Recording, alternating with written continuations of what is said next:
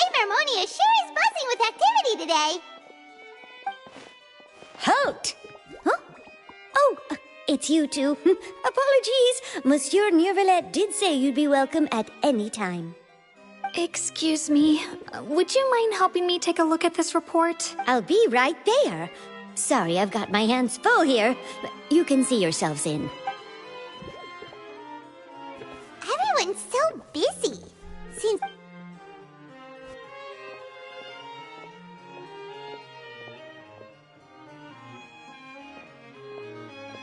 Neuvillette! Hello. You've come at the right time, but you'll have to wait for just a moment, as there are some urgent matters I must tend to first. In the meantime, please, have a seat. If you'd like to have something to drink, let the Melusine outside know. That's all right. We just ate. Very well, then. Let's take a break over there while we wait for him to finish his work.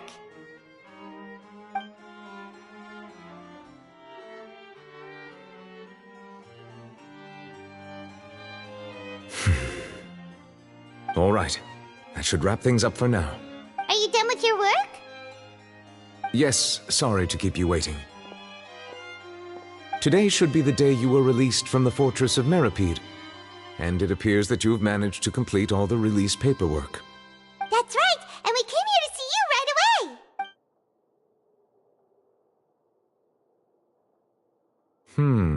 A massive whale. Do you have any idea what that might be? Judging from your description, that cannot have occurred in any ordinary waters, but rather something like the primordial sea. A whale of that size and shape cannot usually be found in the waters of Tevat. Therefore, we can only assume that Child is presently immersed in primordial seawater. Immersed in primordial seawater? But how? And is he okay?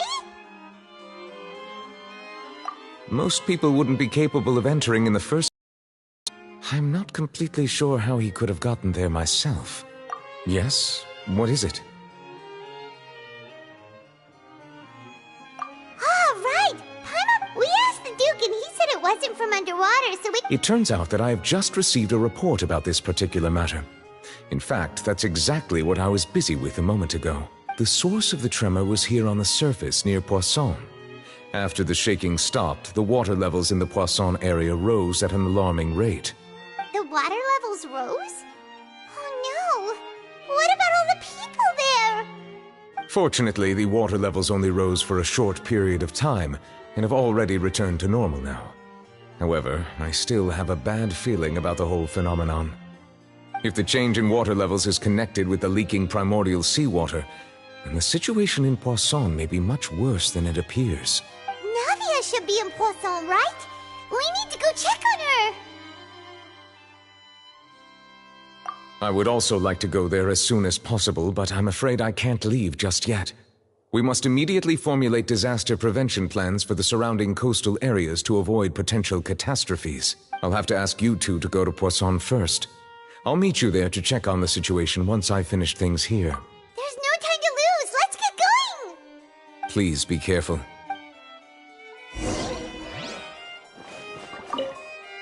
The two of you have my thanks. If you need any help, just let me know.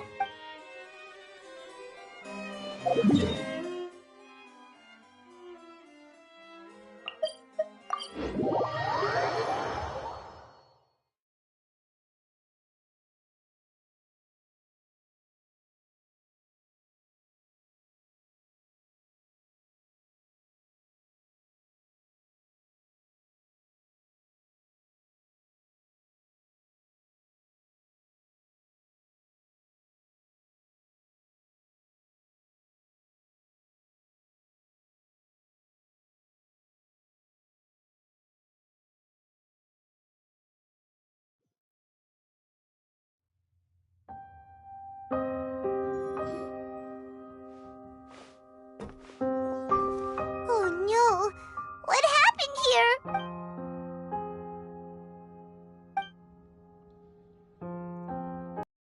Navia should be around here, right?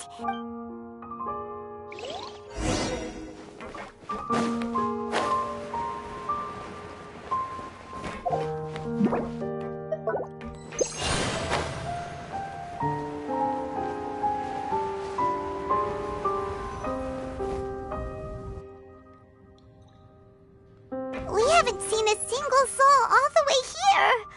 Oh, this is getting scary. What will I ever do now? Look, there's someone on the... Just stay put. We're coming up. Watch your balance. All right, just hurry.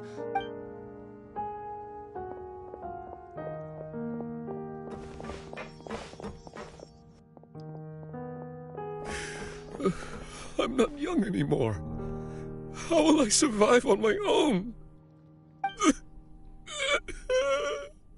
My Desiree! Oh, he looks pretty sad. My leg! My leg!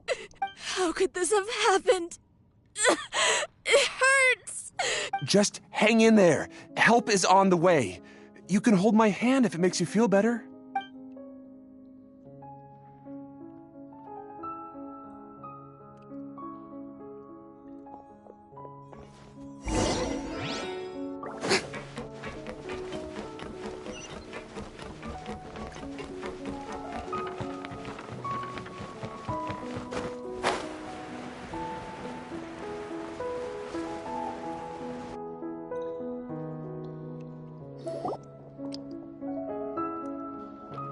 Oh, it's Navia. She's over there.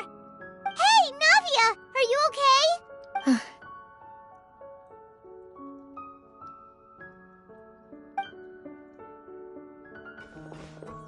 You're here. We heard there was a situation in Poisson, so we came as quickly as we could. Yes. As you can see, the water level suddenly rose.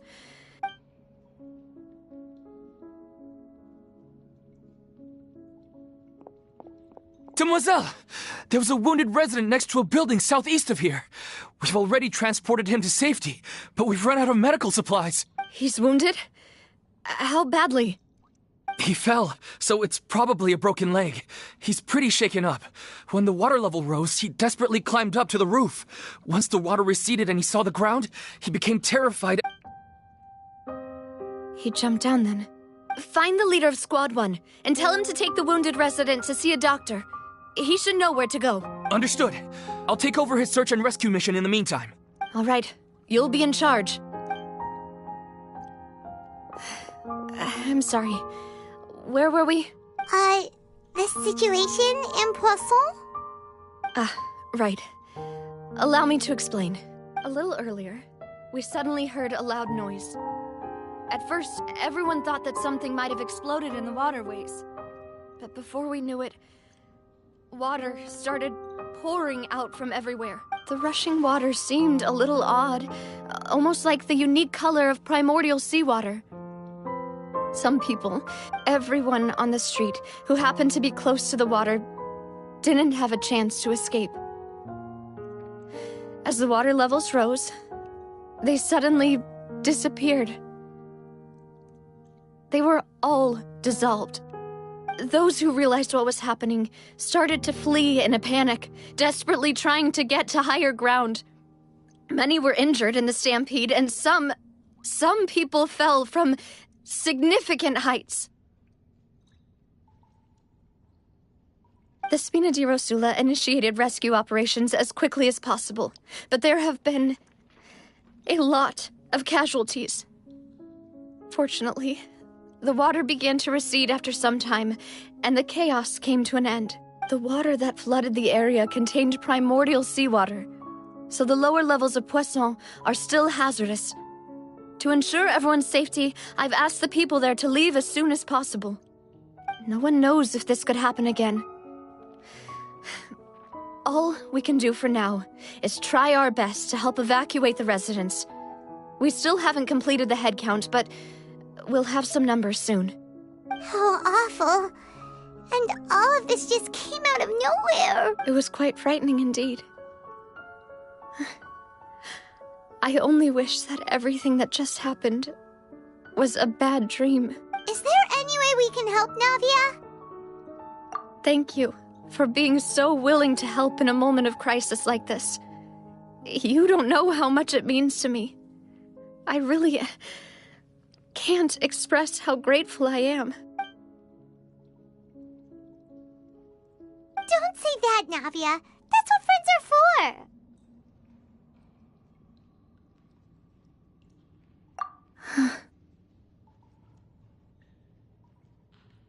Demoiselle! We've got a situation here! I'll be right there. Sorry, I need to go for now. And out she goes. Seems it might be a while before she can take a break.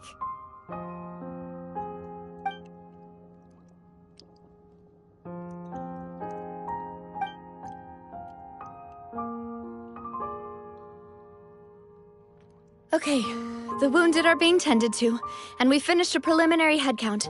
More support has just arrived, so I suppose I finally have a moment to focus on my own matters. Of course, we should remain ready for anything, and continue doing our best to rescue others. I'll be sure to have everyone at the Spina di Rosula ready to render assistance. Traveler, Paimon, would you two accompany me to my... Huh? Right now. Thank you.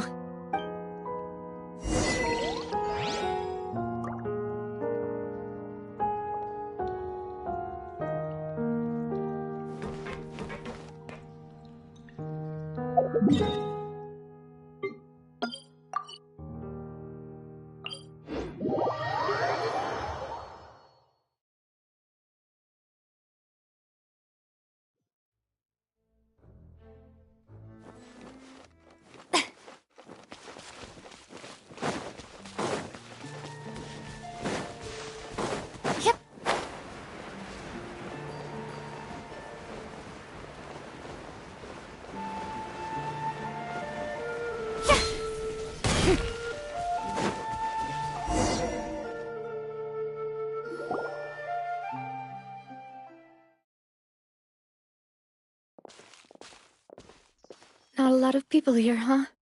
Well, given the time of day and the whole situation in Poisson... Right. That's how things are now. The living are so exhausted that they've no strength to spare any words for the dead. Navia? Navia, what's wrong? Sorry. I just... Malus and Silver, they won't ever come back here again. What should I do, Papa? Huh? What happened to them?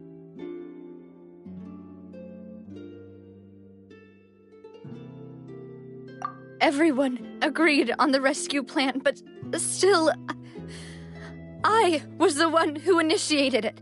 They were helping evacuate the residents, but they couldn't leave in time. And they were caught in the seawater. What should we do? I've known them for so long. And I know they weren't afraid. But I could at least hold a funeral for my father. And I know where he rests. But as for Malus and Silver, they're just... gone. I just can't...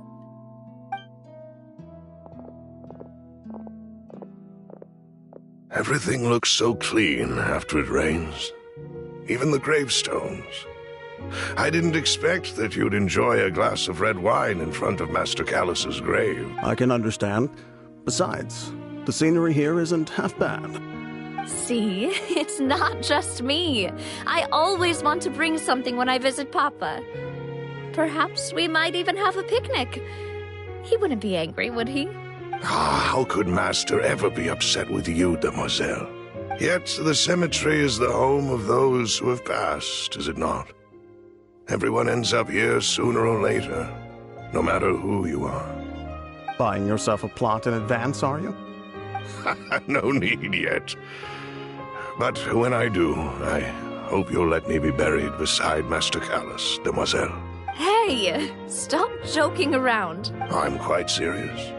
That way, it'll save us both the trip to see each other whenever you visit your father's grave. That makes sense.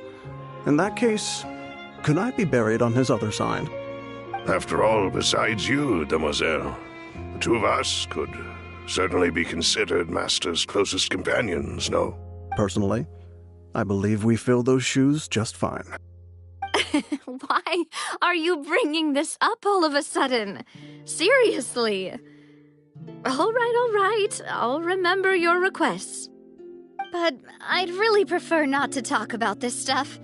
And what do you mean by saving me a trip?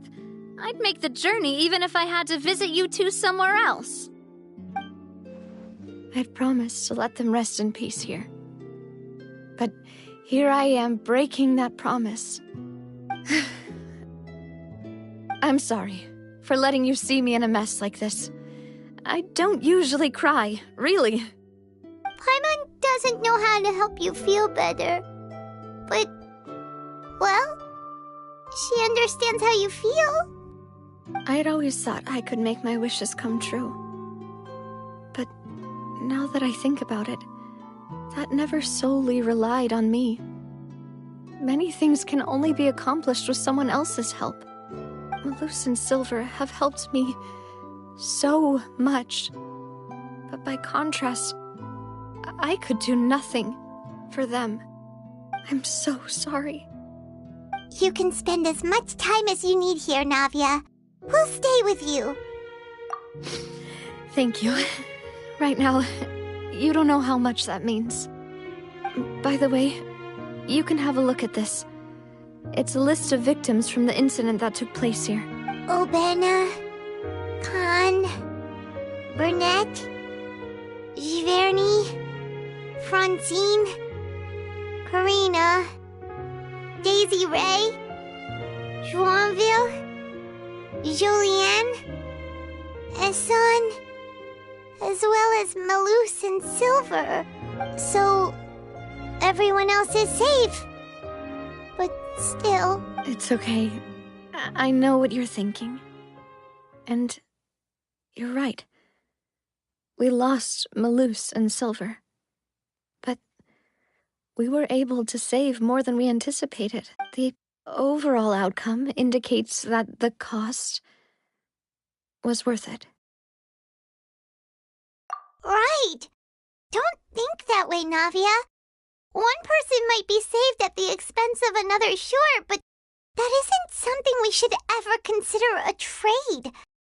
Malus and Silver were not the price for saving anyone. They're heroes. You're right.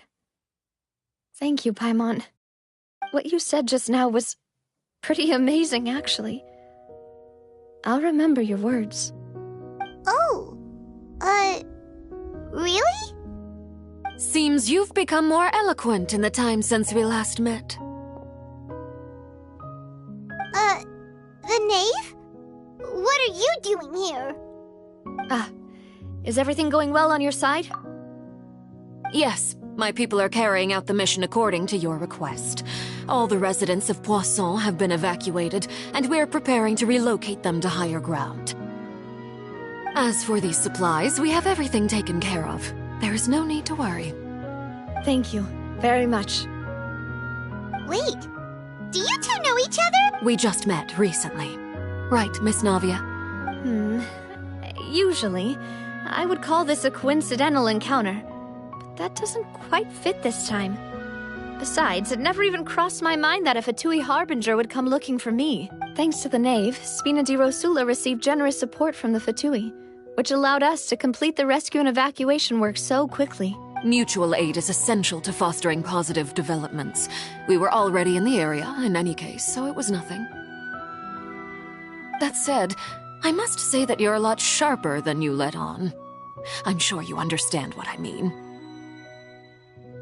I apologize for all the ways in which I tested you previously. We've never worked with a Fatui before, and it's extremely important for us to know who we're working with. My subordinates have reported that Fatui soldiers have been observing water levels and taking head counts in various locations. I hear that they've also prepared a large amount of emergency supplies. I'm quite surprised. This is nothing to brag about, nor do I intend to. It is simply the way of powerful organizations to act forcefully, whether they are doing good or ill. You've witnessed that firsthand, in any case. As I've told this traveler before, I know of the prophecy, and I intend to prevent the impending disaster. Lending your organization a hand was a natural first step in accomplishing that. As such, do not be troubled by this token of our sincerity. Perhaps one day, you'll also be able to help me in the same way. Without your help, there would have been many more casualties. I won't forget your kindness. Furthermore, I sincerely regret what happened to Malus and Silver. I only wish that my people could have arrived a little earlier to prevent this from happening. Don't say that. You and your subordinates did everything you could. As Paimon said, Malus and Silver didn't choose to sacrifice themselves for any specific person. And they weren't the price paid for others' salvation. They chose to become heroes themselves. I've never liked hearing people put it that way. It's like trying to relieve pain by saying some noble-sounding words. But right now, there's nothing more suitable. They really did become heroes. You're right.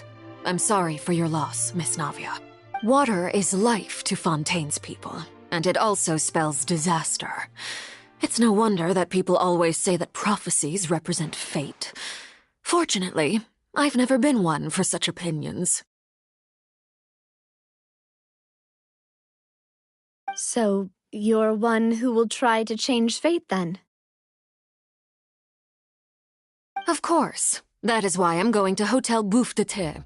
I still have some things to take care of, and the children need my attention. By the way, Traveler, Paimon, one more thing. Alright, then we'll just... Huh? This isn't right. Paimon thought you would ask us to walk with you for a moment so you could tell us something in private. That is a clever and useful conversation technique, which I do like to use when necessary. But there's no need today. It would not hurt to have Miss Navia listening in. Traveler, I'm sure you remember that I said we could work together when we had the chance. You and I both know that there may be issues with the Primordial Sea. Previously, it was the Fortress of Meripede's sluice gate, and this time it was the water levels in Poisson. These are both signals. Indeed. Allow me to share the latest intel I've received from the House of the Hearth's intelligence network with you. During some recent investigations, a child claimed to have discovered some ruins near Poisson. The ruins date back to ancient times, and seem to be worth investigating in many ways. Judging by the dating of the ruins, they may be related to the prophecy and the coming crisis. The situation is becoming more urgent, so any pertinent information will prove extremely precious. My people initially came to prepare for ruin exploration. Unexpectedly, this disaster struck, and at present, we're all busy prioritizing the rescue effort. So that's why the Fatui were already in Poisson.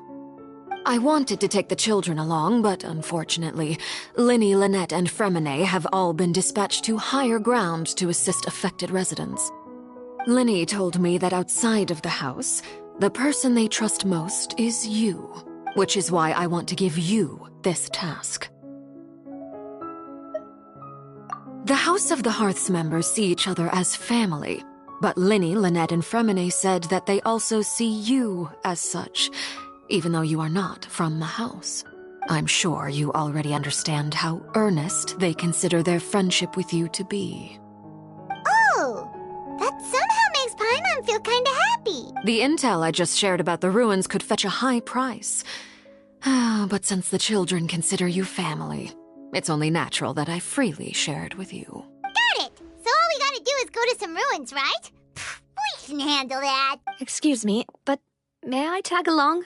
You wish to join, Miss Navia? But are you sure you're up to exploring some ruins? Well, I'm sad, yes. But I can't just go back and plop myself into a chair by the roadside and do nothing. There's no point in being depressed while we still have a disaster on our hands. As my father's... Besides, I'm also doing this for myself. I need something... a distraction to keep my mind off Malus and Silver. Since you put it that way, I have no objections. What do you say, traveler? All right. The ruins are to the south of Poisson. Here's the map. Okay, the three of us will handle it. Come on, let's pack up and get going.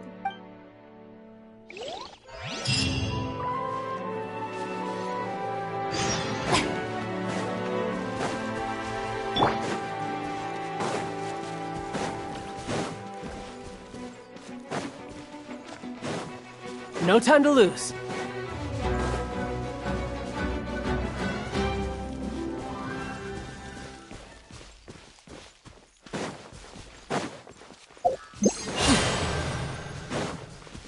No time to lose.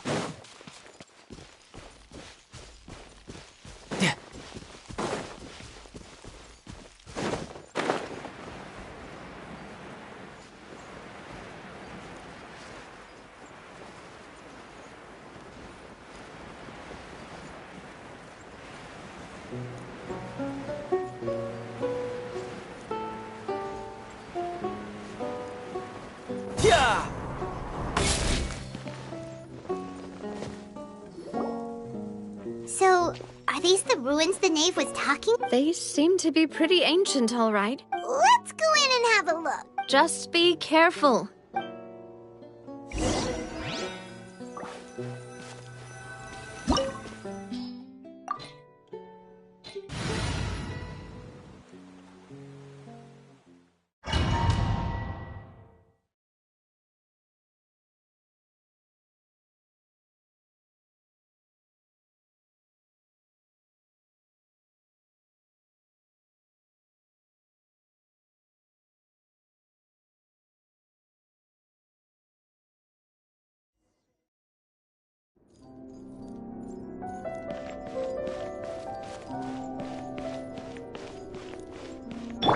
Strike a pose!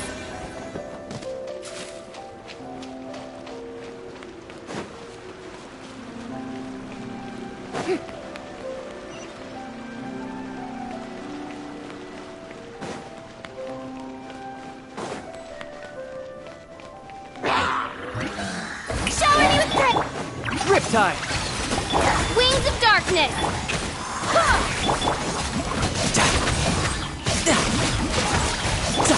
Let the world come alive!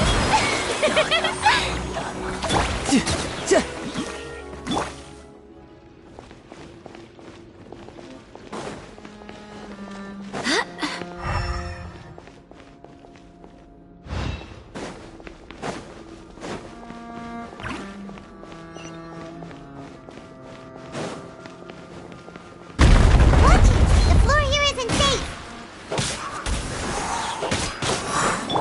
Strike a pose! Odds reveal the...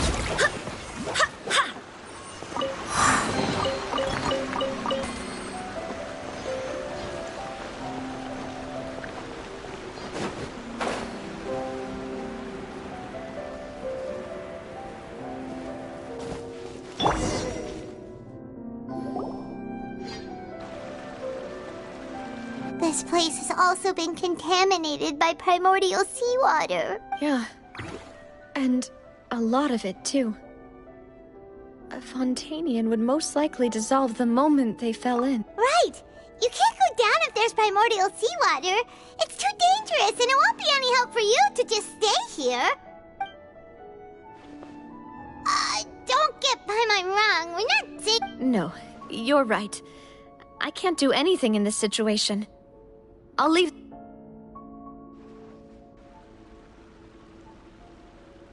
That complicates things. Maybe the only way left is forward. In that case, do you want to wait for us here? The water levels here are unstable, and there's a chance I'll go together with you. Perhaps we'll find the exit just up ahead. All right. Come with us.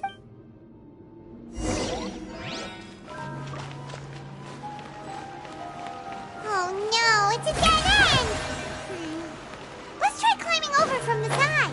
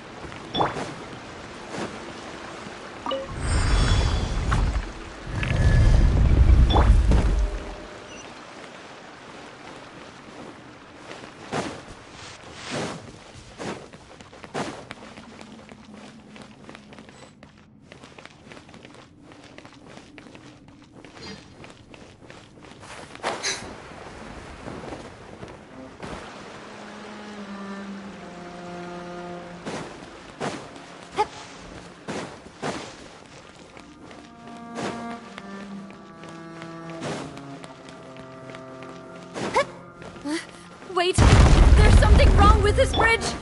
Run for it!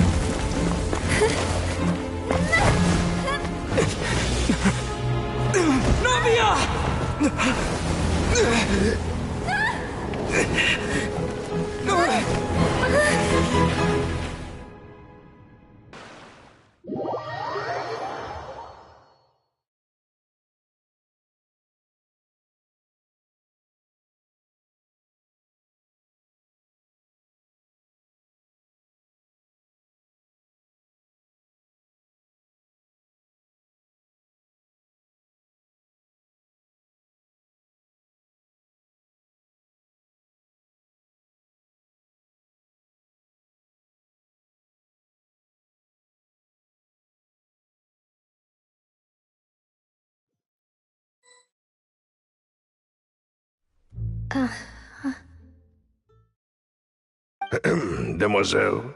Huh? Demoiselle, what are you doing here by yourself? Would you be standing here till dark if I hadn't come to get you? Maybe she just wants some time to herself, Malus. Oh. Was I sleeping? Yes, it would appear so. I must be tired. That's quite possible. However, you were the one that suggested we go out for a walk. Oh, right. I nearly forgot. It must have slipped my mind when I dozed off. I haven't had... This is a familiar feeling, yet something's a little strange. Is something the matter, Demoiselle? Oh, no. No, I'm fine. I was just trying to recall why we came out for a walk. Do you remember Mr. Giverny? He'd requested our help before with foreign merchants who had a debt dispute with him, and we'd resolved the matter not long ago. We were headed to see how things were... Ah, right. Oh, Miss Navia. Ah, Mr. Malus, and Mr. Silver, too. It's good to see all of you. How have you been? I've been great. Thanks to your help, those bothersome merchants finally realized that I wasn't the one they were looking for. They were knocking at my door day and night. Even my neighbor, Obina. Sometimes force is required to calm someone down and get them to listen to what you have to say. That's right. Oh, by the way, Burnett, what was it that you wanted to give to Miss... Oh, yes. Miss Navia, these are some flower seeds that I prepared. Please take them. They're a very good variety, and they'll become very big and beautiful once they bloom. I don't know what we would have done without your help, so this is a little... Did you cultivate them yourself? Thank you so much. I'll certainly take them. Malus, we do still have some empty flower pots at home, right? Why, we can have as many pots as you'd like, Demoiselle. Perfect. In that case, we'll swap out some of the decorative plants for some of Mrs. Burnett's flowers. Very well. Wait. Something seems to be off here. Excuse me, madam. If I'm not That's right. No, it's nothing. This is the first time we've ever met, but your name seemed familiar to me. I've heard this name before. And why are there so few people around here? We must mind the time, Demoiselle. Huh? Well, now, did you Miss Navia, here you are. I've been looking for you. Please, come to the Opera House. Your trial is about to begin. My trial? Yes, she's right, Demoiselle. It's just about time now. Oh?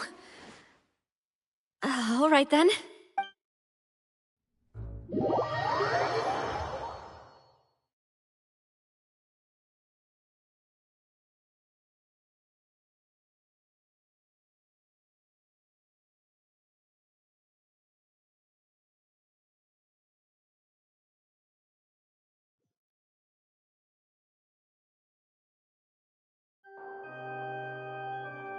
Look, it's Navia! She's here! And her 2 attendants are with her! Goodness, everyone's finally here. There sure are a lot of people here to see the trial. And they all seem to be up, Karina, Desiree, Joyville, Jolien, Essen. And as for the judge... huh? Where's Mr. Neuvillette? Please sit in the defendant's seat. Don't worry, Silver. All right, but... Typically, it wouldn't be allowed, but... Hey, what kind of place do they think this is? Come on. Do they have any idea what they're doing? Seriously. Enough with the whispering! My dear Miss Navia, have you not yet realized what As all here know, you are Master Callus's After you took over the Spina, you treated all of us just like the late Master Callus had.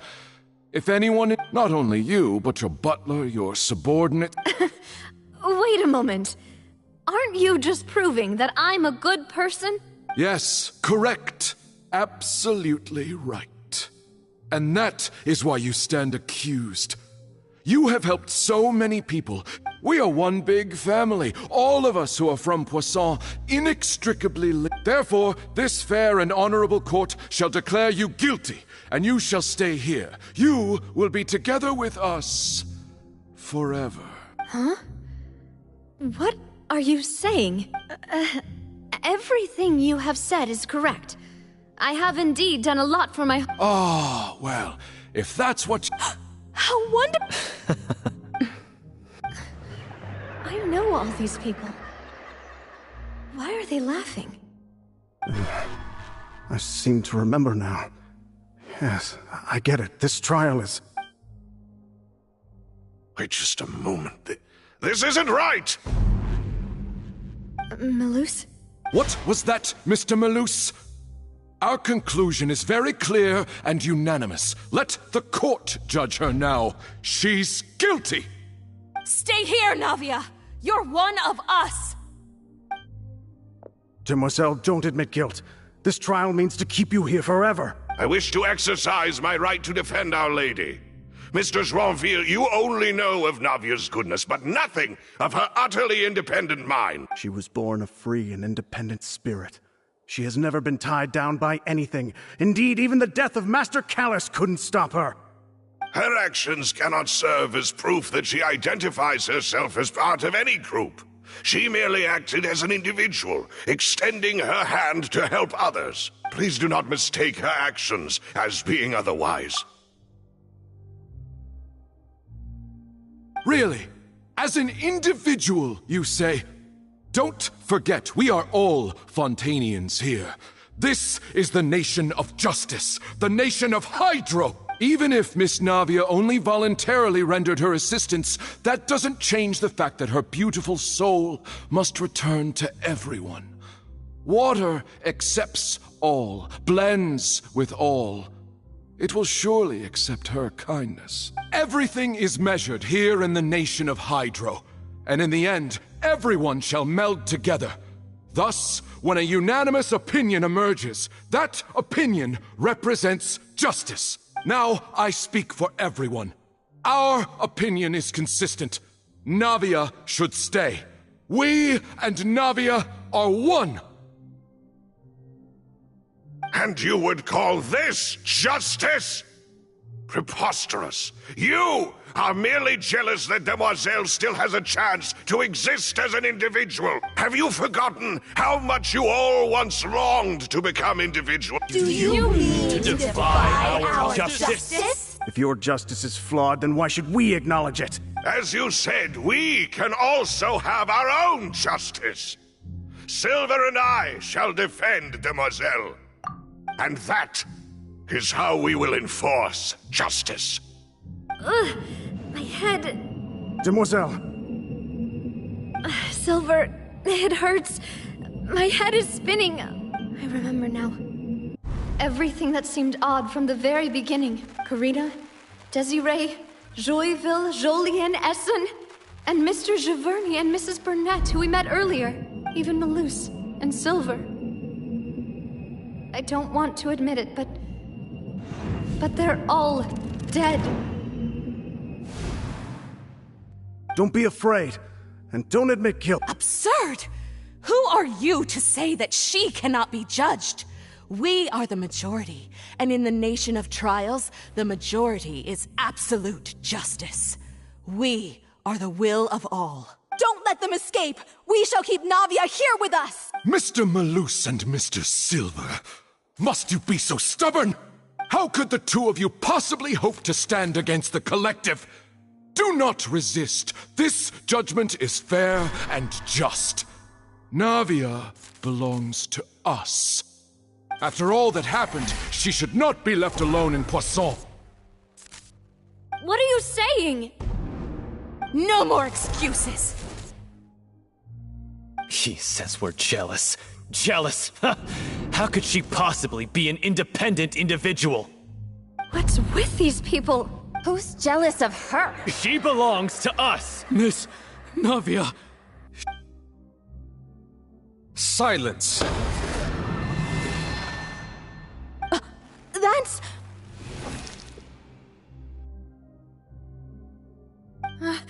Monsieur Neuvillette!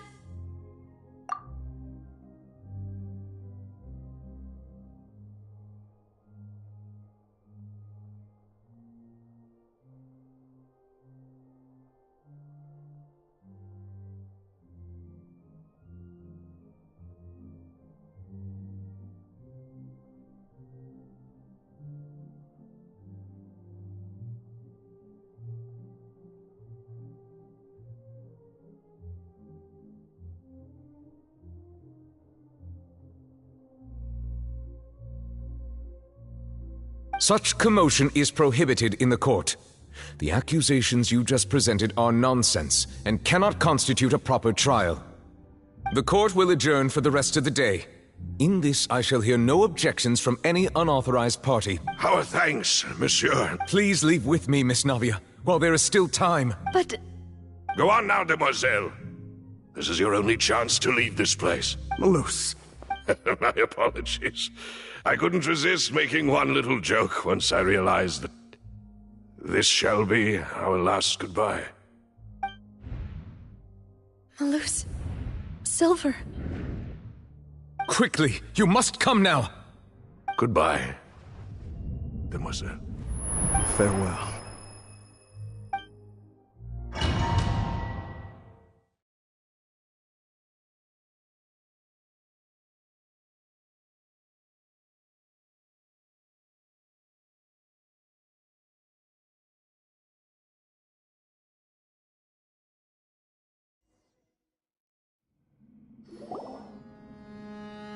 No, wait! Just a second! Navia? You're awake? Good. I must have been dreaming. Malus and Silver were still alive, and they were me at some insane trial. It looks like you're all right. Did all the sad feelings cause you to have a nightmare? The ruins you were exploring suffered a cave-in. When I arrived, I found you falling toward the water. You were just about to be dissolved within, but What is it? I think I saw 2 Oceanids protecting you. It was only for a moment, perhaps even a fraction of a second, but they gave me the chance to retrieve you. Were it not for their intervention, I would not have been able to rescue you before your consciousness dissipated. Wait, did you say Oceanids? You mean like what happened with Vache? Perhaps those 2 Oceanids were the people you saw in your dream. I always told them that they didn't have to protect me. To think that they'd keep doing so even after death. Please come with me.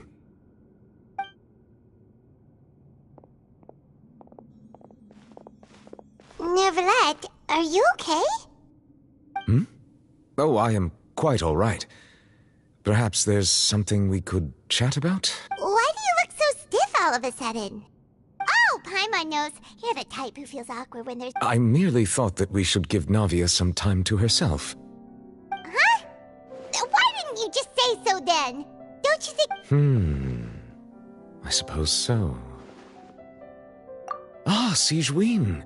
I hope all is well with her these days. Her work in the Fortress of Meropide has not been too much for her, has it? No way! Don't worry. She's doing fine. fine down there. She's an amazing head nurse. I see. Well, that is good.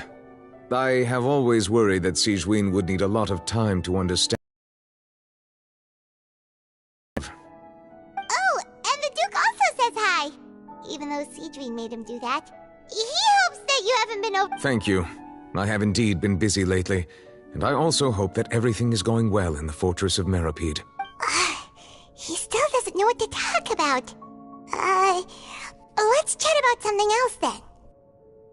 So, Neverlet, you're probably quite the swimmer, huh?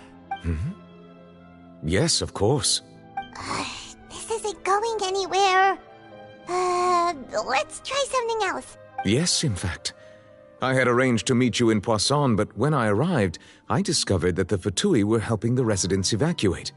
They had even transported a large quantity of supplies to the area. Amid my astonishment, I ran into the knave, and we had a chat. She informed me that she had asked you to investigate the ancient ruins here. Yeah, we originally planned to meet up with you, but we thought you might still be busy with all those official documents. We didn't—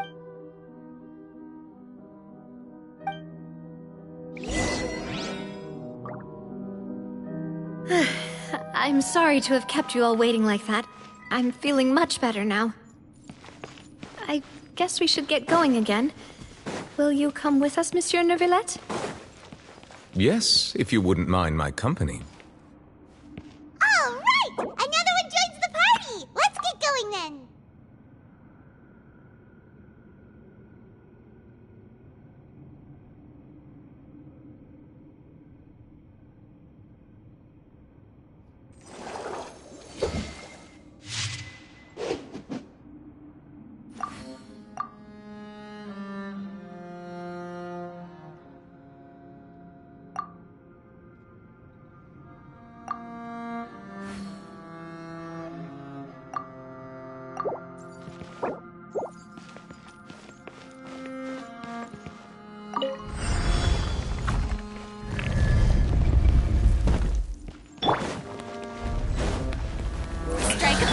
By royal decree!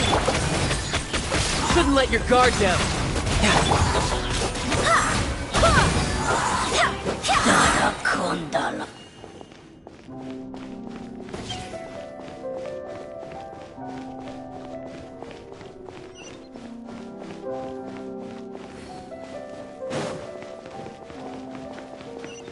Oh no! Another unstable path! Watch your step!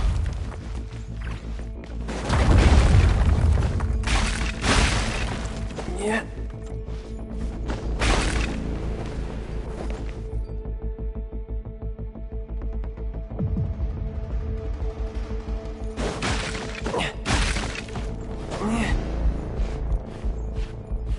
Yeah.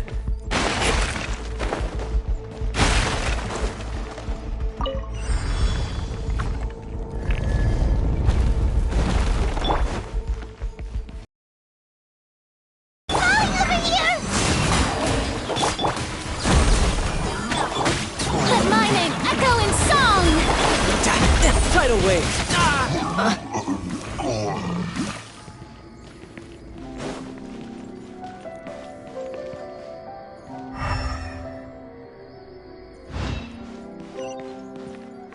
No time to lose.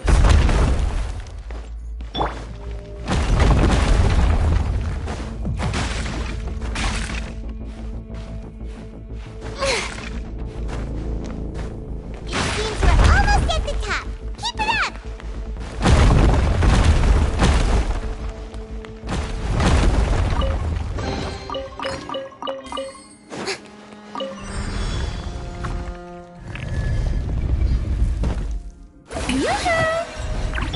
Swish me, Fräulein.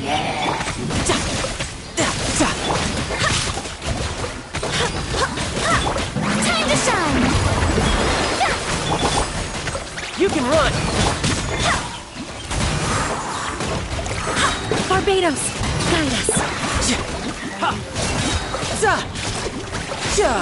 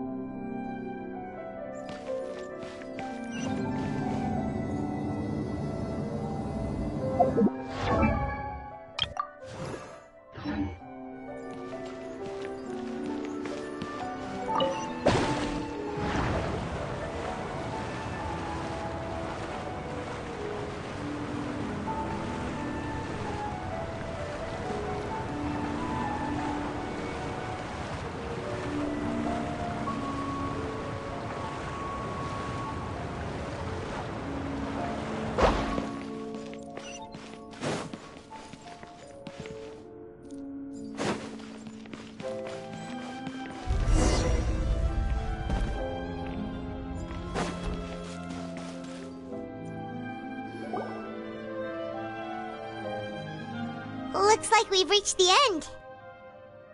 This is the place. There should not be any other hidden spaces in the vicinity. The path sure had some twists and turns, but it turns out that this place isn't actually that big.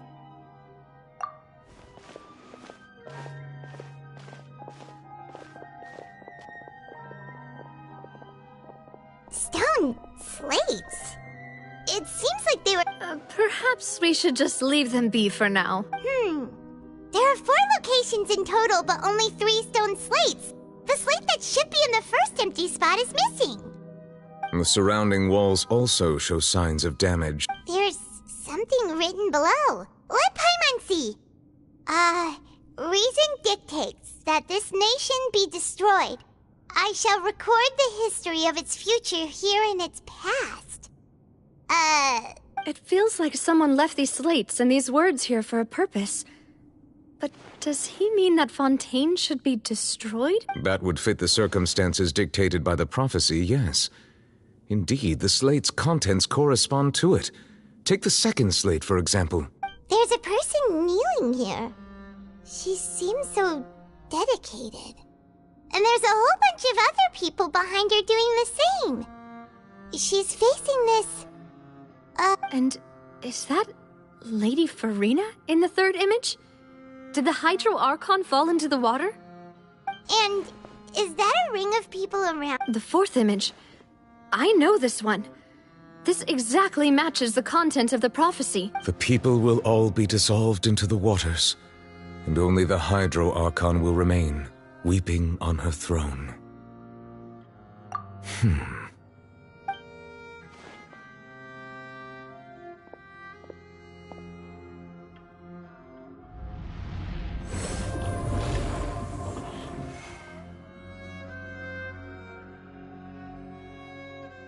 More information should be hidden in these slates, but I fear I cannot easily uncover it, most likely due to us missing the first slate.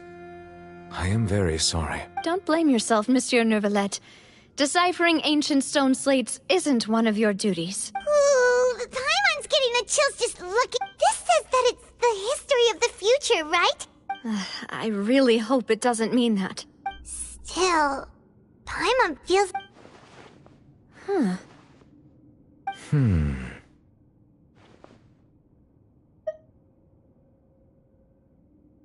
That's right! If the images are in chronological order, shouldn't the fourth, the waters drowning Fontaine, come before the third, where the Hydro Archon herself falls into the water?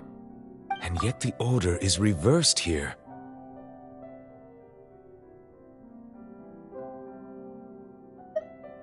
If we go by timing, Lady Farina only emerges in the third image. That means that the person in the second image might be the previous Hydro Archon.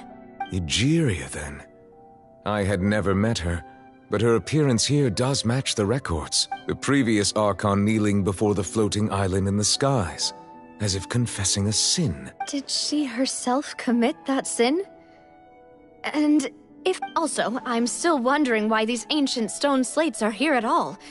Judging from their contents, could this place be the origin of the prophecy? But who would have created these slates and left these words here? It seems that any further clues will have to come from Farina. In that case, there's no time to lose. There's nothing else to... Yeah, we better get somewhere safe for now.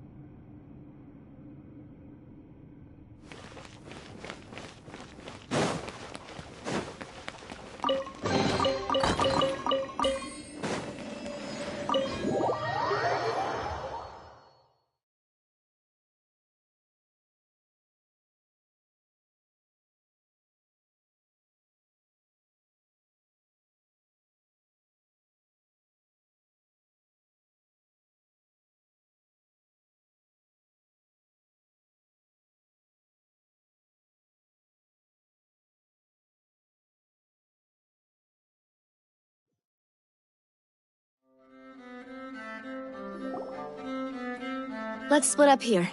I'm going to check on what's happening with the Spina. You still have energy for that? Just head back to the Fluvsandra and have a rest then. Thanks for keeping me company all this time. I'll depart as well. Thanks for your hard work today. Rest well, everyone. Traveler, I will go talk to Farina tomorrow morning to ask about... I'm sure that you're concerned about this matter as well. If you have time, drop by my office. Are you really gonna talk to her about this directly? Will that be a problem? She has long been harboring secrets and will not give them up easily, which makes it all the more my duty to ensure that she understands the present situation. Alright, we'll leave it in your hands then. I will be carefully considering my words tonight. Traveler, Paimon, our safe house at the Fluvsandra is always open to you, as ever. So please don't think you're an imposition.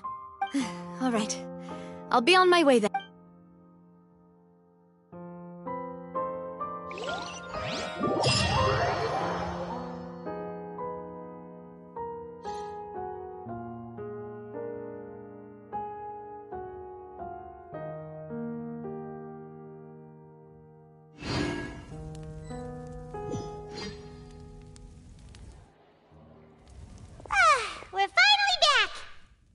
Welcome back. We've got a special... Yay! And there's good food too! No, the boss is the best. Ooh, desserts! Nice, these are all Paimon's! Paimon's already starting to forget what happened today. Oh, that voice. Is that who I think it is? Huh? It's you two. What are you doing in Fontaine?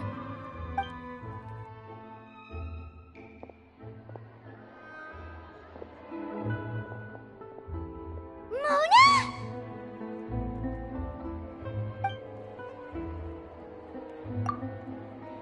Seriously, nobody just uses a scry glass whenever they've got time to just see who they'll meet on the road.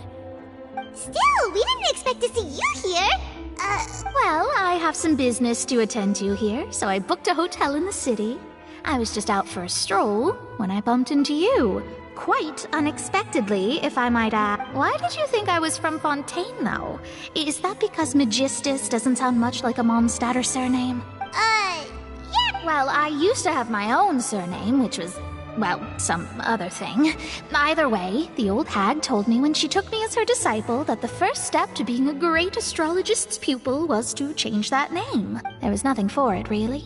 She really is amazing at astrology, so I changed my name to what it is now according to her wishes. To my surprise, however, Magistus is not the name of some ancient house or clan. Nope. Although it is used by us in place of surnames, it generally just means great. Wow! Imagine including a boast in your name. I reckon so. In any case, I'd give my disciple a name like this as well, if I were to take one. Astromancer Barbeloth Trismegistus. Whoa, that's a long one. My name means Mona the Great Astrologist. As for the old hag, hers is, in plain speech, the thrice-as-great Scholar of the Stars. Just take it as a title specific to astrologists. Thrice as great? That's so... petty. I know, right? That's just how she is. She used to call herself Magistus, actually, but when she took me in, she changed her name to Trismegistus. Talk about excessive. Magistus is thus the calling card of our school, so to speak, which makes it about the same as a surname. It's all right if you don't get it. You can look into it further should you need to study astrology more deeply. That sounds terrible! But anyway, you're not Fontanian. Well, I was born in Mondstadt, yes. My parents migrated to Dorman Port, and I traveled with the old hag for a while, after which I settled down in Mondstadt City. Oh, that's a good thing then. At least we know you won't be dissolved. Speaking of that, I'm sure you're aware that a bunch of things have happened here in Fontaine, right? I know you're not a local, but I'd avoid getting too close to any water that looks strange all the same. There's something ominous about it. Well, the water, I mean. That was the main reason, yes. Just a while back, the Steambird invited me to take part in a panel and speak about the circulation of the prophecy as an astrologist. The invitation was sent quite early on. I don't think anyone expected Fontaine to be in this much trouble. What do you make of that prophecy, Mona? Just tell us what you think as an astrologist. Your word would go a long way to make things more certain and less... What I can tell you is that I'm an astrologist, and that this prophecy concerns the fate of Fontaine, even that of all Tevat. Ascertaining this is akin to reading the fortune of the whole world. I'm afraid that this is not something that just anyone can do. If I could do it, you would no longer call me an astrologist, but a visionary. But on the flip side, the prophecy is so huge and powerful that it must surely come from a powerful visionary. Its contents involve the fate of the world. Disregarding it would be a mistake. A visionary? Sounds really powerful and all, but does such a person... Of course. The old hag could do it, and I bet there are others amongst those Hexenzirkel colleagues of hers who could do something similar. Huh? Are you sure? All right, I'll help you. It isn't often that I see you with such a serious look on your face. I'll tell you once I hear back from her. Thanks, Mona. You're a... Oh, well, this is something only I can do after all. So yes, your praises are quite welcome. That's the greatest of astrologists for you, of all the people... Indeed. That's the spirit. Oh, sorry. I came to see what all the commotion was about. If there's anything you need, do not hesitate to inform the... Oh, whoops. Guess we were getting a little too carried away there. Well, I'll go tend to my own business now. And there she goes, quick as rushing water. And here we are with the Spina guy giving us suspicious looks. If Paimon hadn't spoken for you, it'd be you getting all the weird looks. The things Paimon... that's more like it.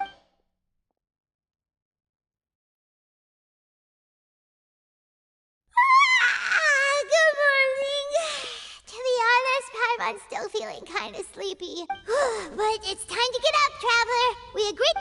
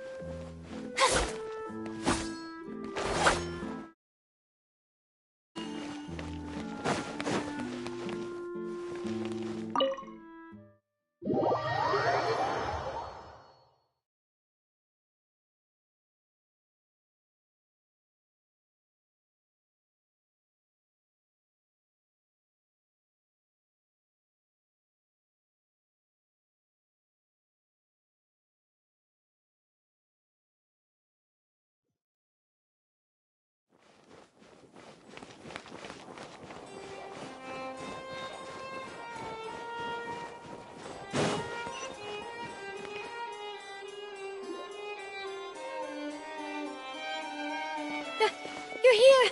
Finally! Is... Monsieur Neurvalette and Lady Farina, they seem to have gone...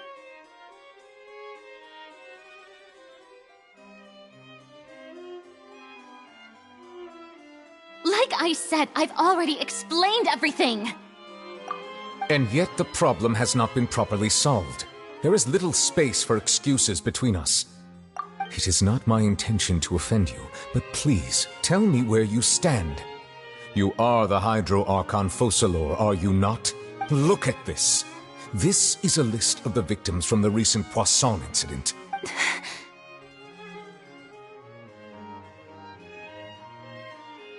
You mean... they're all... We did not arrive in time to avert this disaster, and I will not have it happen again. I will say this once more. You must tell me everything you know. Yesterday, I found 3 stone slates in some ancient ruins near Poisson. Do you know anything about those? Seriously? You're questioning me like this is a court case now. I don't know anything about that. But you found them in some ancient ruins, you say? That's correct, which is why I came to ask you some questions. There should have been 4 slates, but one of them was missing. The other 3 feature different images that seem to correlate to the prophecy. The prophecy? The second of these slates depicts the previous Hydro Archon Egeria kneeling before a floating island in the sky, as if confessing something. I don't. I've never seen such slates. I'll ask you again. Do you really have no information regarding the previous Archon? My deciphering of the slates indicates that the Hydro Archon Egeria once had to confess to, or apologize for, a certain sin. If anyone would know about it, it should be you. All gods don't have the same secrets, you know. She was herself and I'm me. Is it really so strange that I know nothing? I understand your concerns, but I'm sorry. I just don't have anything to tell you. Forgive me for saying this now, Lady Farina, but I have long known of your various secret investigations into certain matters. There are several indications that you have been investigating the prophecy on the sly. This is not strange in itself, considering that you are the Hydro Archon. But it is strange that you should also claim to not know any of Egeria's secrets, as well as do nothing following your inquiries. You have never been as superficial as you have presented yourself to be, nor are you a fool. And yet, your behavior is very inconsistent.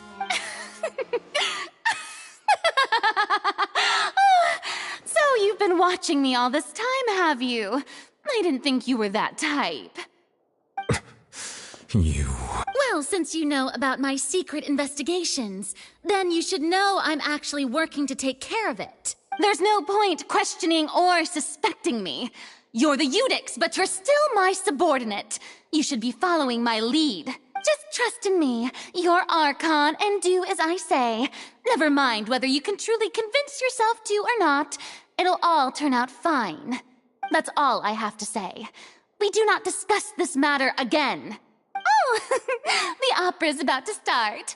Toodles!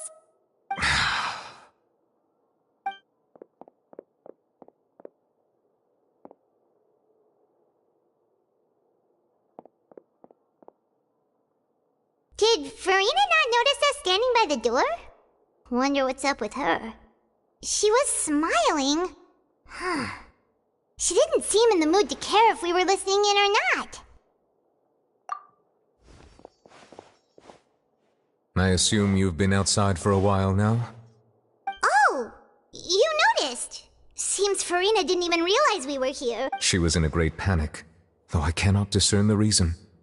Our discussion reached impasses time and again, a state of affairs that we cannot allow to continue. Still, I do not understand. Dialogue is the basis for understanding, so why did she keep refusing to engage?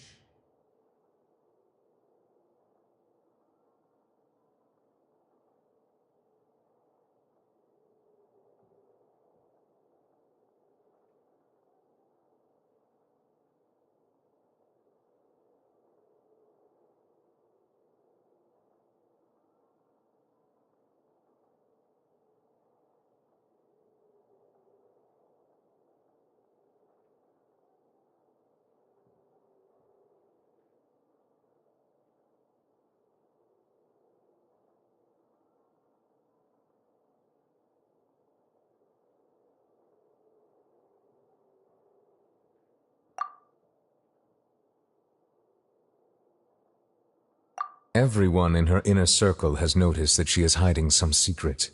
The issue is her attitude.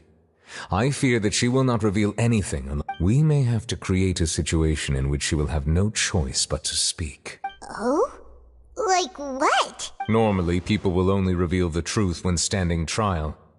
Perhaps we must have the Hydro Archon experience just such a scenario. But Farina's seen so many trials, and she's really good at dodging questions.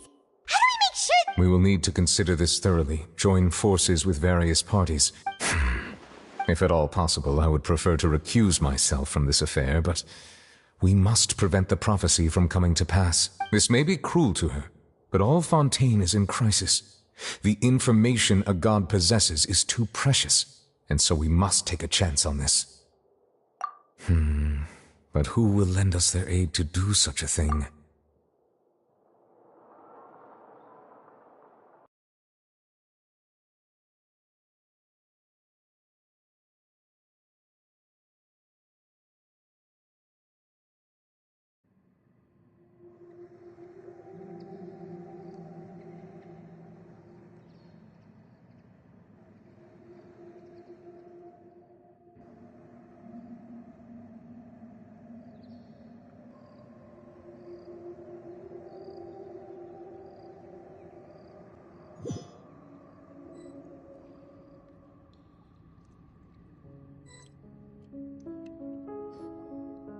Well, that's everyone, huh? Speaking of which, it was pretty smart of you to think of hiding here. Quaso was just involved in a disaster, so it's presently devoid of people. That naturally makes it the best choice. And here you are drinking tea like it's the most natural thing in the world, huh? That's what family should do. Sit and enjoy a leisurely time together. It's nice to enjoy tea here, you know? Care for a cup? Lend me your ears, everyone. Or perhaps one of you might like to start us off. How about you, friend? Me? No, Then, how about you, good sir? I fear that I will cause the mood on this boat to become as somber as it is in court.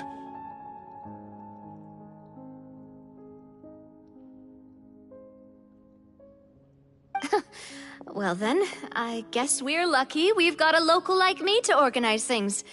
Wonderful, the spotlight at last. I guess I'll be facilitating things from here. That was a little long-winded, don't you think?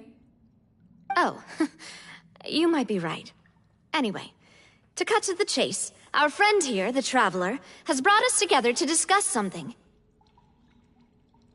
As for what that is, well, let's start by saying that we'll be pooling our efforts together to create a series of traps.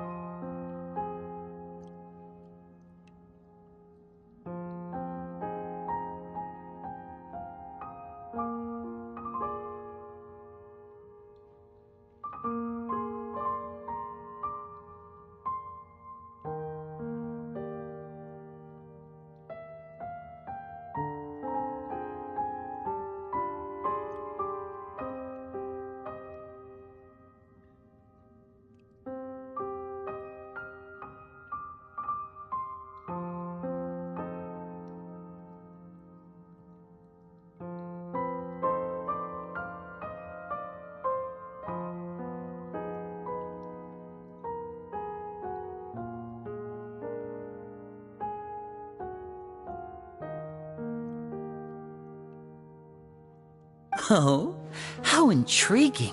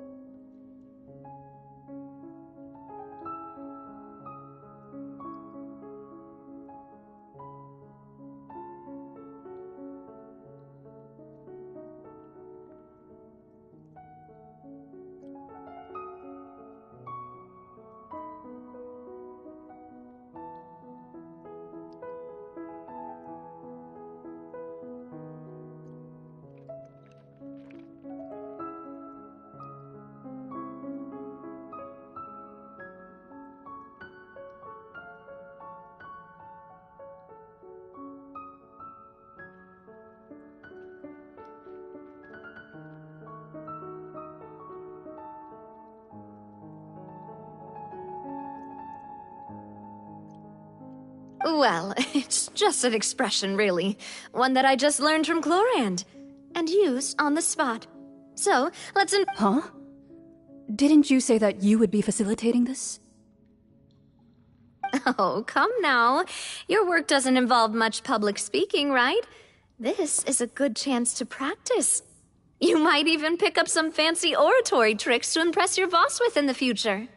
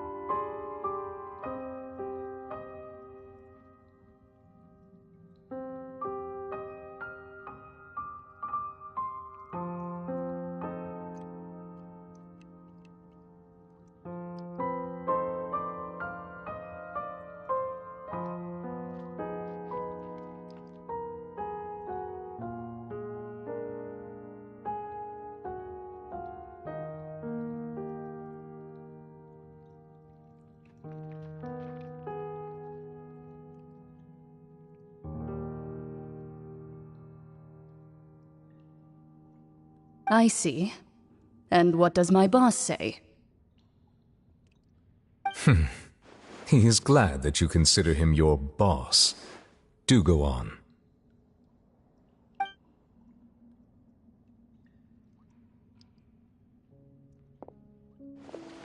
In that case, do any of you have experience hunting? Not that I recall. Fremine and I once used a wooden stick in a basket to catch wild rabbits when we were younger. As for Lynette, I've also gone diving to catch some fish before. I'm afraid not. You may or may not have heard, but Fontaine once played host to a group known as the Marechaussee Hunters.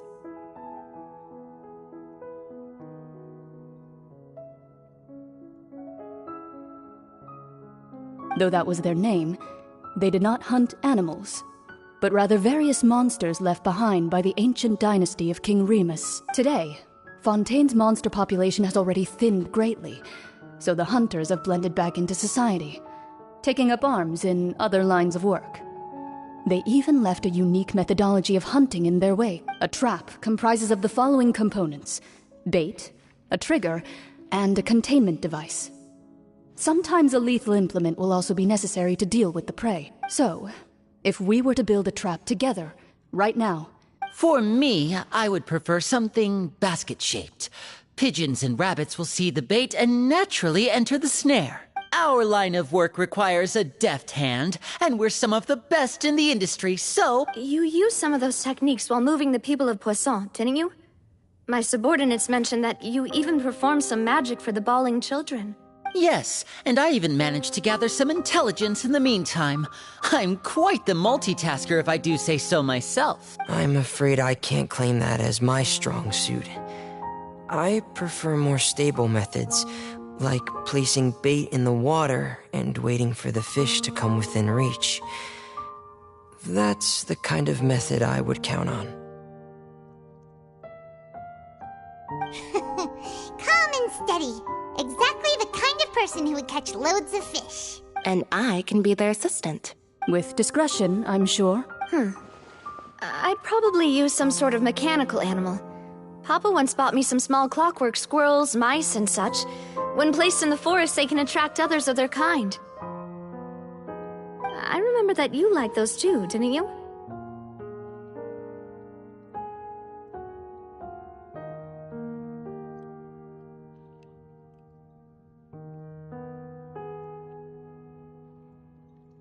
I did.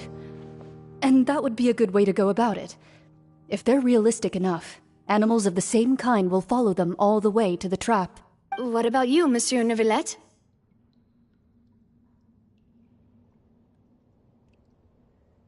I fear I do not have any related experience.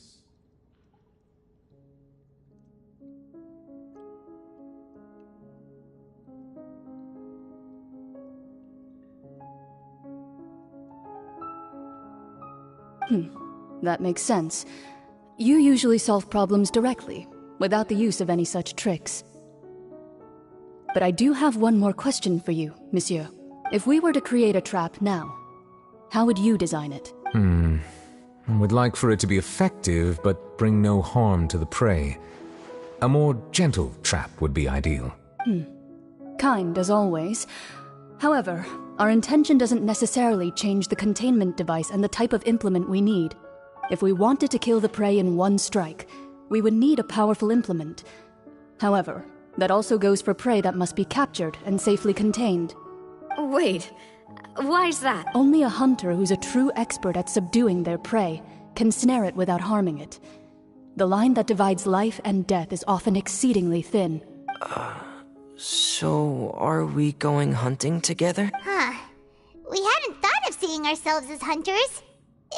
If our means of capturing and dealing with our prey is to put them on trial, then the hunting metaphor is actually quite accurate. But we shall require much more courage than any hunter to judge a god, a being whose seat is an exalted throne.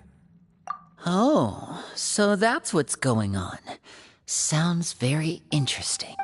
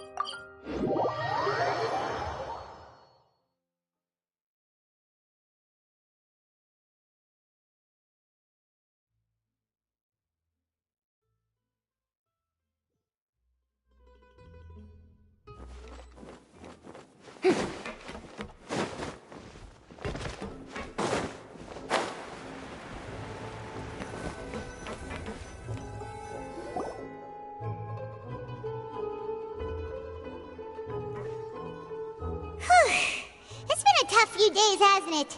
So much has been happening. Paimon didn't think the meetings would go on for so long, but everyone seemed pretty fired up, huh? Paimon thought they'd be at least a little frightened.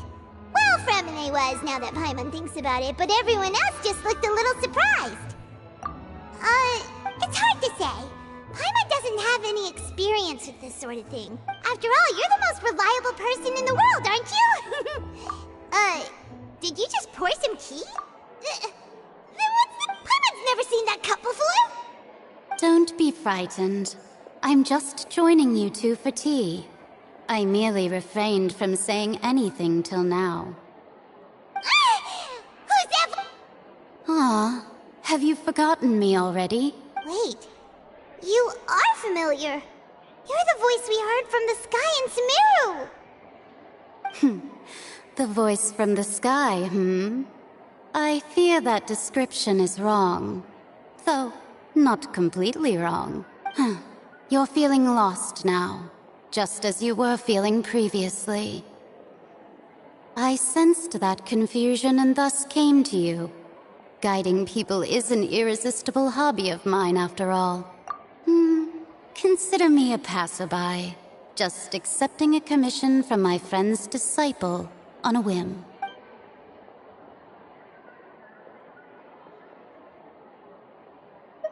The prophecy. Yes, what has been prophesied will be fulfilled. You may view such things as the history of the future. What? I believe you have witnessed a failed attempt with your own eyes.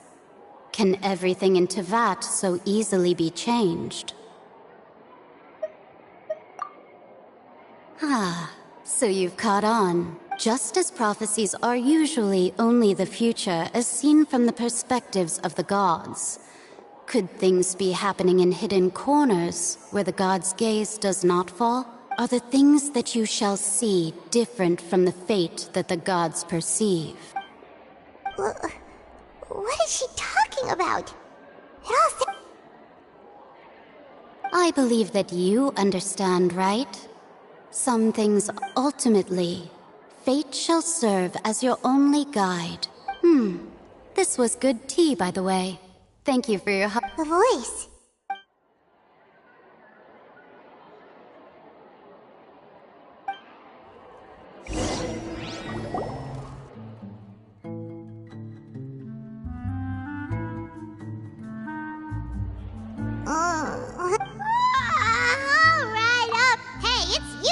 Lazy, okay? Well, I see I've walked in on some lively banter. Luna! Fine, just fine. I went to take part in that Steambird panel. It turned out to be not all Fontanians are pessimistic about this.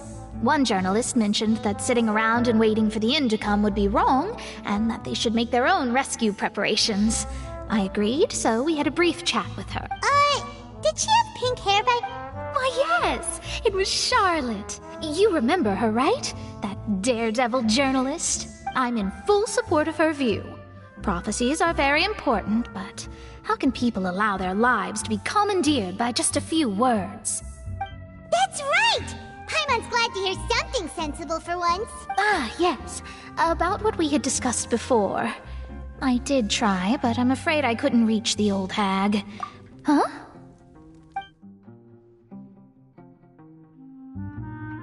Goodness gracious. Are you serious? She said that even the god's gaze has blind spots. Pretty bold if you ask Paimon. Most people would believe the gods to be all-knowing, right? The Hexen Circle members are certainly anything but ordinary.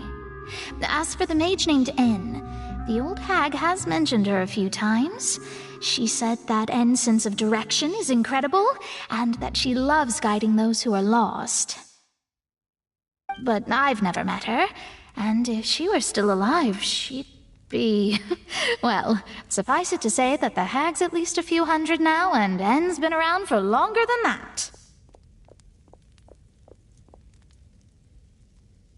Whoa, the Hexen Circle sounds like a scary group. Their abilities alone are pretty terrifying. If she came to see you personally, then the problem you're facing must truly be of great importance. Well, it's not like Paimon could understand anything she said. Yes, she was quite cryptic, but I suspect she means that there is still a way to turn things around. Perhaps it is something that you cannot know right now.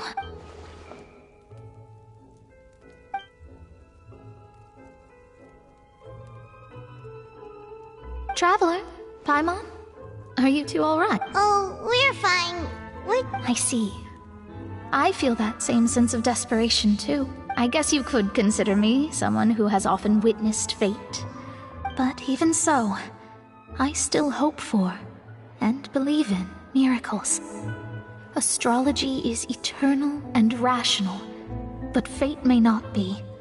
It is cruel, but it can also be beautiful. Perhaps that's what En was trying to tell you. Not to lose heart, and to believe that what you are seeing playing out before you is not yet set in stone. I did originally think of steering clear of all this, but I couldn't. Even if this is all futile, I still wish to help everyone.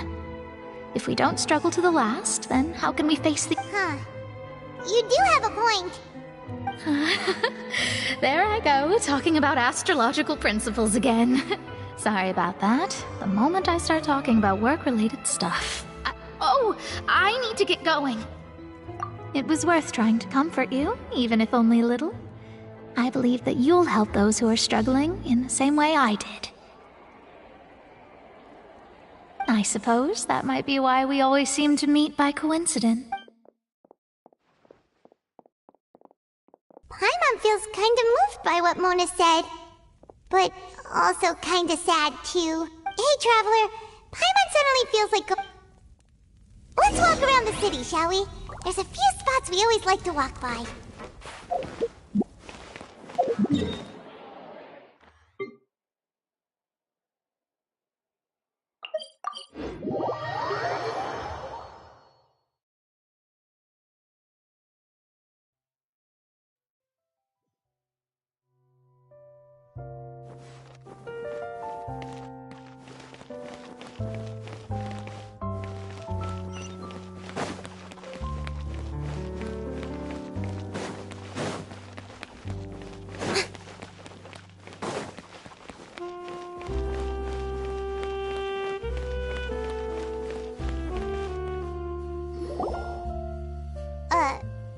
Huh? Our names are written in this newspaper. Let Paimon see! The underwater stronghold, the Fortress of Meripede, has continued. My recent attempts to enter the fortress bore little fruit. Huh. Guess Charlotte still hasn't given up on... Thus, did an Outlander friend become the focus of this report. A blonde adventurer with their white fairy, legends trailing in their wake. It is said that this... So while the fortress's interior remains a mystery behind closed doors, do not fear, for the tales of the traveler contain surprises in spades. Journalist Charlotte's biggest scoop yet, the Traveler's Trail, World Walker. Huh. Charlotte took so many awesome photos of us and we never even noticed her. She hasn't been able to get a hold of anything at the fortress, so since we're easier to find, she's using us as the sub... Ugh, seriously? Well, fine. Those headlines and...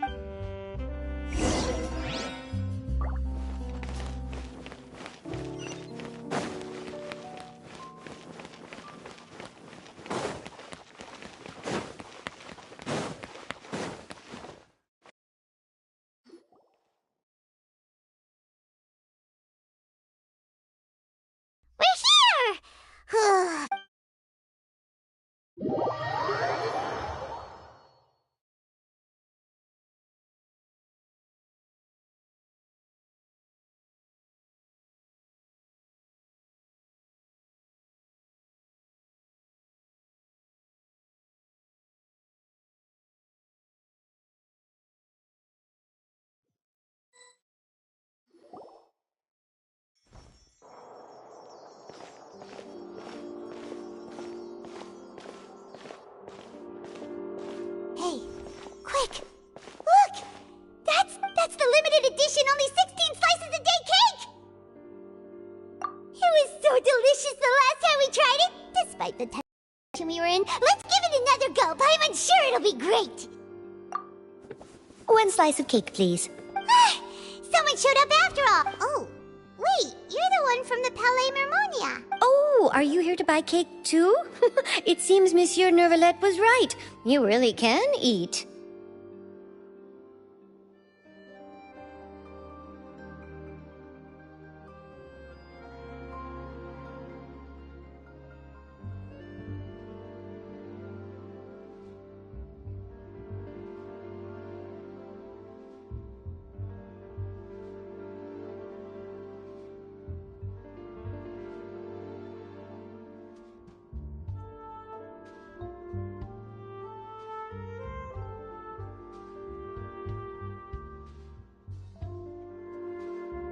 Wait, did he really say something like that? That's right.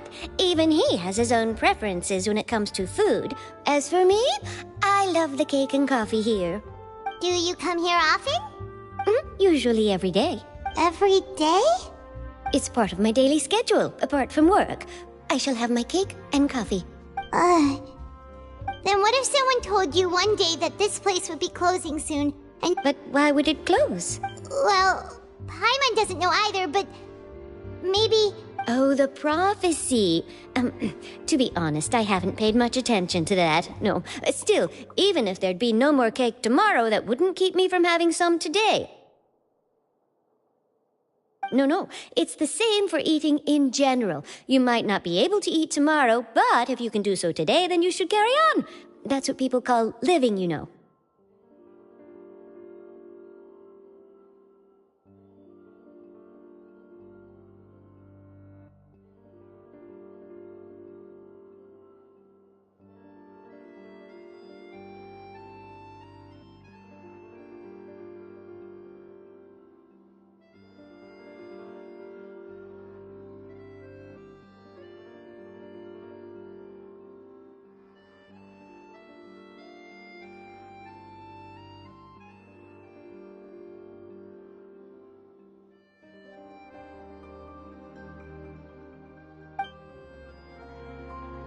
Huh. Don't be sad. Excuse me, could I have 2 more slices of cake to go? These 2 slices are for you. Sijuin said that this kind of expression you're making is what humans call being sad. Oh, you know Seachwing? I sure do. She was born before me, and she sometimes comes to the surface. She said that humans are creatures that are saddened easily. Yes, and you can only lift their spirits by feeding them delicious food. So please try the cakes here. I've got something else to do, so I'll be going now. You two try to stay in a good mood after eating, all right? Bye.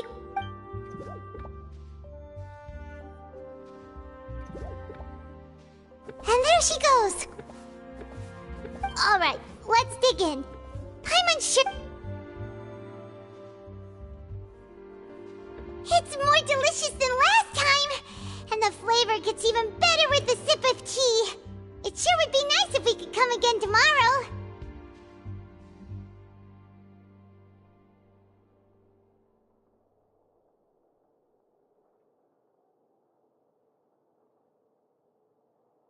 Sure would be nice if we could always eat delicious food here.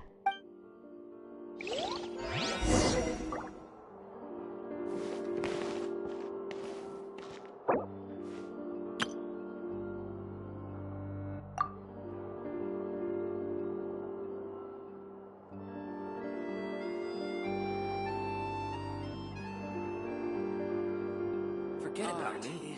This is about to find dining. What did you want exactly?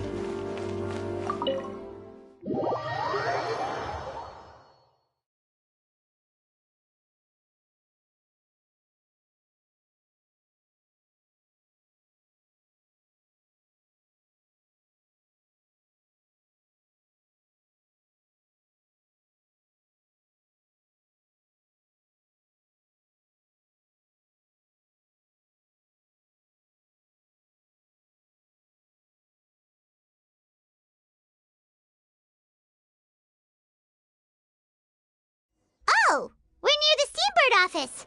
Let's go look for Charlotte and have a chat.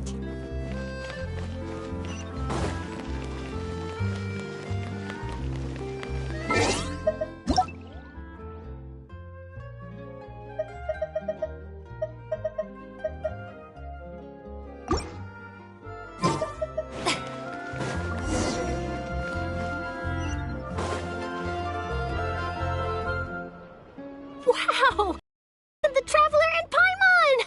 Oh, have you seen the article I wrote about you? Ha!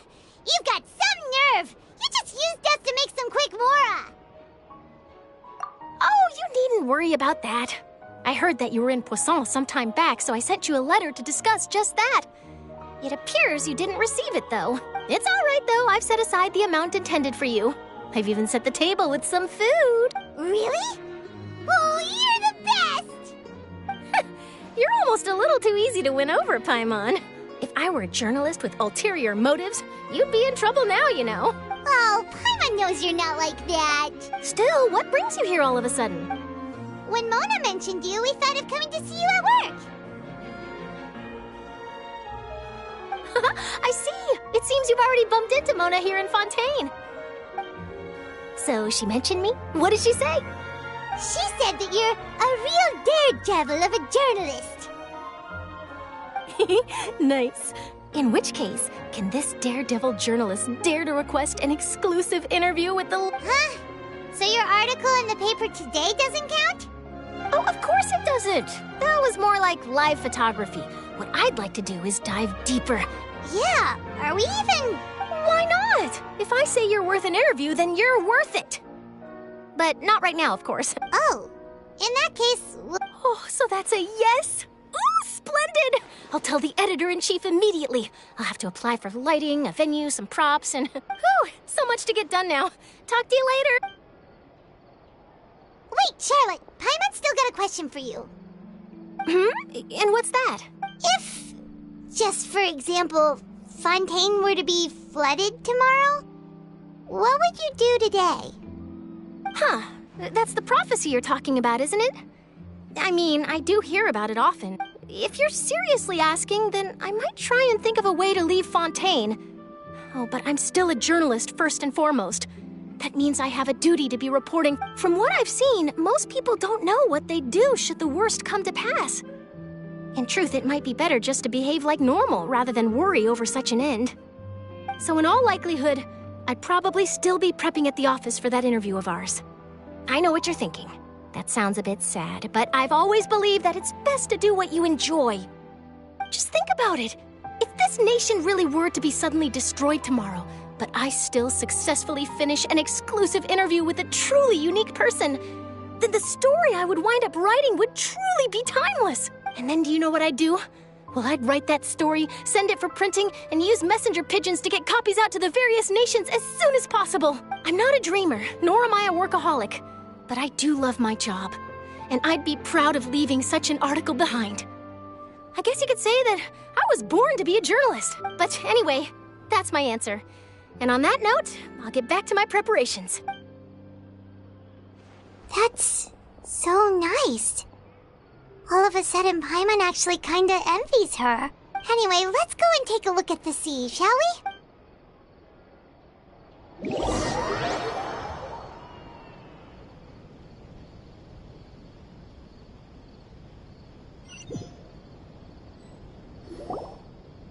The sea breeze and scenery can be a pretty soothing combo, huh?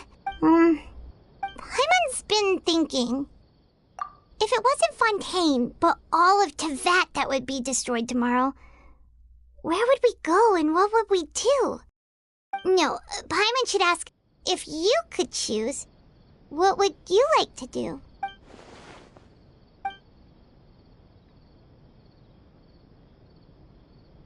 We've always been moving to the next destination, so we haven't spent much time thinking about these kinds of things. We didn't have to either, with us always being on the road and whatnot. You mean, still traveling? Huh. Wait!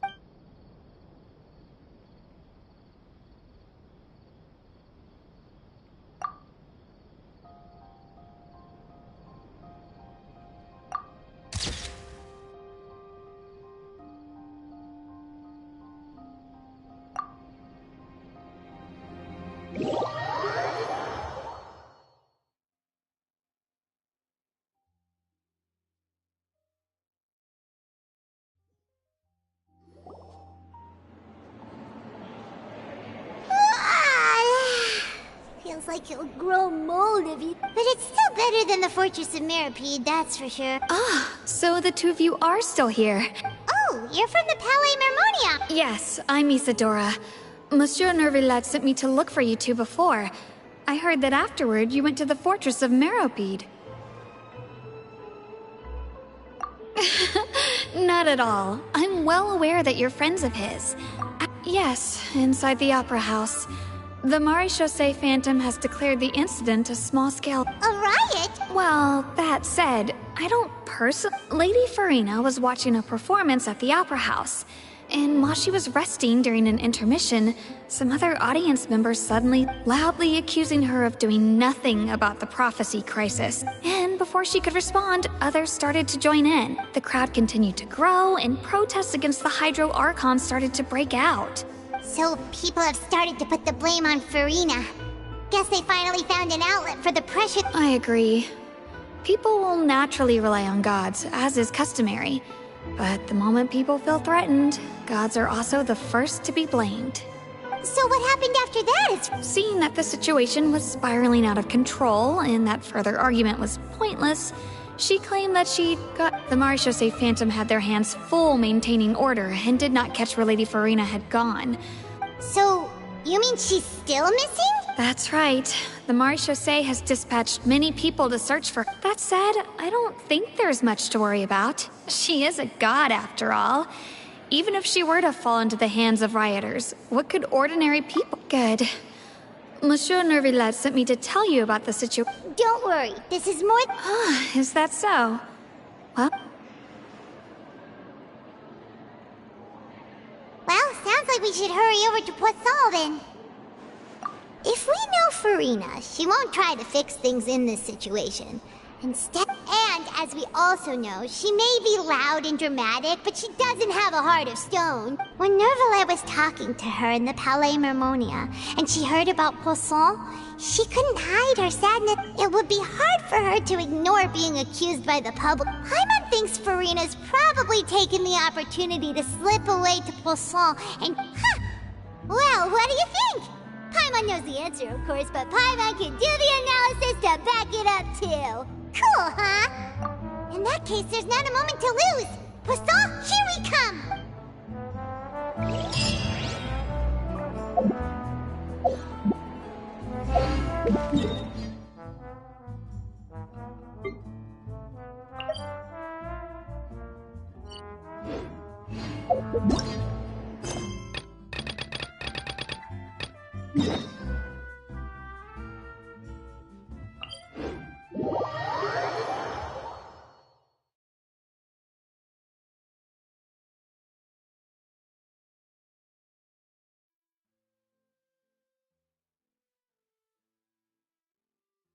This place looks deserted.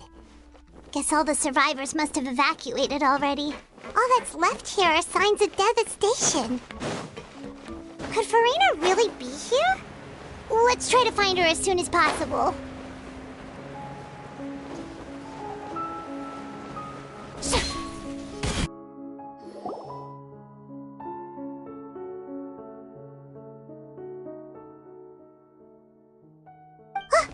That's Farina, right over there. Should I just give up? What was meant to happen did happen after all. Everyone's dead. I'm sorry. I am so sorry. Give up, Farina. There's no point in holding out. I'm sorry, but what can I even do other than to repeat meaningless apologies over and over? Who's that? Don't worry, Farina, it's just us.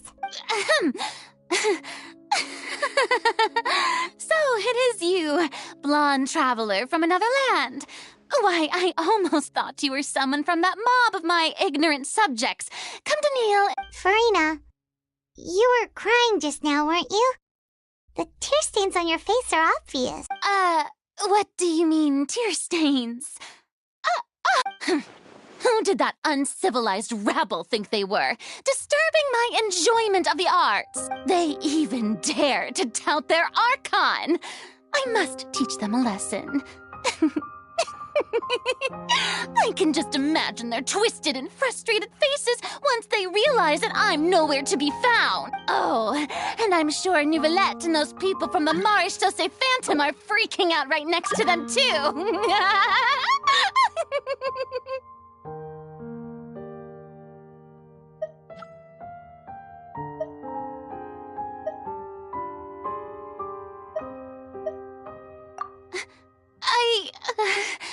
Of course not! Hey, there she is! The Hydro Archon's over there! Quick, after her! Farina, those people seem to be after you. They are? They're just some rabid fans! That's against the rules. I can't let them get their way. Farina just ran off! Quick, we have to catch up with her!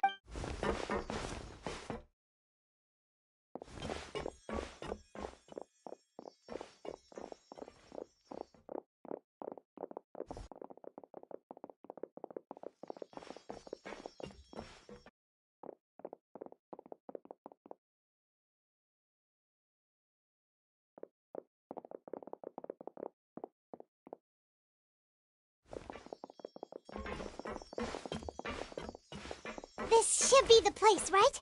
Hey, Farina! There's a good hiding spot over here. Quick, come to Paimon.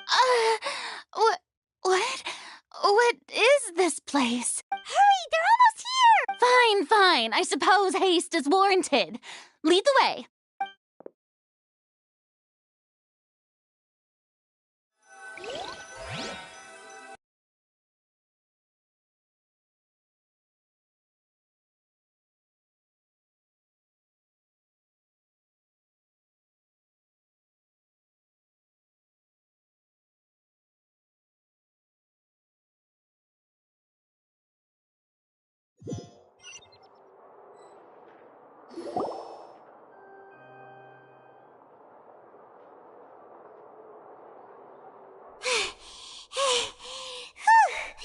Paimon's exhausted.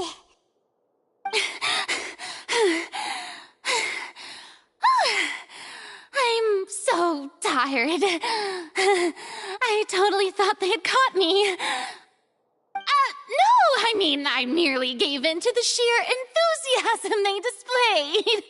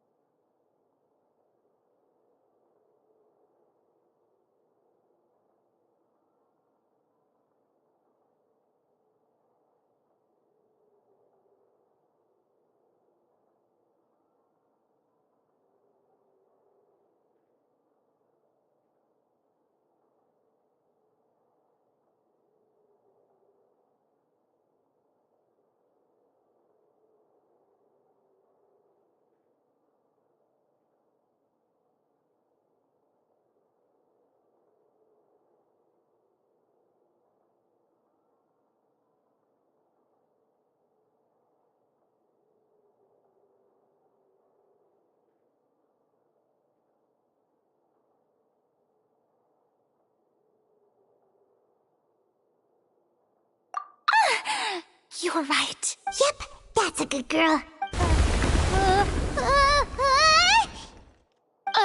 What's happening? The ground's shaking. Yeah, a quake of this kind preceded the flooding in Poisson, didn't it? It can't be. It's happening again. Well, there's no need to worry too much about that. Neverlette's made some emergency plans, so the Yeah, I hope you're right. But the people of Poisson...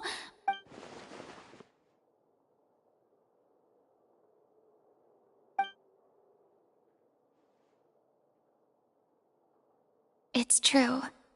I've been investigating the prophecy for hundreds of years. I once had informants all over Tevat, searching for clues and feeding information back to me. I've tried all kinds of ways, too, to hold back the sea. Anything to keep the coastline from advancing. But all my efforts proved to be futile in the end. Really, the truth has been clear to me for a very long time. We cannot make an enemy of the divine. No matter what we do, the will of the heavenly principles will have its way, and the prophecy shall be fulfilled. Give up. I do love the sound of that phrase. It would mean finally coming to terms with fate, but also for me to finally be free. Indeed, I've thought about giving up so many times, especially after we almost lost Poisson. Fate is really unreasonable, isn't it? It has no heart and obeys no rules. The prophecy has only just started to come true, and so many people have already lost their lives. But just now, it all became clear to me. I still don't have the right to come to terms with fate on behalf of everyone else. As long as the final moment hasn't come, it's still not too late. Don't worry. I will keep hope alive for everyone until the very end. Well, that's enough for now. I got the impulse to play the stricken maiden, but honestly, considering my rank and station, that wasn't a good fit at all. Don't take any of what I just said seriously. How could I possibly let Fontaine fall to the whims of trivial prophecy? Come on! Paimon could have sworn you were actually being honest just now.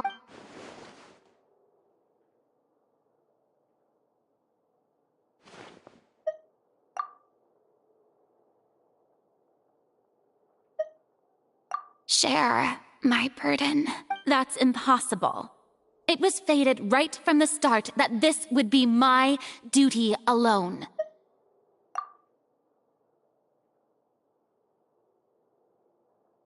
A witness. Yes, I've heard that you came to Tevat from beyond the stars, yes.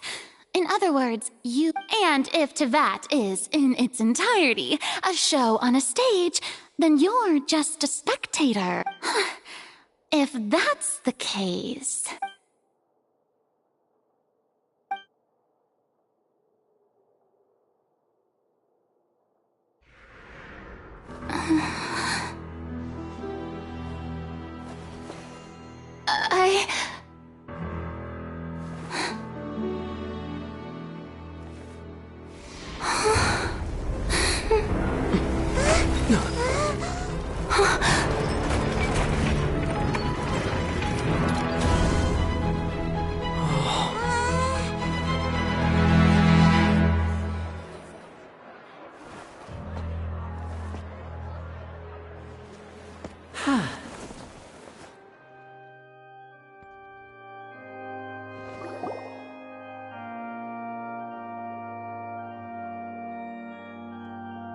Ladies and gentlemen, this concludes my opening performance. Now, without further ado, we may proceed to the trial of our god.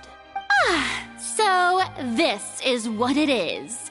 Yes, you deserve praise for the effort you took to raise the dramatic stakes. Do not forget, however, that I am Fosalor, the god of justice, the embodiment of justice itself. Does it not strike you as even the least bit absurd to bring the very concept of justice to trial? May I interpret these words as your refusal to stand trial? In that case, you will have the opportunity to defend your honor through a duel. You would draw your blade against a god?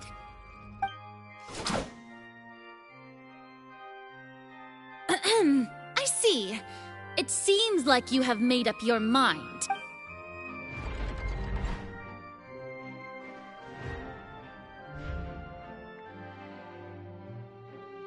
Paimon can't believe it.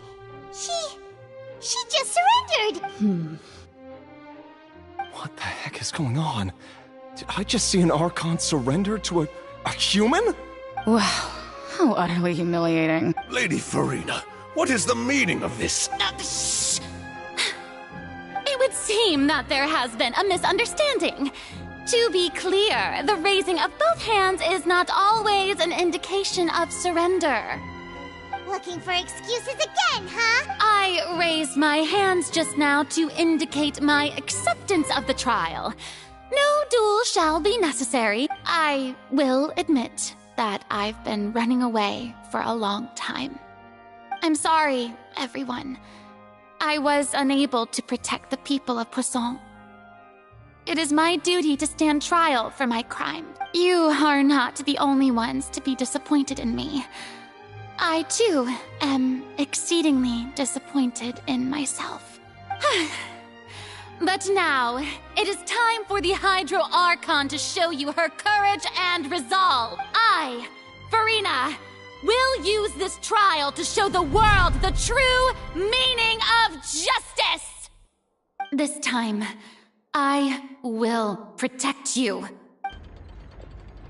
Applaud and rejoice! One of the most outrageous and fantastical arcs known to the opera epiclese is now unfolding before your eyes. Mark my words, this shall be one of the most exhilarating and brilliant shows ever to grace the stage of Fontaine! The trial of the Hydro Archon, Fosalor, will now begin! Woohoo! Oh, now we're making history! Why does it feel like Farina just took over the whole thing? Like, come on! Didn't she just... Also, even though she's still acting super dramatic, She is taking this seriously this time, right? All right, then. Who will be my opponent in this trial? The court asks the prosecutor to please take the stand. Is that so? Very well. Then please speak, witness of Tivat, my accuser and fated opponent.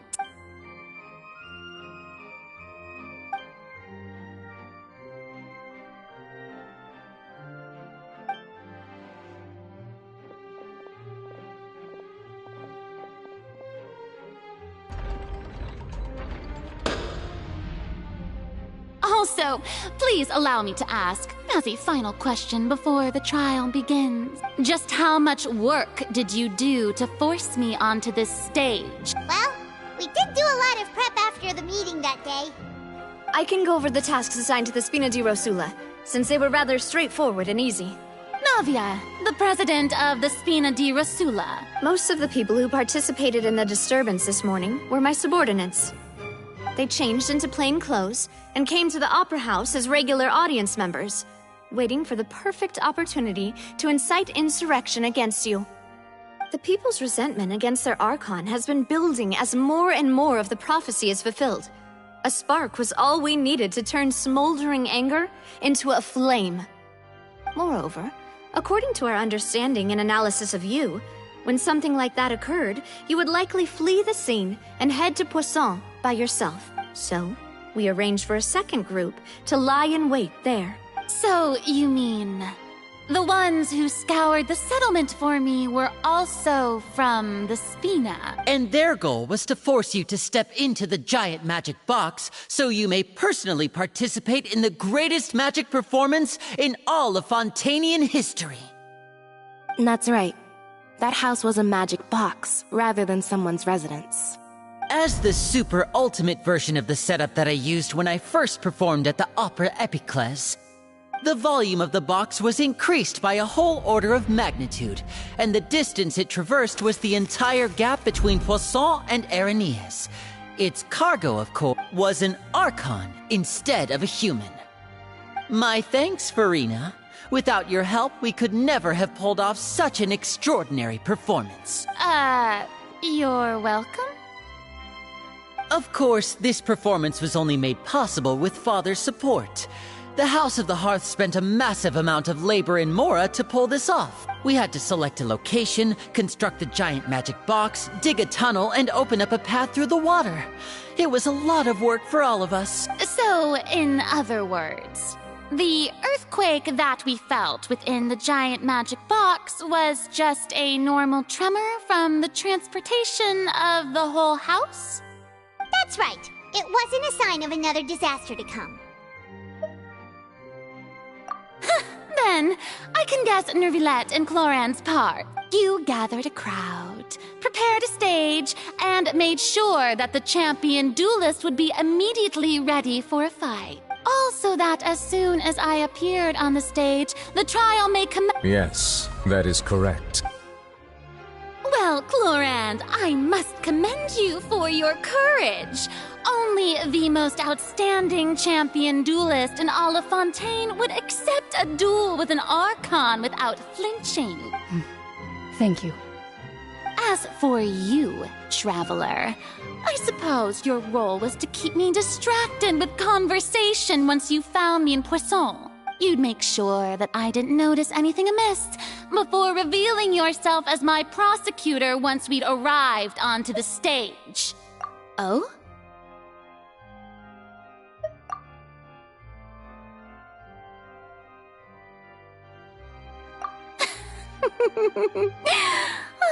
Is that so? Then I suppose I must have missed my final chance. It's fine. It matters not. What's done is done. The stage is already set, so there's no reason to disappoint the audience. Let's see this trial through to the very end.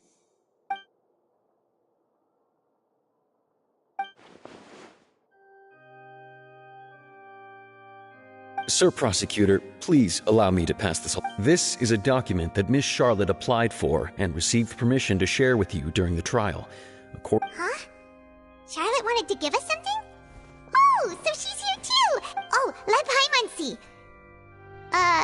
Isn't this the exclusive interview that she did with us? Wait, then that means this document is a perfect timeline of everything that's happened ever since we So in other words, we can refer to this anthology of evidence every time we want to use something from our journey as evidence for an argument. Let's quickly confirm the information in it. Just think of it as a refresher, alright? You defeated the Hydro Archon in the very first duels you took part in at the Opera House. That's one for the history books, alright. I didn't think that you'd wind up getting to the bottom of the case I'd been following all this time. I guess you could also see this as a happy coincidence. This is the first time Monsieur Neuvillette had a difference of opinion with the Oratrice. Even the Hydro Archon can't figure it out. A Fatui Harbinger. She's an extraordinary person. Her instinct must mean something. The fortress of Meripede was almost destroyed in a single day. That I didn't witness that scene personally will always be a source of professional regret, I think. According to Monsieur Neuvillette, both Child and that whale should have been in the primordial sea at that time. I nearly lost my awesome friend Navia. To be honest, that still gives me shivers. The words of someone as extraordinary as a witch can probably only be truly understood when something surreal happens to you.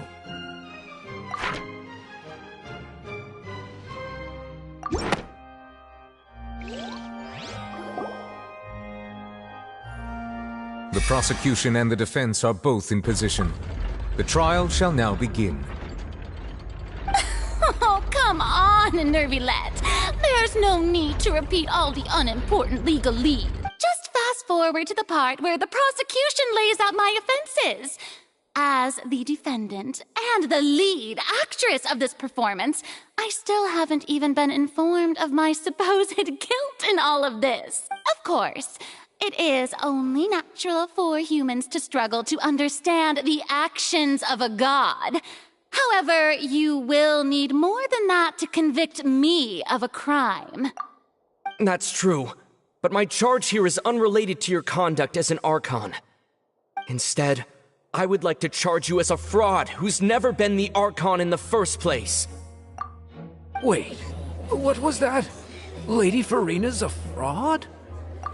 Hey, I came here thinking that we were going to try the Hydro Archon for forsaking her duty, but did I hear that right? She's not our Archon at all? Charge accepted. Lady Farina, do you plead guilty to the charge? Lady Farina. I plead not guilty. How can I be guilty? There is no way that I, Focalor, otherwise known as Farina de Fontaine, a member of the Seven and the Regina of all waters, kindreds, peoples, and laws of Fontaine, could be anything other than your true Archon. Yeah, even though Lady Farina can be rather eccentric. Yeah, I've never questioned her identity either. Sure, Lady Farina can be super irresponsible, but... I have cause to believe that common sense will prevail in this case. Many of the members of the audience have known me as the Hydro Archon ever since they were born. There would be no fooling their memory. See? Even the Oratrice has decided to show me its favor. Are you sure you want to commit to a charge that will never be upheld? If you wish to drop the case, I can promise you as the God of Justice that you will not have to face trial for making a false accusation. We will treat everything that's happened as a dramatic spectacle and move on with our lives. What do you say to that? Huh. An argument with near impossible odds, huh? We have to not only refute Farina's claims, but also overturn the long-held beliefs of the people. Well, I tried to give you the chance to surrender. If you must persist, then let me ask.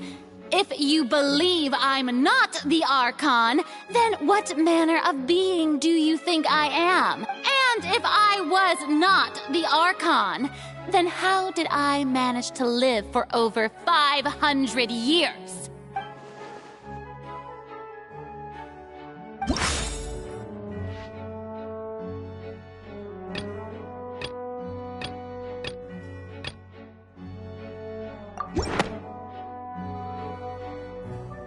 First of all, you may be a member of another long-lived race, which would allow you to naturally possess an extended lifespan. And second of all, even if that wasn't the case, there could be other ways to extend your life. Who gave you that idea? Was it the knave? You'd sink so low as to use a harbinger's words against me. A curse? I once thought it possible that the aura of an Archon might naturally resemble a type of curse. But in light of this claim, perhaps what I sensed was not your divinity, but a curse after all. You sensed it too, huh, Nervalet? Lady Farina is actually a human? Well, it is true that it's extremely difficult to tell humans and gods apart just by looking at them. It's not impossible.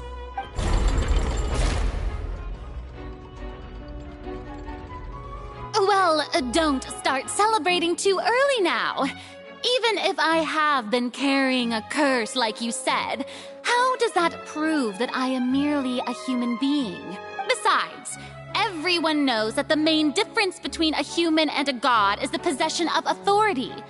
Gods can do what humans cannot. That's why they're worshipped as gods. For centuries, manifestations of my authority have served the nation of Fontaine. One need only to turn their eyes towards the Oratrice Mécanique d'Analyse Cardinal in this very opera house, or consider the endemnitium that is used in every aspect of life.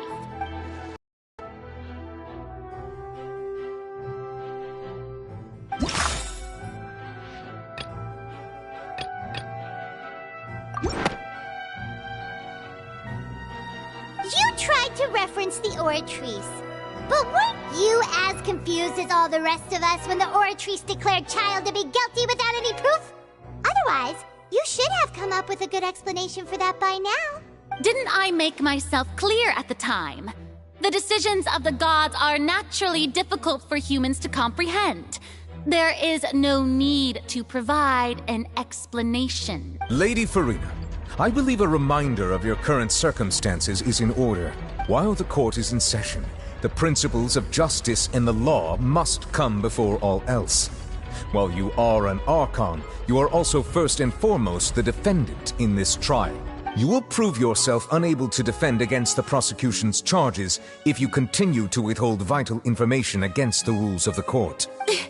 I never thought you'd use that kind of rhetoric against me. That was no trick of rhetoric, Lady Farina. I've merely reiterated the rules of the court.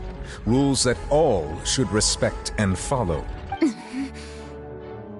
So, you neither knew why Child was declared guilty, nor did you understand the structure and operations of the Oratrice. Instead of having been created by you, the manifestations of authority you mentioned have been made by the real Hydro Archon, haven't they? The real Hydro Archon? Well, now you're really losing me. It is true that I did not know why the Oratrice gave out a guilty verdict that day.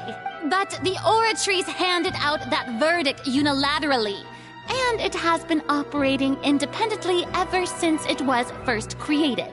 You can't argue that just because a divine creation is flawed, that the god behind it must also be no god at all.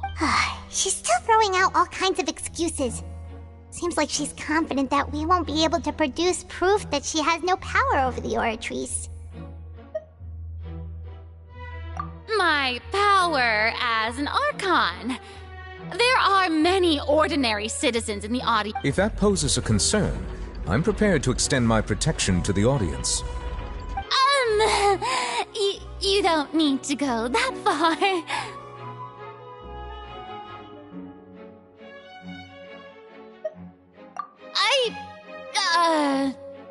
Aren't you the Hydro Archon? Or is it that you can't even wield the power of Hydro, much less the authority of a god? Indemnitium! Yes! It's all because of Indemnitium! All Archons derive their power from the faith of the people, and I've converted the people's faith in justice into Indemnitium! Thus did I give up all of my divine power to provide everyone with energy for their daily lives. Have you ever seen a more magnanimous god? Isn't that a huge stretch? Yeah, no matter how generous an Archon can be, how could they give up all their power? Can a god with no power even still be called a god? It seems like nobody's buying Farina's excuse. Hey, come now, everyone! Please don't stare at me as if I was a liar! I'm still the same Farina you knew, right? The one that you loved! Shouldn't you want to believe in me? Please? You've got to believe me! If what the prosecutor said is true, she really has committed a grave offense. Did she deceive all of us? And all of our parents and grandparents too? And all of our ancestors? Ever since they were born? Enough! That's enough! Tell me then, if I'm not the real Hydro Archon, then who is? If you have no evidence of another Hydro Archon's existence, nor can you find anyone who can back up their claim to be such, then what grounds have you to say that I'm not actually the real deal? Wow, she came up with yet another argument. How can we refute her?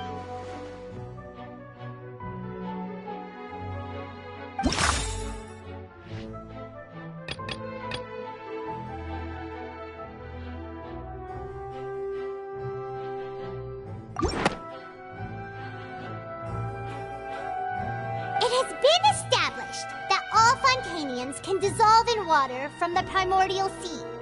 And that means... Since you insist on claiming to be a god and not a human, then there's a method that you can use right here and now to eliminate all suspicions of you being the latter. Miss Navia, please apply to serve as a temporary attorney for the prosecution before addressing the court. Though you act in partnership with the prosecutor, you must still adhere to proper procedure. Super sorry, Monsieur Chief Justice. I swear this really will be the last time that I'll speak out of turn. Now, I've brought some seawater from Quaso. As everyone knows, a massive flood struck, including those of some of my closest friends. So, Miss Farina, would you dare to touch some of this seawater? If we are to believe that you are indeed the real Hydro Archon, touching the seawater would have no effect on you. All it should do is strengthen your case. But if you don't dare to touch it, then we would have basically proved the reverse.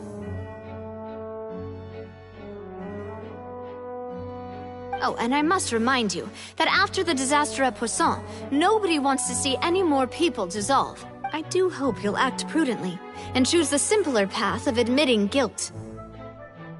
Navia from the Spina di Rosula. The Spina has governed Poisson for many years. I guess her suggestion is valid. If Lady Farina is indeed just a human, she's probably Fontanian like all the rest of us.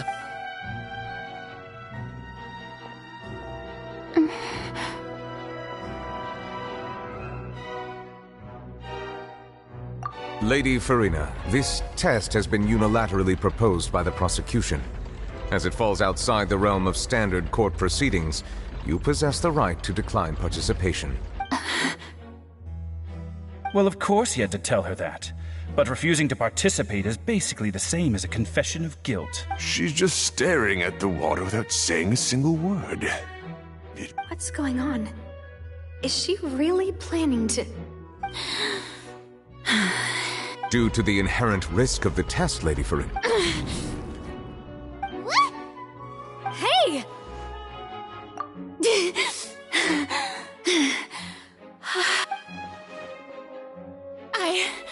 I'm fine! Look at me, everyone! here! I haven't been dissolved! Will you believe me now? I really am your Archon! I'm nothing like a normal human who would fall apart as soon as they touch this water! Really? Was this not the most obvious thing in the world? Miss Siegewing? If you are present, Miss Siegewing, please come forward and attend to the defendant. Siegewing? Don't be nervous. It'll just take a few seconds. Let me see. That should be enough. Please announce the results of your evaluation to the court, Miss Siegewing. As everyone doubtlessly saw, Miss Farina was displaying symptoms of hyperventilation and flushed skin. These indicate that she was experiencing the adverse effects of exposure to primordial seawater. The extent to which she was affected is the same as other humans when exposed to primordial seawater of a similar concentration. Thank you, Miss Siegewing. Lady Farina, you may return to the defendant's stand. Oh, wait. What did she just say? I didn't get dissolved. Shouldn't that be enough to prove my innocence? Well, considering your tendency to run from your problems, we did originally prepare a direct sample of the seawater around Poisson. However, after extensive discussion, we exchanged it for a sample that is not concentrated enough to dissolve an actual human. After all, on the off chance that something entirely unexpected might occur, we don't want anyone else to lose their life to the sea. Yeah, so out of regard for Farina's life, you secured a low-concentration sample and asked the head nurse to serve as an expert witness. It's a great thing that the direct sample wasn't actually used. Farina could have... I can't believe... you...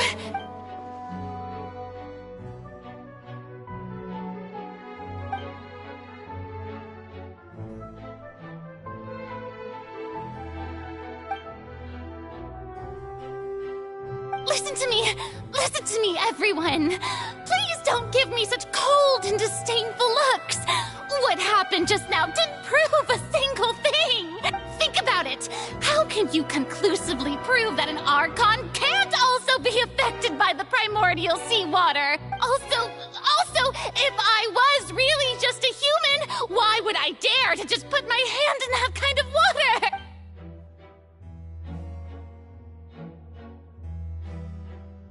Please, everyone, anyone, just listen to me! I swear, I really am your Archon!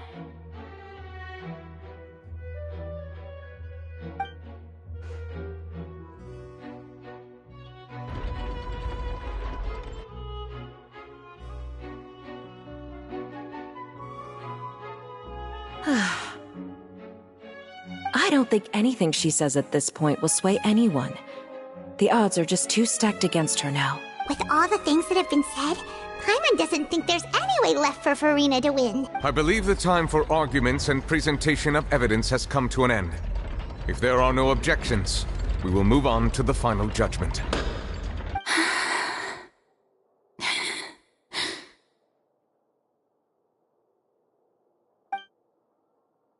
I don't think anything she says at this point will sway anyone. She's too stacked against her now.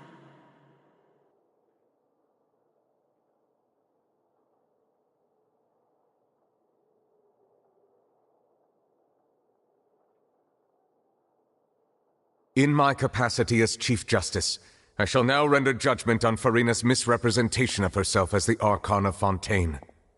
As a human who knowingly deceived her fellow citizens, Farina is... guilty.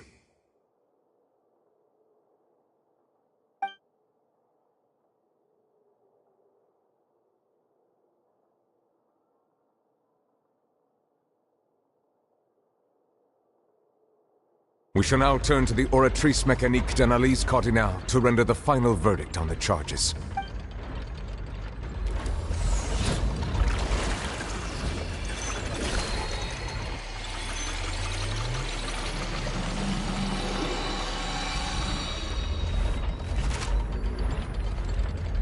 According to the judgment of the Oratrice Mécanique d'Analyse Cardinal, Farina is... Well, what's wrong? What's the Oratrice's verdict? No, the Oratrice also displays a guilty verdict. However, the exact wording of the verdict is thus: the Hydro Archon, guilty, to be punished via the death sentence. The death sentence? That's actually one of the available sentences? I've always thought that it was just a myth.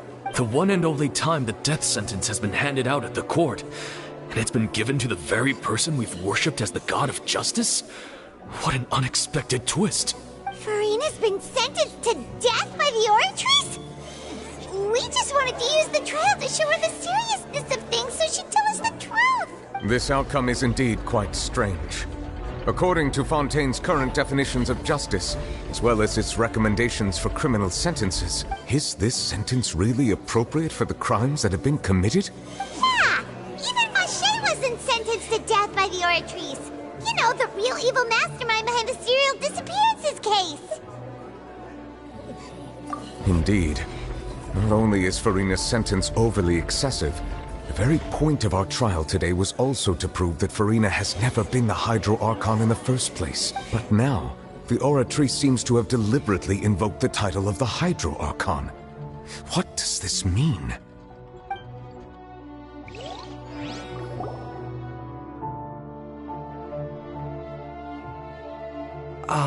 Excuse me, if I may interrupt. Is the trial still going? Fremine! You finally made it. Mm-hmm. Any mission... Is that the first prophecy slate? Huh. So the knave privately arranged for Fremine to try and find the missing slate. I looked everywhere and finally found it at the bottom of the sea. It took me... But has the trial already concluded? Then... doesn't that mean I've come too late? Oh no. Thank you for your hard work, Mr. Fremine. Please allow me to review the record left on the slate. Traveler, I believe that you have already seen the other existing slates, and would like you to come here and confirm their contents. Huh? So what do you see? What is it?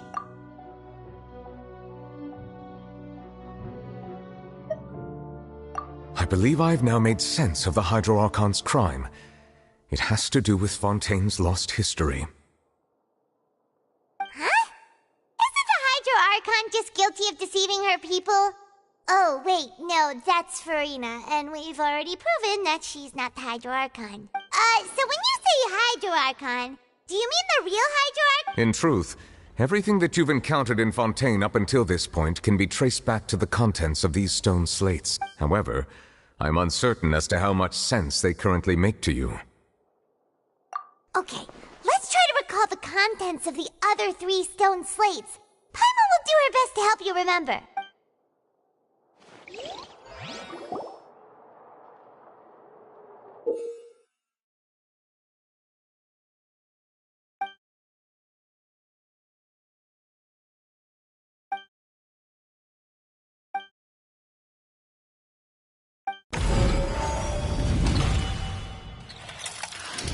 The first stone slate describes what you just said. It seems to show the previous Hydro Archon using her divine power, and then the Oceanids turn into humans. Does that mean that Fontanians are transformed Oceanids? Oh, Paimon wasn't expecting that.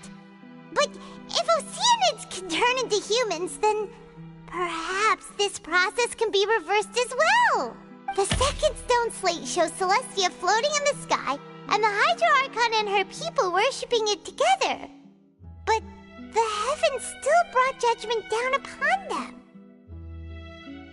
This must be the point when the Hydro Archon and the Fontanians were branded with their original sin. Does this mean that the original sin and the Hydro Archon sin are the same thing?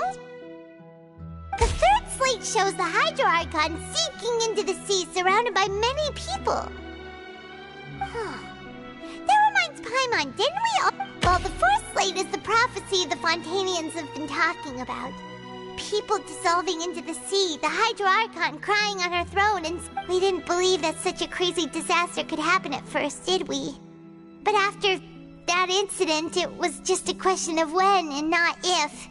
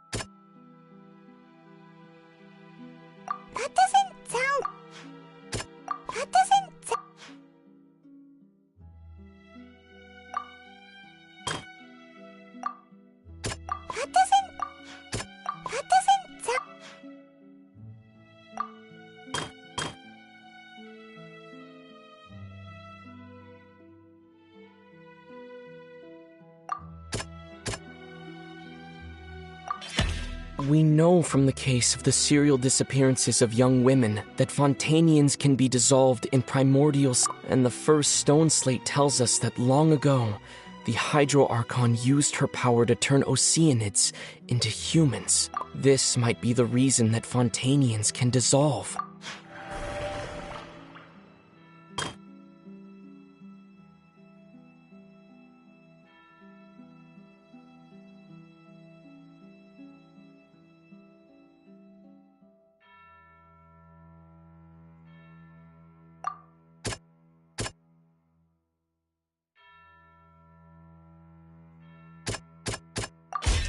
Perhaps what is about to take place has all happened before. The true sin of the Hydro Archon that Nervalet mentioned, and the original sin cast down on the people of Fontaine by Celestia, as recorded on the stone slates.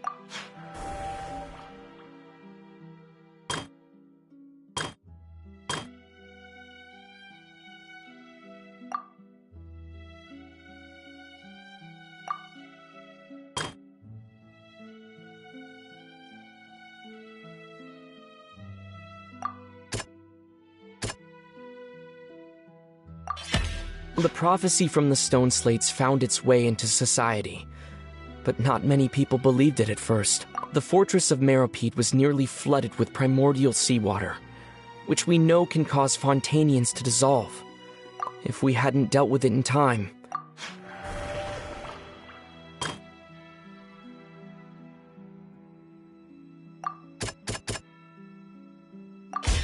it's not as simple as falling into the sea. When Navia fell into the sea, her consciousness was subjected to judgment. The stone slates show the people gathered around the Hydro Archon in the sea.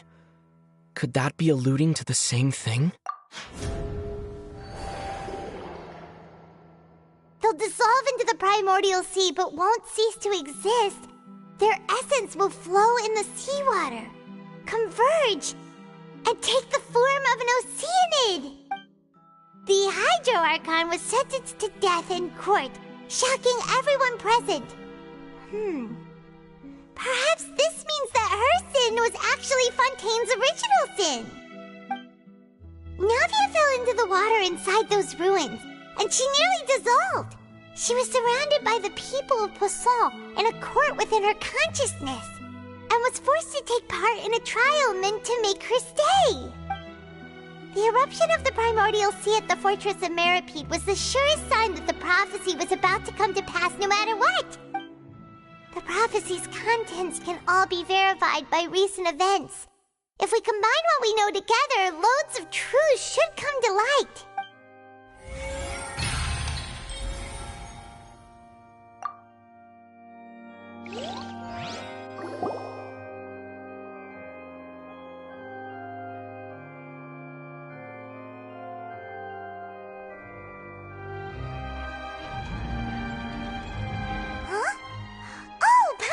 It now, so that's how you can make. But then it feels like we're going to have to share some Let's hear them.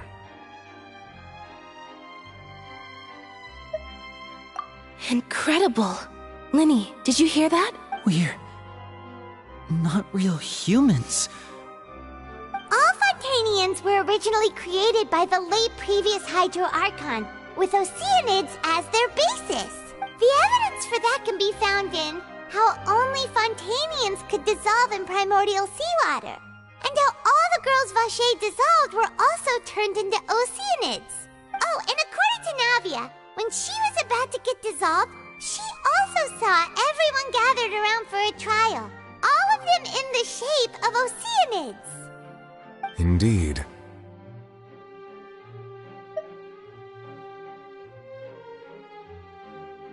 Yeah, and it follows from the content of the first slate that she probably angered Celestia by creating humans without prior permission. That could also explain why the Oratrice judged the Hydro Archon to be guilty. It's to account for that ancient sin. The Hydro Archon's true sin was creating us? And yet, after many hundreds of years, the Hydro Archon's creations have turned around to try to judge the Archon within the Opera Epiclese. The twists of history are often the most unexpected of all. Yeah, isn't the image here just like when Navia fell into the sea? So wouldn't it be trying to show the image of the Hydro Archon also falling into the sea once the prophecy has been fulfilled in the fourth slate? In the end, the people will all be dissolved into the waters, and only the Hydro Archon will remain weeping on her throne. Only then will the sins of the people of Fontaine be washed away. Did Paimon get all that right? You've made some keen deductions. I must say, given how much you still don't know, it is impressive that you've already managed to connect so many pieces of the truth. However, while you were able to decode all the information on the slates, they've also been etched with an additional layer of hidden information. When we were at the ruins, I tried to decipher the hidden information recorded in the slates. But since we only had 3 slates at the time, now that the slate collection is complete, I shall make another attempt to decipher the narrative.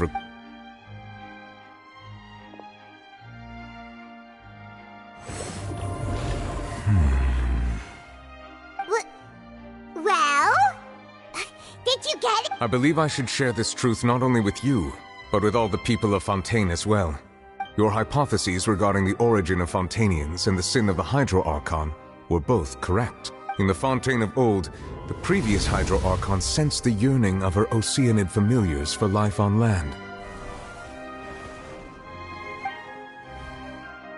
The Oceanids were enamored with the beauty and romanticism of human beings, and wishing to have those experiences for themselves, expressed to the Hydro Archon their desire to become of a similar kind. However, even though water as an element is intricately linked with the power of life, the Hydro Archon, as one of the 7, did not possess the authority to create a new form of human life. Not one to give in, she eventually found a way to create permanent humanoid bodies for her familiars by appropriating the power of this planet's primordial sea.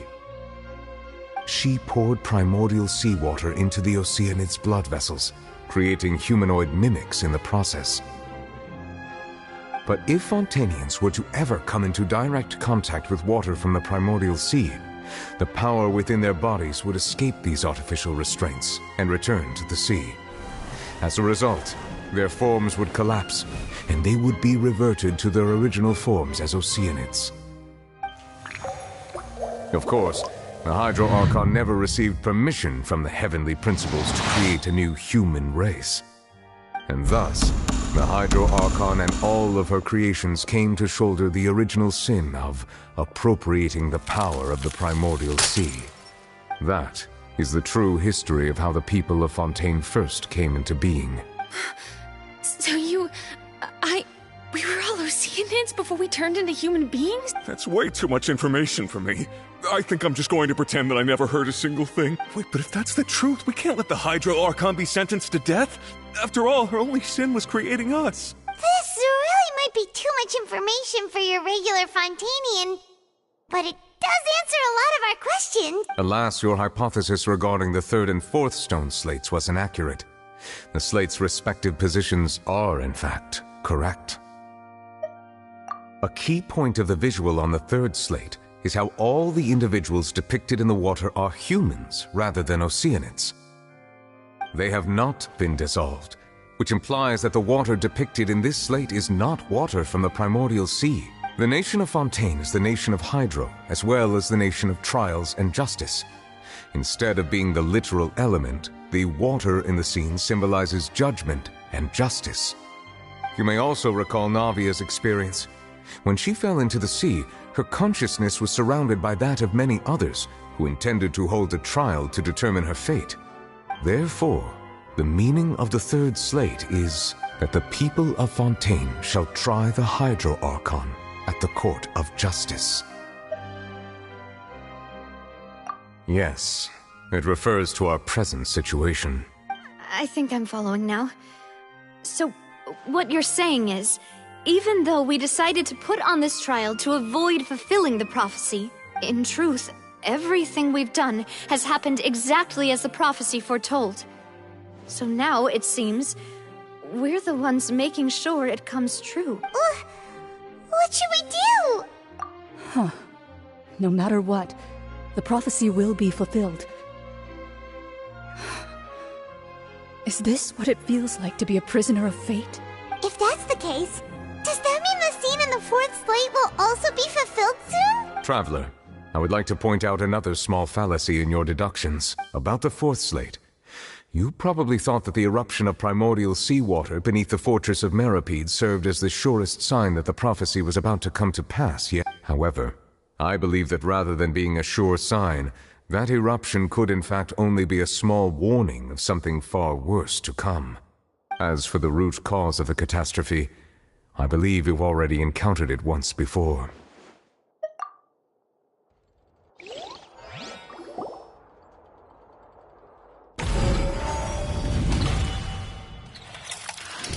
This eruption was just a small warning of the things to come.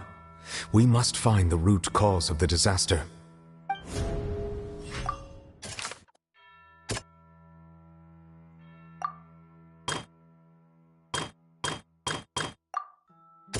That doesn't sound...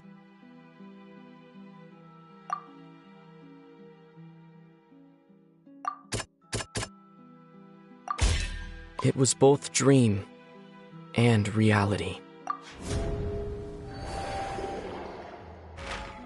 If we're talking about a true culprit, that could only be that thing inside the primordial sea, right?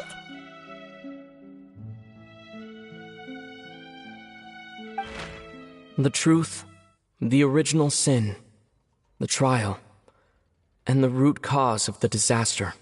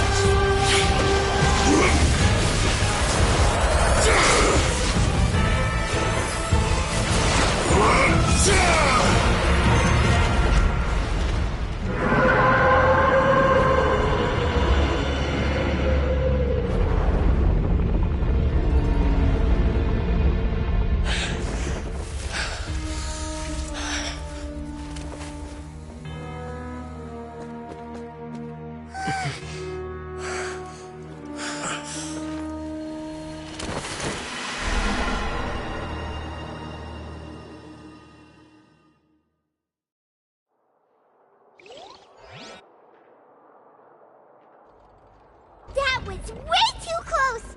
How did that thing just burst into the Opera House? Wait, was that the huge whale you saw in your dream? So we've met it at last. I understand very well why it has chosen to make an appearance here. That whale does not belong to Tevat. It is a monster that has traversed the stars, weeping all the while. It has been greedily consuming the energy from the planet's primordial sea, using it to grow. That is the main cause for the rising sea levels. And once it has finished consuming all of the energy contained within the... You said that when the Hydro Archon first created Fontanians out of Oceanids, she filled their blood vessels with primordial seawater. Precisely. That whale finds the blood of Fontanians nigh impossible to resist. Therefore, when it left the primordial sea, it decided to make its next stop a packed opera house full of food. Food in the form of Fontanians. We just barely managed to push it back, right? In that case, won't it come back to target the people again once it's... That is correct. Indeed, it is more accurate to say that we should thank that Harbinger for buying us some time. Without him, the whale would have likely come onto land far sooner. From the way he looked, he must have been fighting the creature for quite a long time. That battle maniac. We've always known that he had a special connection with that whale, but we definitely didn't expect it to help us out like this. Anyway, now that we know that this whale is the actual cause of the disaster recorded in the prophecy, all we need to do to stop the prophecy would be to find a way to beat it up, right? It is too late. It had already absorbed too much of the primordial sea's energy before we could notice it. At this, even if the entirety of Tevat were to be destroyed, it could still survive. And That's not something I will accept. We've already done everything we can, and we even found the true culprit. We've come so far. You can't just tell me that the last hurdle is some impossible foe. That's just not fair. Indeed. How a grand performance should end. I'll fight it to the end.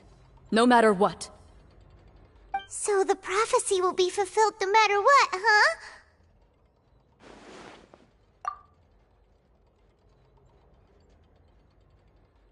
The prophecy. Yes, what has been prophesied will be fulfilled. You may view such things as the history of the future.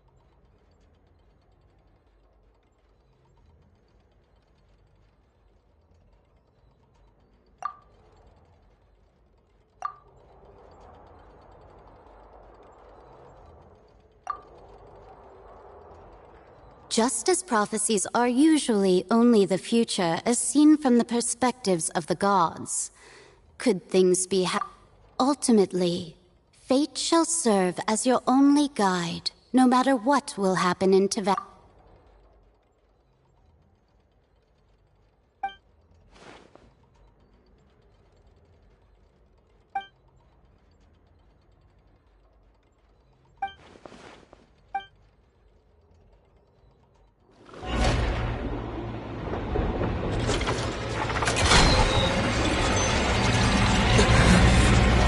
What's happening with the aura trees?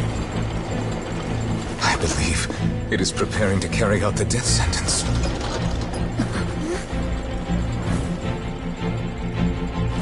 Farina!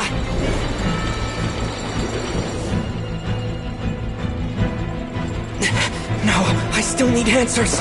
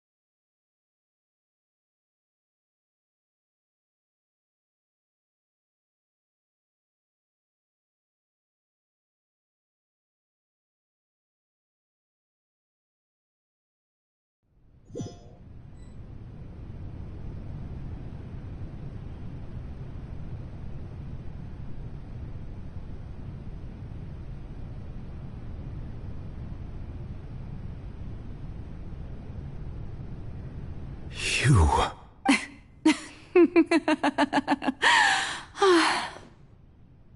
Sorry. That shocked expression on your face is just too amusing. I couldn't help myself. You are not Farina. Who are you? The sweet sound of bewilderment. Marvelous. A sure sign that my attempt to deceive everyone was a resounding success. But to answer your question, I am Focalor. You know, the god. Focalor. Why did you deceive us? Oh, that wasn't my goal, of course. Goodness, no. But I had to fool everyone else too, if I was to stand any chance of deceiving the heavenly principles. Deceiving the heavenly principles? It's all because of that pernicious prophecy. Dreadful, wasn't it? Everyone doomed to dissolve. Fontaine condemned to be flooded. One was not amused. In fact, one was positively bemused when that problem was thrust upon me by my dearest predecessor. That's the former Hydro Archon Egeria, for the uninitiated. It hardly gets more disastrous than a preordained national catastrophe, now does it? She knew full well that the prophecy would surely come to pass. And as one of the seven, she also knew full well that one defies the heavenly principles at one's peril. So yes, as you have no doubt surmised, it was a rather impossible situation that I found myself in. I spent a terribly long time mulling it over, alone on the ocean floor.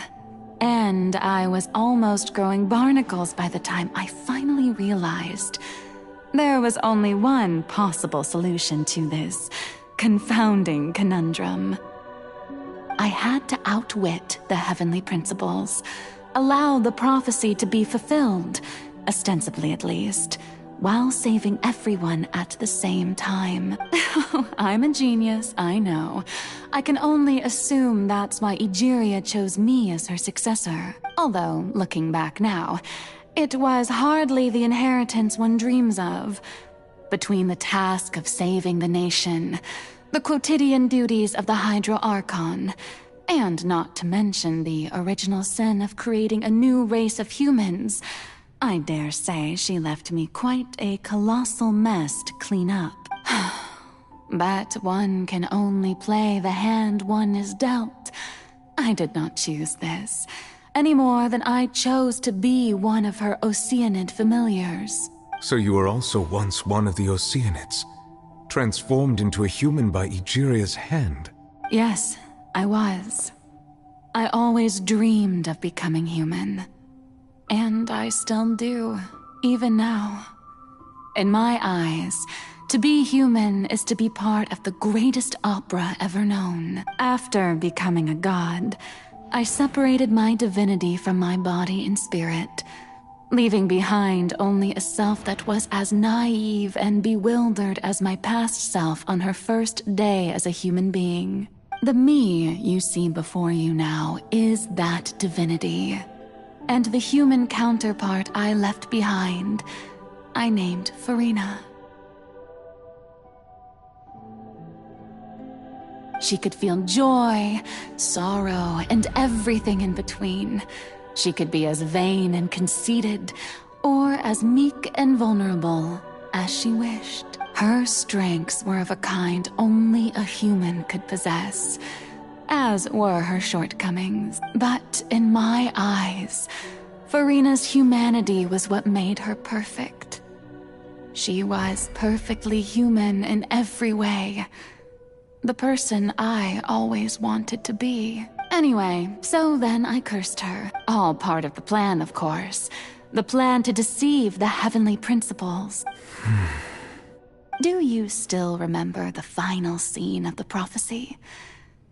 In order that the prophecy might appear fulfilled, I invited Farina to be an actress, to play the part of the Hydro Archon in the prophecy, under the curse I placed on her. So long as I, Fosalor's divinity, continued to exist, she could not die. But nor was she free to live her life in the pursuit of happiness. Instead, she was forced to take the stage in the opera house, to embrace the role of leading lady, to forever play the part of the god from the prophecy, all to create a deceitful appearance of that prophecy coming to pass. I suppose now you probably understand why your court is called the Opera Epiclese. But Farina is only human, isn't she? Even though she has had a long life, her mind is no stronger than that of any other ordinary human being. I cannot begin to fathom what she has had to endure. It must have been torture for her. It has indeed. And although she is, in a sense, me in human form, I most definitely owe her an apology for it. It's been 500 years, and all along, she's been playing her part in the most unimaginably long, unbearably lonely, and agonizingly painful opera of all time.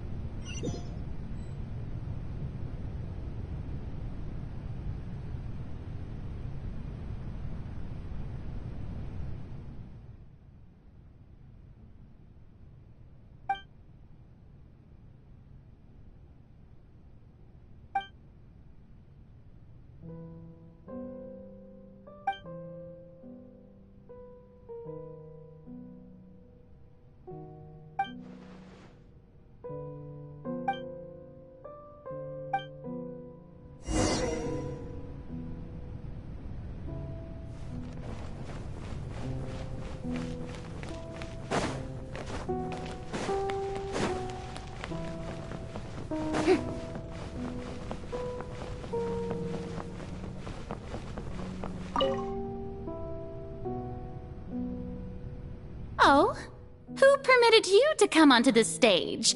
Now, I understand your admiration for my august self, but I must ask you to keep to the rules. All right. It is not my intent to reprimand you. There is no need to state your name. Just be off with you. Do not distract me from my Oh, do not jest. Can you not feel it? I am Fosalor. The eyes of countless Fontanians are upon me. I must, at all times, display the utmost elegance and nobility.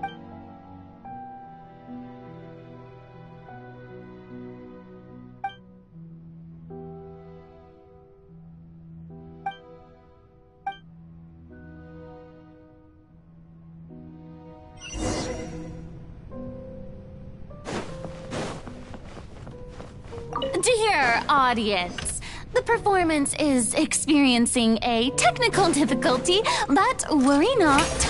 The guards shall resolve it soon.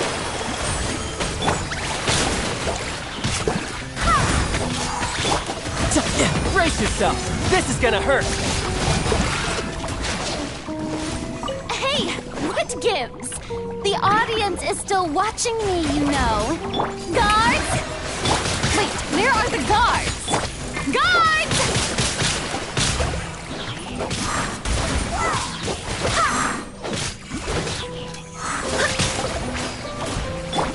Let my name echo in song! Midnight, Phantasm!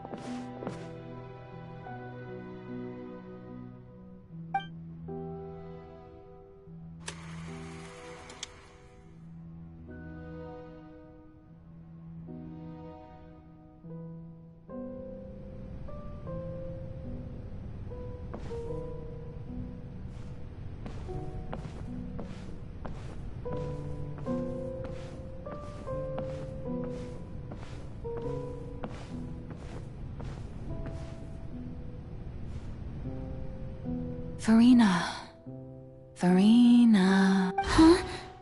Who's that? Who's calling me? Where are you? Be not nervous. Be not afraid. I am before you. Wait a moment. You're near me? How can this be? Mirror you, huh? You know what? That's not bad. Let's go with that. Mirror me.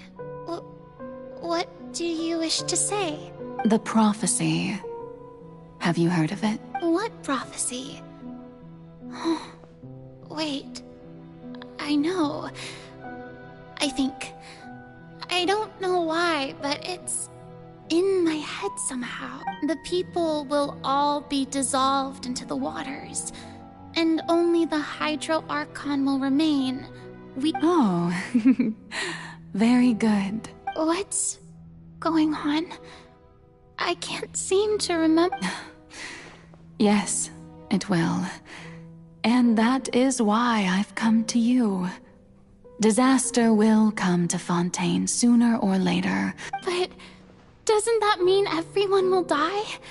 I'm a Fontainian just like them. Will I dissolve too? Oh, don't worry. Magical meetings exist in this world precisely to give people a chance to turn things around. It is the reason why you met me today. I will tell you how to save everyone, but you may have to suffer somewhat. Oh, so there's still hope as for the suffering.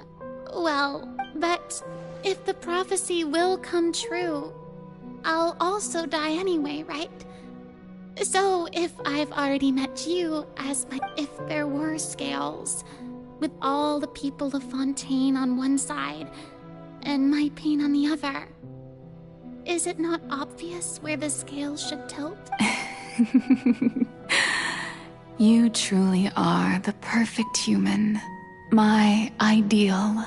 I suppose this would also be the justice that belongs to you. Huh? Don't worry, it's nothing. Listen well. Fontaine has just lost its Hydro Archon. I need you to play a role. That of the new Archon. Play as a god? That's right. You must begin a never-ending masquerade. You must never let anyone suspect your identity. If you can keep it up, then I shall have my way of defying this prophecy. But should your identity be revealed, then all hope will be lost. But how will I do this? A human assuming the role of a... Don't worry. What you must do is not to turn yourself into a real god. You simply need to play the role of a god as humans imagine them to be. Being a human yourself, I'm sure you already know what such an entity would be like. Remember, your true challenge will not be pursuing divinity, but contending against humanity. I'm still not sure I understand, but I'll try. I'll try to do this. So, how long am I going to have to play this role? To accomplish this mission, you will have to stay on the stage for many, many years. You will endure and not grow, but I promise you, all will eventually end in a magnificent and dramatic trial, and everyone... A trial? Huh. How exciting. I'll be looking forward to it.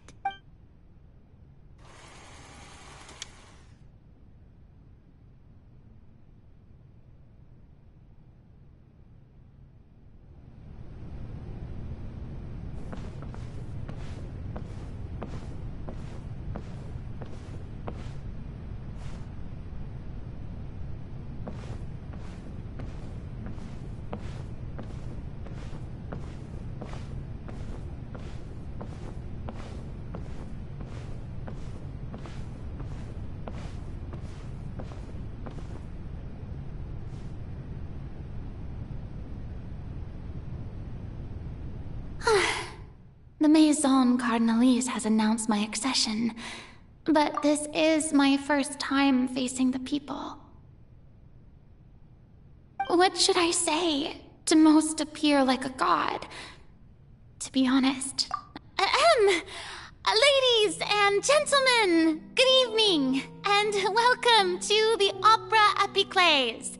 I'm sure you've all heard about how I have taken on the role of Hydro Archon. Indeed, I am Verena de Fontaine, your new Archon. In truth, I know little about becoming a nation's new god, but it will be my honor to guide you all. As the god Focalor, the god of justice, I shall do all within my power to lead you into an age of fairness and justice. Once again, thank you all for coming. If you should have any questions or suggestions, please send them to the Maison Cardinalise. The future of This should do it. I thought I might stammer, but thankfully, I was able to convey my thoughts just fine. That's the new Hydro Archon. Is this some kind of joke by the Maison? I would have thought that a being that surpasses humanity would be a bit more assertive. Hey, did you hear that? She even told us to send her suggestions there at the end. Shouldn't gods be all-powerful? She's being so modest. What's the difference between her... If you ask me, perhaps the succession didn't actually happen. She might just be a Maison-backed puppet. Wait, what's going on? Why is everyone suspecting me of being a fake? Oh, this is bad. If I get exposed here... Right.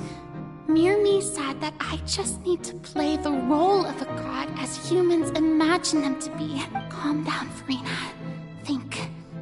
Assertive, with a strong sense of presence. One who can dispel all doubt. That is the...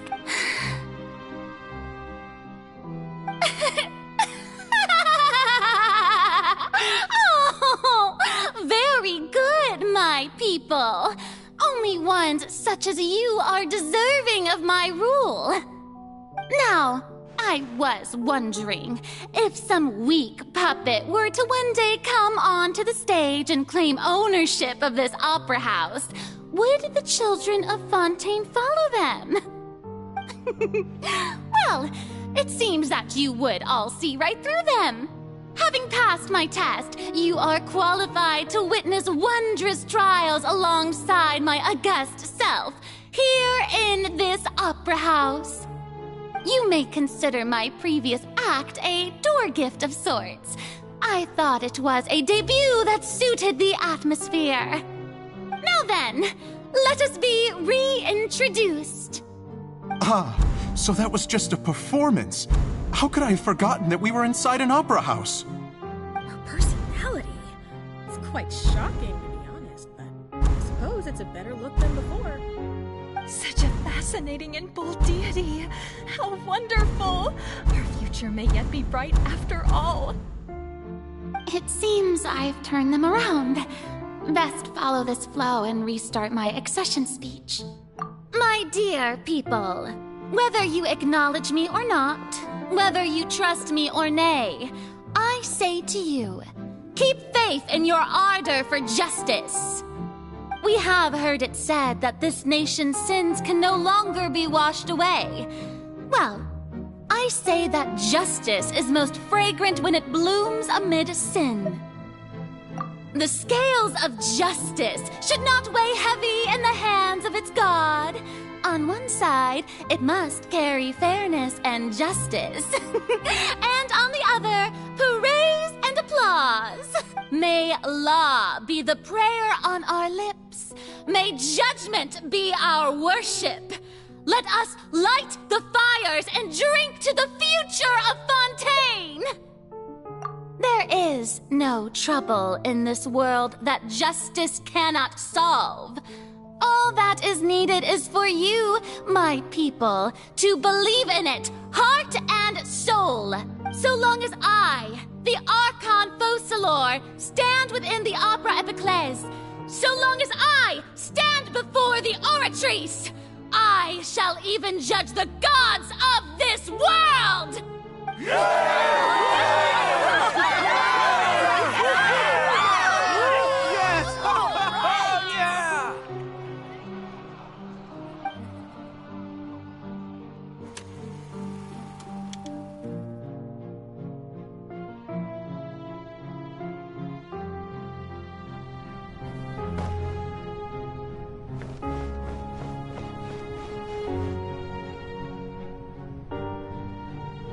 Lady Farina, here are today's case reports, as well as a summary of the follow-up for your perusal. Come now, was I not just at the Opera House in person? Leave these kinds of things to Neuvillette. Besides, none of these trials were the one that I'm looking forward to the most. If I may be so impertinent, what kind of— A magnificent, dramatic, and wondrous trial.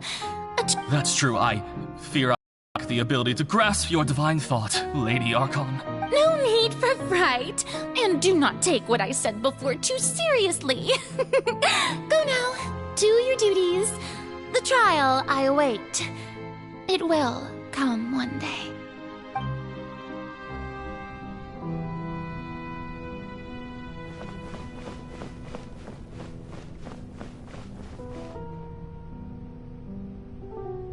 Lady Farina, I don't know what to say. Thank you. No need to thank me. Or rather, thank your own sense of perseverance instead. Long have you stood in... Oh, I'm afraid that's just an inevitable consequence of my divine charm. All right. Deoteria, is it? How is your son's illness? You remembered me, and you knew of my family, too. He is doing much better now. In fact, he is far more of an ardent believer than I. He was the one who forced me to seek an audience with... Oh, good. Very good. If this should happen again in the future, please do not hesitate to come and tell me. Going down to citizens' homes every so often, while not usual practice, should serve as a fine change of pace. You're such a gentle and wise...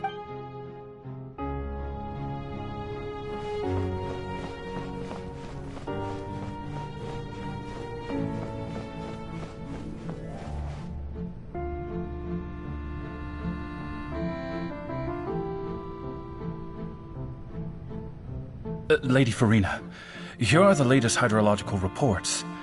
As for the specific parameters you asked to take note of, I see. It's as I thought, then. As your god, I did already expect this, but I wanted to see all manner of signs indicate that the prophecy will still come to pass. Forget it. That's not something you need to worry about right now. Well, as I understand it, The Fontaine Research Institute is also trying to find a way to counter the rising... Really? Have they found anything? I'm afraid that they haven't found any effective solution thus far. Oh, is that so? Well, no wonder. This issue has reached the realm of the gods, after all. Still, their spirit is praiseworthy.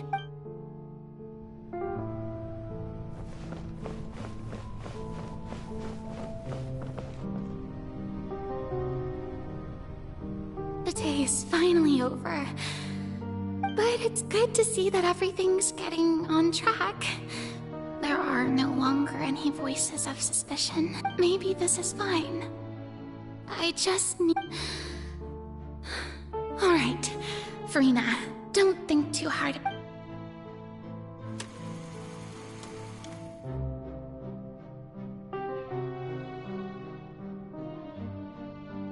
Lady Farina, here are the new trial reports for the latest cases, as well as a summary of the follow-up. There'll be no need for that. I've seen them already. Lady Farina... Indeed, my dear. Lady Farina, we're detecting significant hydrological anomalies near... Understood. Keep monitoring. Keep me informed should anything...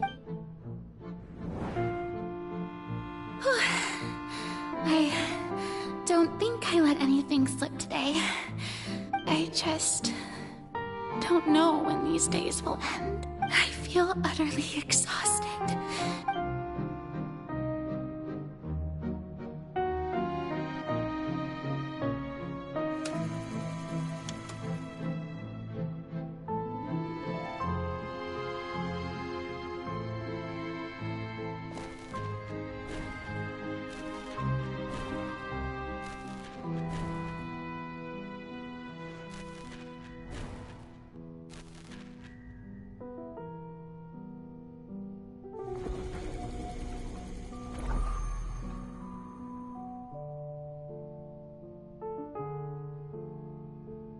Lady Farina, I've heard that the first member of our family who was honored to receive an audience with you was Madame Deoteria, almost 20 generations ago. And what a fine family yours is indeed. It brings me great joy to meet such a faithful believer. Surely, my lady? What is it, good citizen? Are you crying? Really now?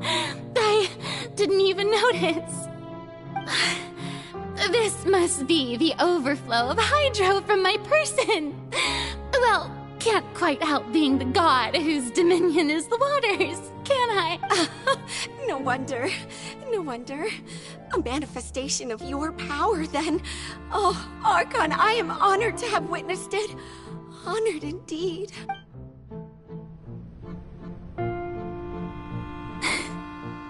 So interminable.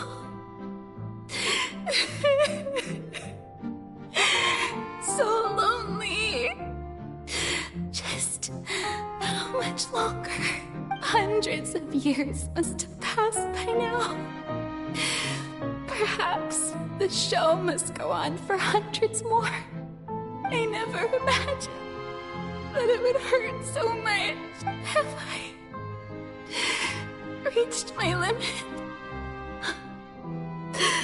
No, I want to tell someone, anyone about this. But would that not destroy all I've done so far? I've conducted so many investigations across the centuries. But all I can do is keep heart. I must maintain this act. It is the only way to save Fontaine.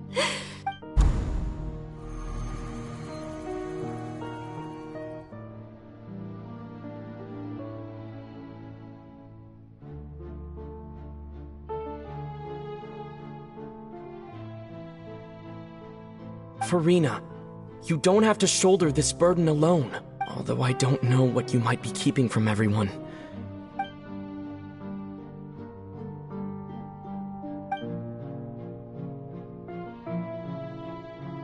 Share my burden. That's impossible. But even if your burden, just share it with me. A witness. And if to that it... He's right. I could confide in him, couldn't I? But if things don't play out as expected, the people of Fontaine will be the ones... No, Farina. But what if it's really alright? Farina, you've worked so hard for so long. Surely it would be okay to put yourself first for once. Just this once. Is it such an outrageous thing to do anyway? To find someone in whom you can confide your frustrations and sorrows? Surely it could not hurt. If you let this opportunity slip through your fingers, it might never come by again. Think about it. Long and hard.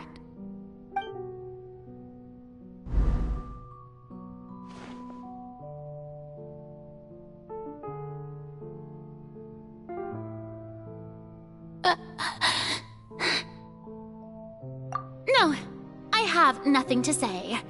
I am Farina. All you need to do, dear spectator, is to witness my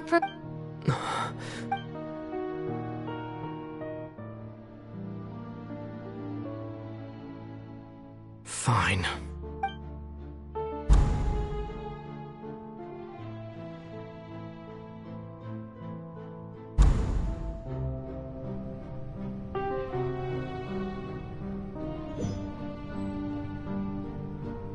So even Farina doesn't know the truth? You've never once let her in on the full plan? Yes, it had to be done. To deceive the heavenly principles, you must first deceive yourself. She did very well. If she had let her resolve falter even once in these 5 centuries, Fontaine... It seems that trusting humanity was the right decision after all. I believe that I understand how your deception works. How would you build on this foundation to save the people of Fontaine? That is the most important thing. Ah, good. Of course, the Iudex of Fontaine has pinpointed the crux of the issue. I'm sure you've long sensed that the Oratrice is no simple machine, yes? I've always suspected that it had its own consciousness. And Lenny did mention that he heard a human voice within the core chamber. It now seems that that person was you, hidden within the machine all along. Am I right? And then I became one with the Oratrice, taking Fontaine's gnosis with me. Yes, it would seem so, wouldn't it? Alas, your understanding of this device still lacks sufficient depth. In truth, it is no enactor of justice. It is, in fact, a device created to kill the god of justice. I beg your pardon?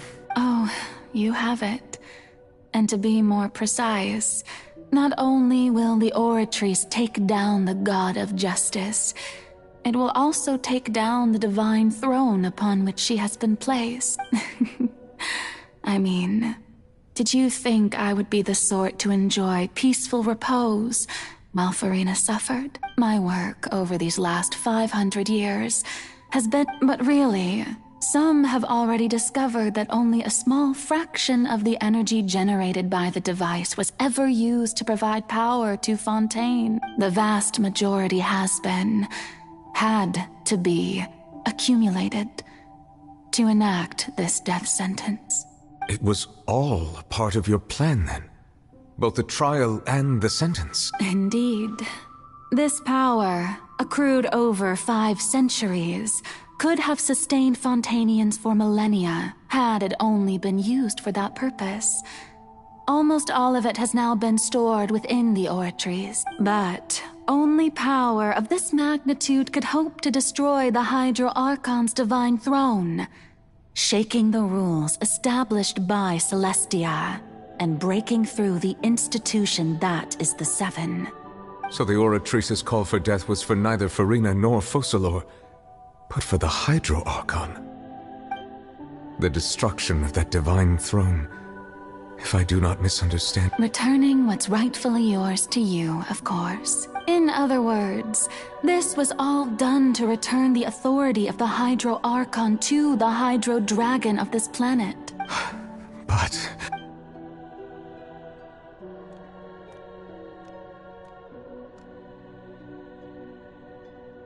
Oh, what? Getting sad again, are we? The authority of the ancient dragons shall soon be yours once more, O Hydro Dragon Sovereign. And this is the face you make. all you've done throughout the years is just so you can sacrifice yourself at the very end. I've never quite seen it that way, you know. Even now, I'm quite pleased at how well my deception worked.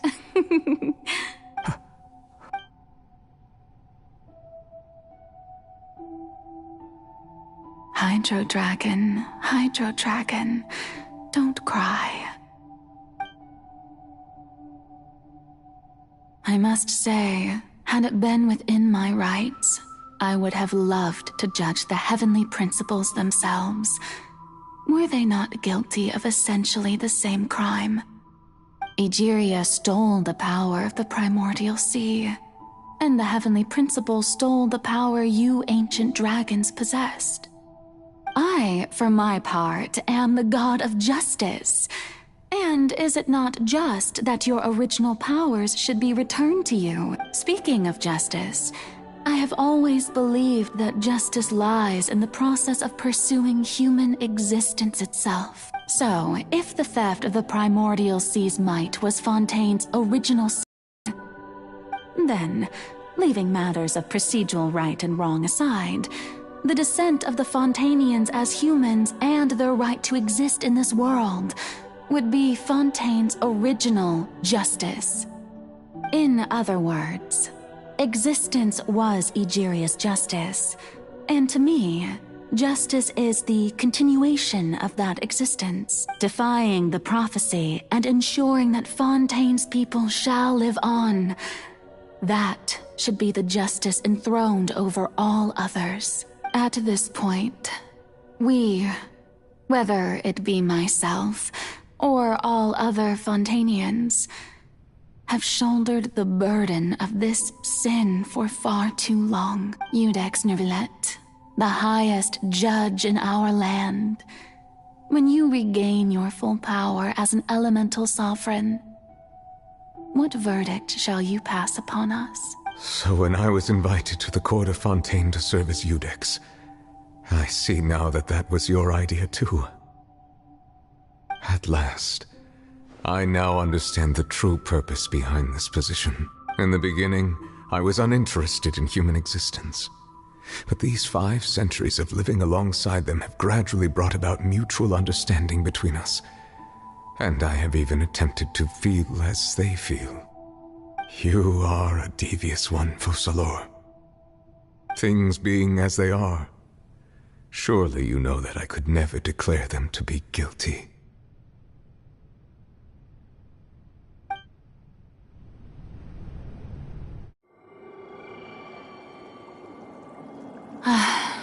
The hour of my execution is almost here. For the sinner, the curtain call has come. I know I may not sound it, but faced with death, I find myself a little afraid. Perhaps this is one thing both gods and humans have in common.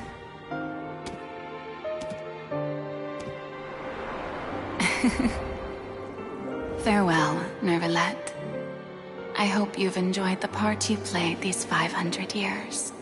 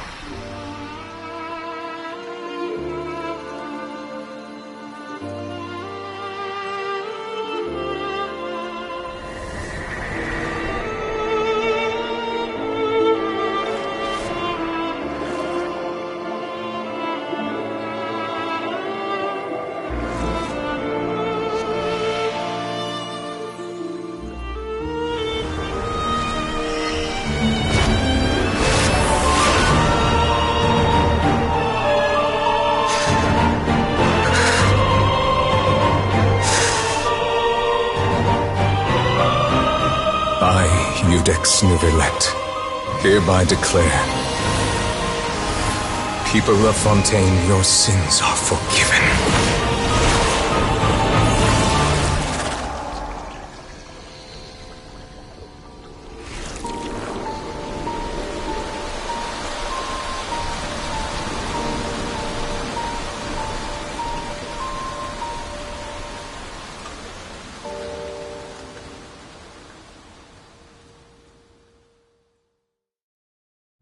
I do hope the Knights...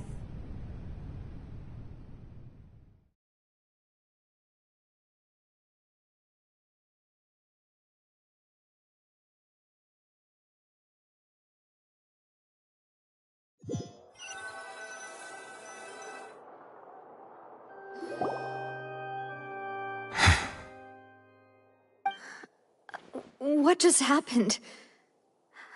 Was that bright light some sort of misdirection? But since we're all still alive... It's time to end this. We must mete out punishment to that beast. But didn't you say just a moment ago that... I have gained the strength sufficient to deal with it. Through certain means, I now have the ability to separate the power of the Primordial Sea from that creature. We should seize the opportunity to pursue our quarry. Traveler, now that the oratories can no longer function, I require an executor to help me mete out justice. The root of the calamities befalling Fontaine. The beast that enacts the prophecy. Its name is the all-devouring narwhal. Come with me, traveler. The hour of execution has come.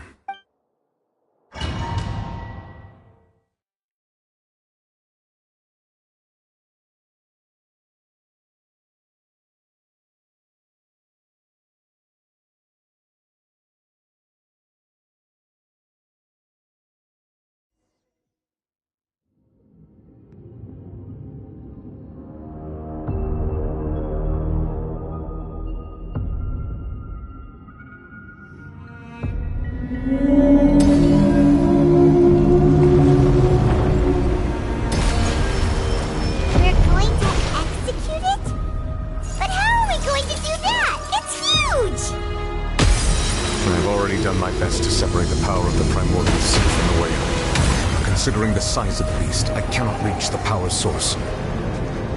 Unless we can find a way to attack it from within. I shall share a part of the ancient dragon's power with you. We shall look for an opening together.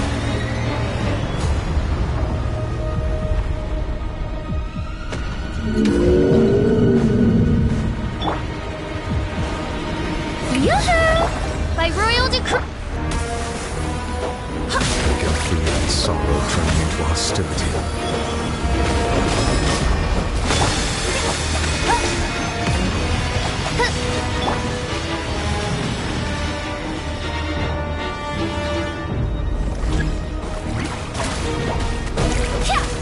The all-devouring narwhal cannot resist its instinct to devour. Continue to trigger its hostility. Chance will present itself.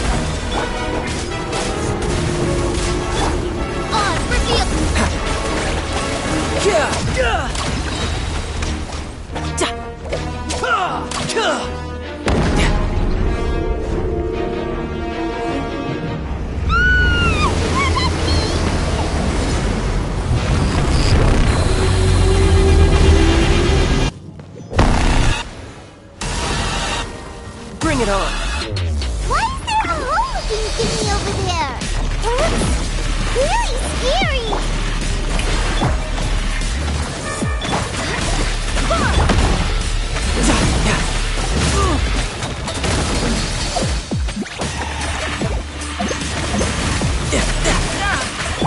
Let the world collide! Who is what? I have granted you my protection. Do not fear. Seize the moment and use my power to suppress its root from within.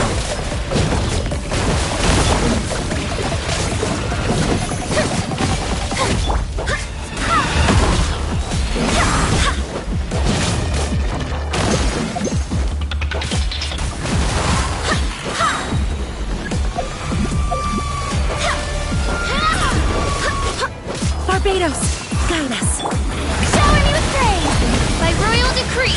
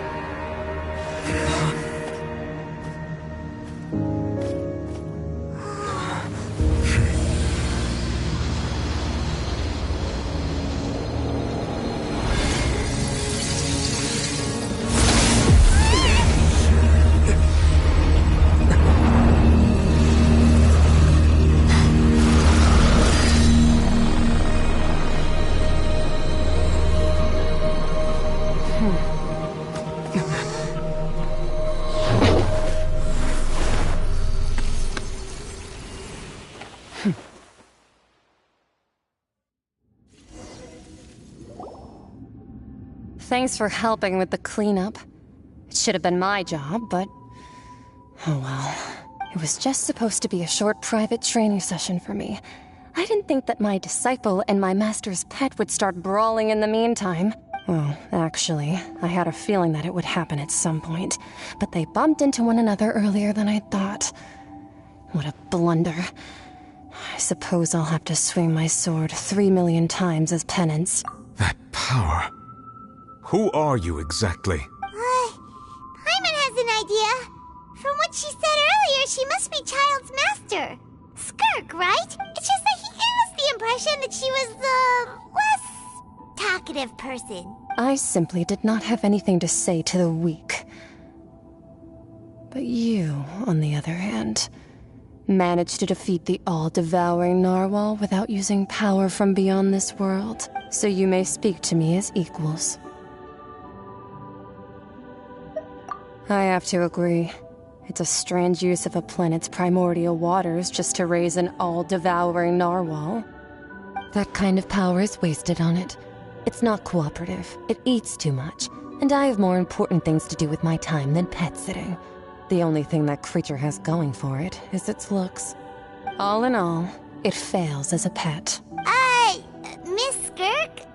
The point being? Well, being that this pet almost destroyed an entire nation. So what sort of person is your master? Well, Child's master's master. Oh, right. So you don't know him. Sorry, I assumed you did. His name is Sertologi. I am unfamiliar with that name. Huh. So Master is insufficiently famous.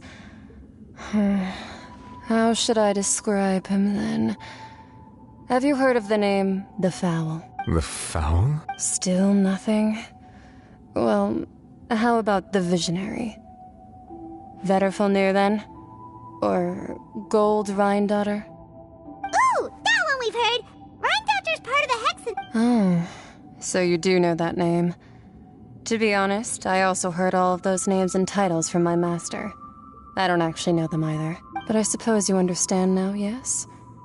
My master is likely a similar sort to Rhindaughter.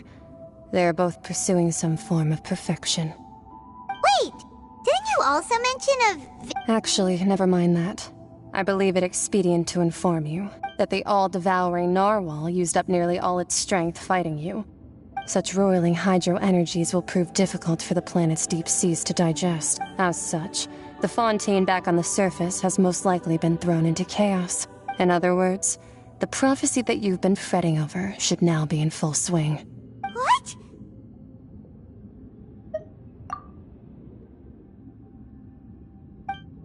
Not to worry.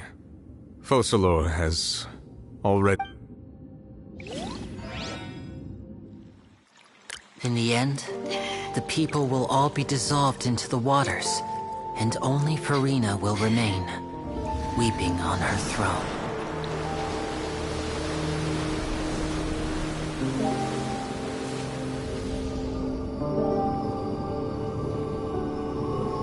Only then will the sins of the people of Fontaine be washed away.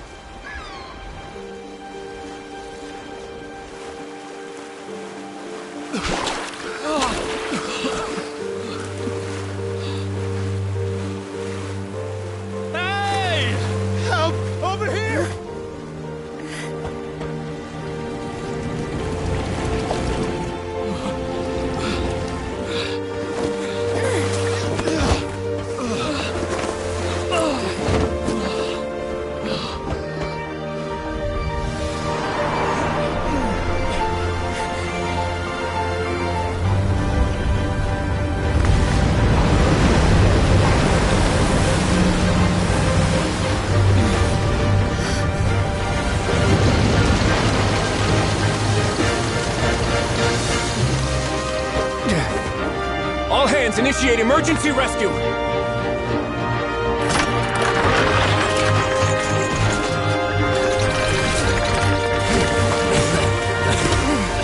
Hurry!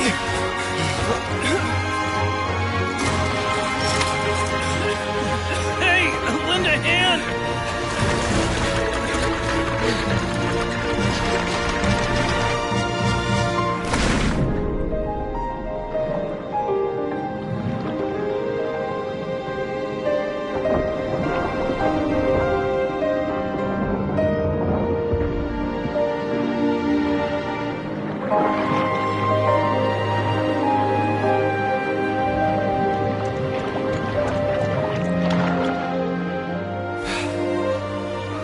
Look!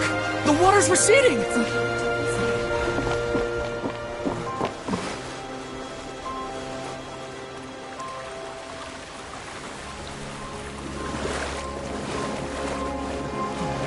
It's a miracle! Water's receding. We didn't dissolve. The prophecy was wrong. The prophecy was wrong.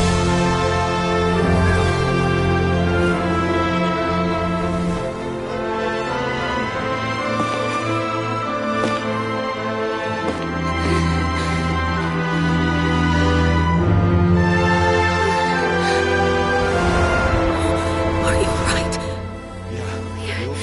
We're saved. The prophecy was wrong.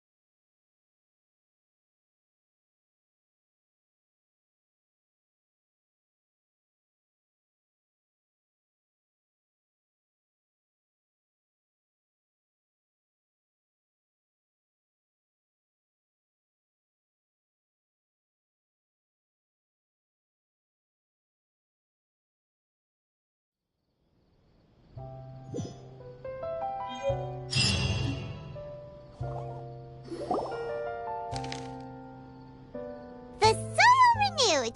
The Spina di Rosula attacks post-disaster rebuilding. I recently visited Poisson to meet with Miss Navia, spokesperson of the Spina di Rosula, and we spoke about Poisson's present and future. Old soil can still give birth to new bloom, Miss Navia stated. Hope is like seeing a small cookie when you're starving late at night. You just need a little of it. Skyship Winglet, boon or bane of the Fontaine Research Institute. The various disputes that have arisen on account of Mr. Edwin have suddenly become a shield over the Institute. With people always call the first researcher mad, but few know what to call the second. And should that latter person achieve a miracle, they would find it all the harder to find a word with which to classify him. Wow! Paimon barely recognizes the people in the reports. Are those really Jurier and Navia? They sound like real big shots. What do you think? Pretty enthralling, huh? The Steambird's idea was pretty simple. With the disaster just having passed, we would print a free edition packed to the margins with good news to calm people down. The value for these big scoops lies in their inevitable follow-ups. We'll publish further reports and go into the stories behind. Edwin's assistant, Jurier, created a true flying ship, while Navia is leading people in the reconstruction of their home. Paimon's curious too! And that's exactly why I'd like you to come conduct interviews with me. You're the best incubators of news, if you haven't noticed. And also... are you sure? Hasn't he turned you... Oh, this time will be different. Come on! Let's head to Poisson first, and then make a trip to the fortress.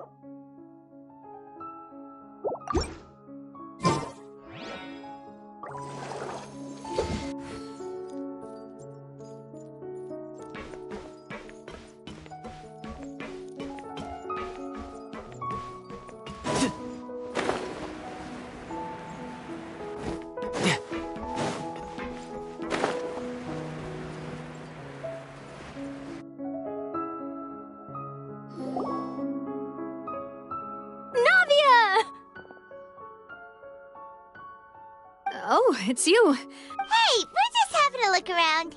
I'm here to update myself on how things are going here. Let me introduce you. This is Mr. Garunt Snezhevich. He represented the Knave in sending us a large amount of supply. Our residents are hard at work as well. Thanks to everyone, Hello, Miss Charlotte. I'm a big fan of yours. I especially like that article you wrote last year about Fontaine's stray cats. But if you don't mind, could you not emphasize our role too much in your report? It's not charity we're doing here. We just happen to share the same interests as Despina. I get where you're coming from. I'll keep it as simple as possible. Or would you be— That would be fine. Oh, you're back too. How are things? We finished laying down the construction materials. It'll be another hour before the workers are able to go over. Huh? You're here too? Well, her reputation's greatly risen after that whole duel business with Miss Farina. So she's here in Poisson to wait out the heat. All right. She really came here to help me out. There's too much to consider in the reconstruction of Poisson. The Spina has need of more decision-makers.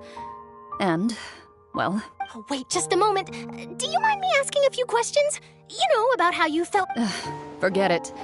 I'm sure you can find a better theme than that, Miss Charlotte. I see you're the same as always. Couldn't you do me a— Well, if we're talking about doing things for my sake, you might as well just take a few more photos of me. Or of the Traveler. Of course I will. I'm not gonna let him off that easy. All right, then everyone who wants to be in the photo, gather up. And smile.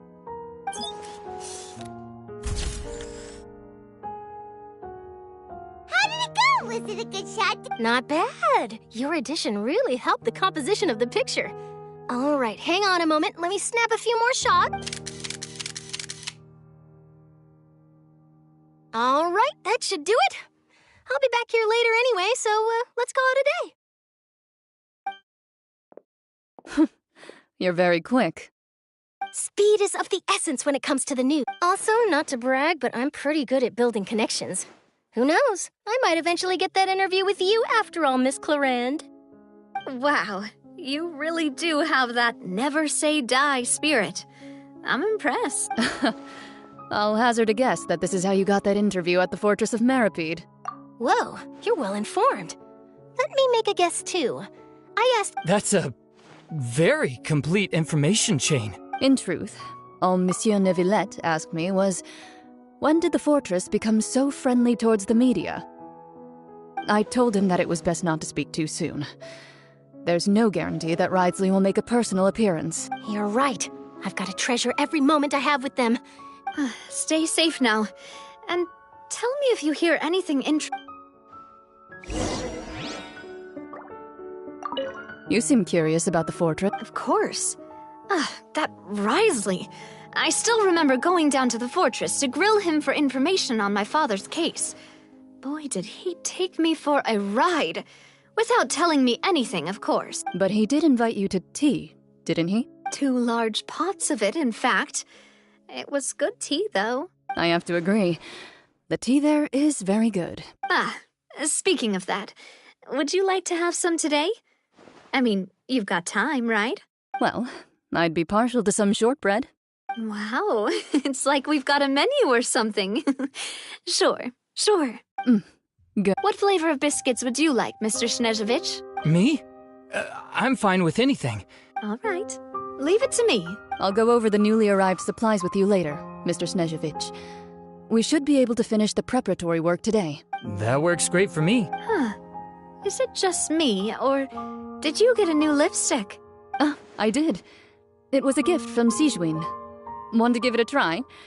I think the color would suit you, too.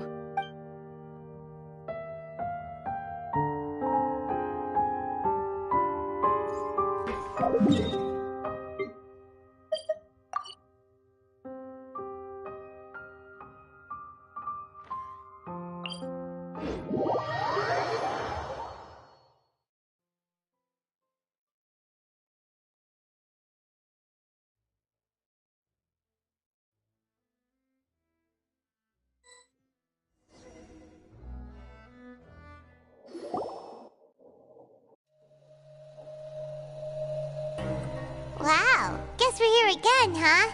There's a real nostalgic feeling. Looks like you've been missing us.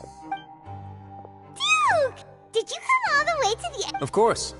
I'm here to welcome you and our dear Miss Charlotte, whom our good head nurse recommended to me. It's an honor to finally meet the much-rumored Duke. Thank you for consenting to my visit to the fortress, sir. No need to thank me. But that said, I shouldn't be the focus of your interview. I trust you recall our agreement? Of course, of course. All right then, this way.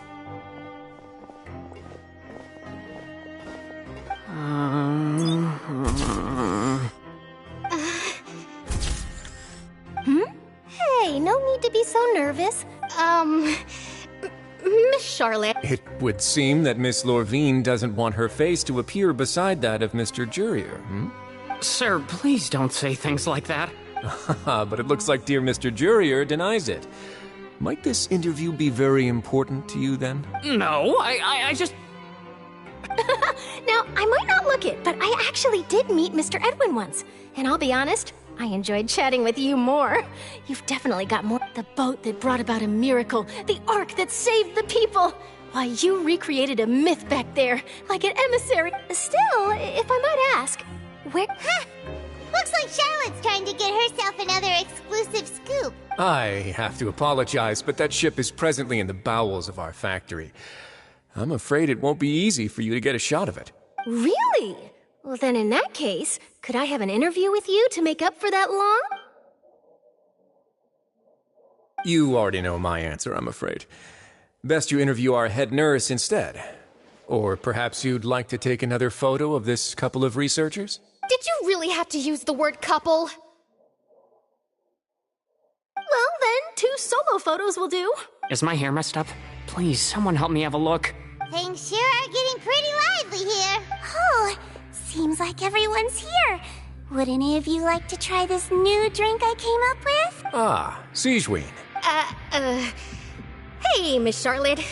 What? Sure. Come on, Miss Sigeween. Over this way. Let's find a brighter spot. Huh? Sure. Do I have to smile?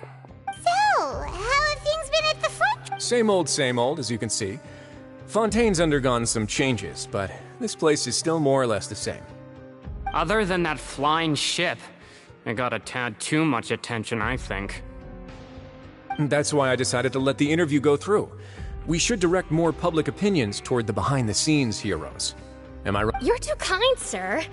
I believe that you too should have your day in the sun. Not that... I'll just leave the spotlight to you two.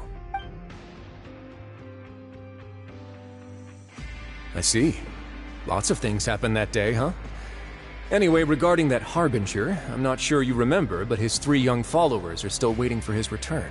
He sure did win them over, huh? I'll tell them that there's good news and bad news. The good being that their boss seems fine, and the bad being that they must face extended sentences for abetting his escape. Oh, actually, what about you? What change can there be? The fortress will keep chugging along, and so will my duties. As to what Miss Farina's departure will mean for the nation, and if our laws and governance will be transformed, we'll leave those to the folks in the overworld. Hey, everyone! The photo shoot's done. Good. In that case, let's call it a day here. Thanks for your cooperation. Come on, Traveler, let's go. There'll be a next time? Maybe. Who knows? I might write a story about the underwater factory next time. Until then... All right, last stop, the docks. Oh, you know, I'd love to see you in one of Charlotte... Is that really necessary? Our line of work doesn't really require much photographing. It's precisely because we don't need the picture that they'll have value as keepsakes. You don't really look all that opposed to the idea, you know. Maybe I'm just happy that I managed to once again avoid the spotlight. I think this interview went well either way.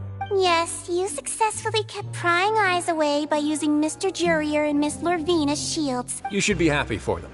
They have a bright future ahead of them.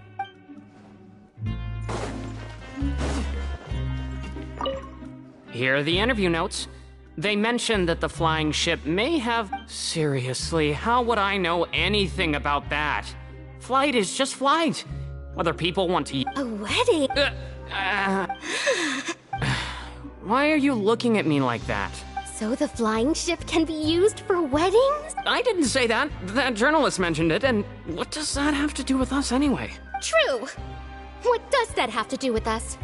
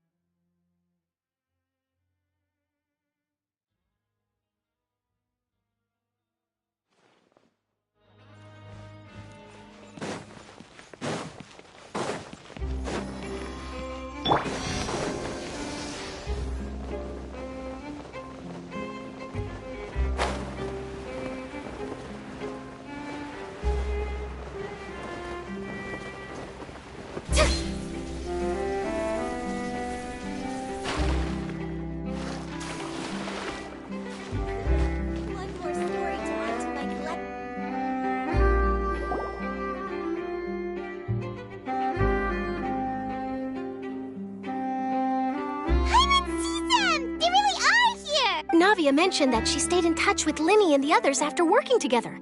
Apparently, they've been at the... Traveler, Paimon. Ah, and Miss Charlotte, too.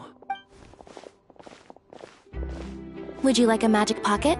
What sort of gadget is it? It's a wondrous bag that can be used to carry many things. The water level has returned to normal, but if you see any of your things floating around, you can use this to carry them. Or you could trick a friend into doing it for you. Trick a friend? I wonder which of my friends would fall for that. You could just make a friend like Fremine here. Isn't that right, Fremine? Is this what you meant by, I'll help you make some more friends? To be honest, that sounds pretty sweet. Could I have your contact, please? Sure. Please, write down my address. You sure are working hard to help Fremine socialize. He was the one who proposed doing this. He even wants to assist in our magic shows. Yes, I was planning to first introduce Pear as an assistant, and later Fremine himself. In the future, I think we can leave underwater escape magic to him too. That said, would anyone want to see a diver escape underwater? Oh, it'll work out. Every journey Lynette, could you come over? Miss Charlotte says she wants to take a picture of us. Got it. My, that Charlotte is rather perceptive. She got rid of everyone the moment she realized I had something to say to you. So, how have things been, Traveler?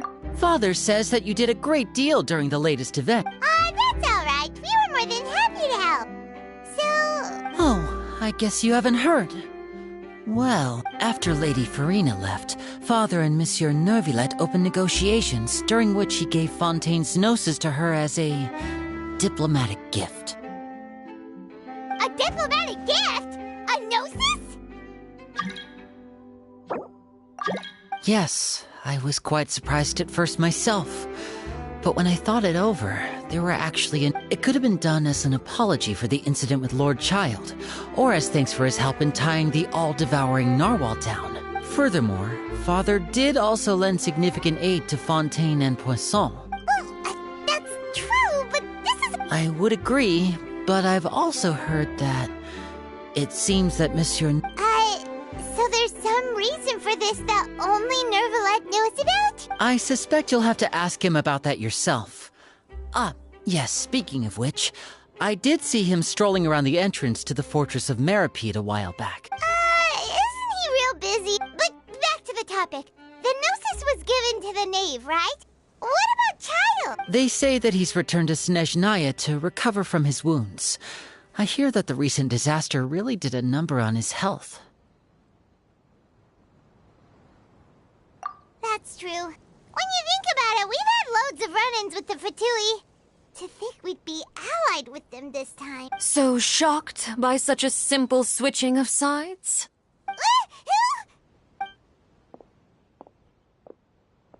Father! Well, well, what do you know?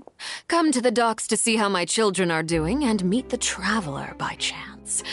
Please do not pay my accomplishments in Fontaine too much mind. Are you going to take the Gnosis back? That is our duty as Harbingers, yes. Don't be too preoccupied with sides. The goal of the Fatui concerns not a single place or person, but the entire world.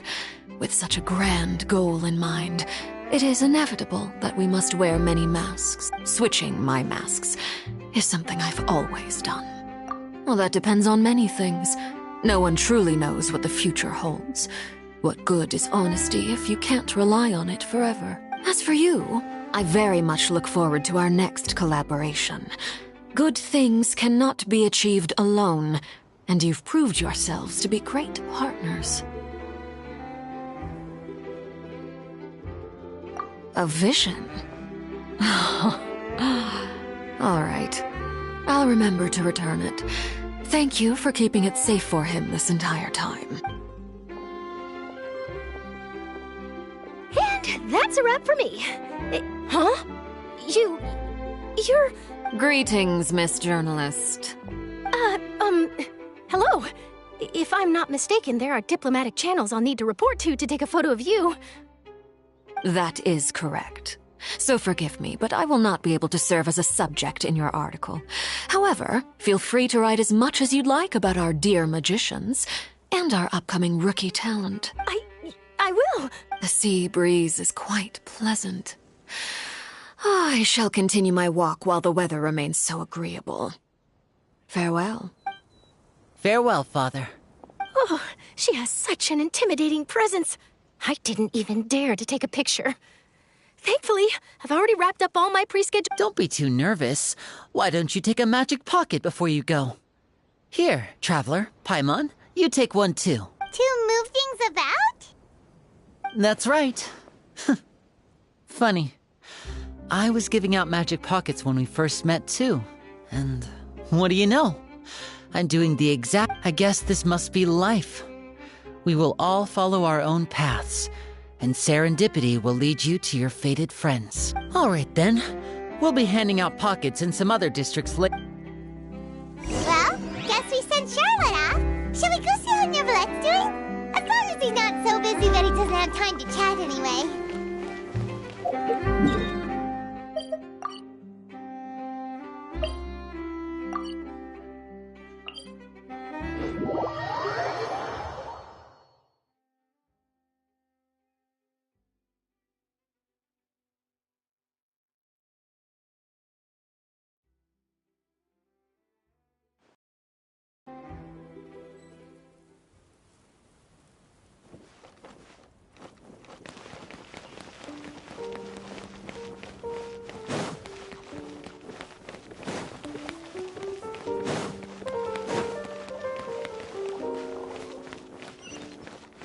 I think the next one's a trial.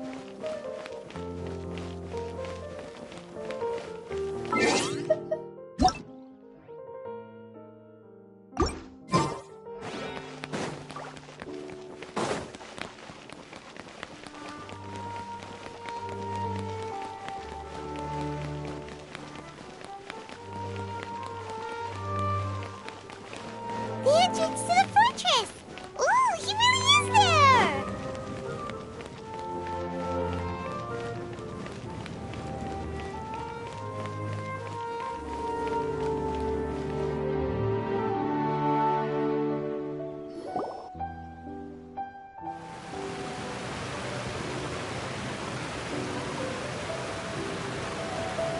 So, you really are here, Neverlet! Paimon didn't think you were going to have free... Really? Oh, I suppose you must have met Mr. Linney. He took the time to greet me earlier when he passed this way. In any case, you came at a good time. I was just considering reaching out to you to set up a meeting, so I may explain some things that I haven't had the time to before. Aw, Paimon's glad that you... Alright, let's have it then. How was Fontaine actually saved? It is strange how words can often leave a bitter taste in the mouth when it finally comes time to say them out loud.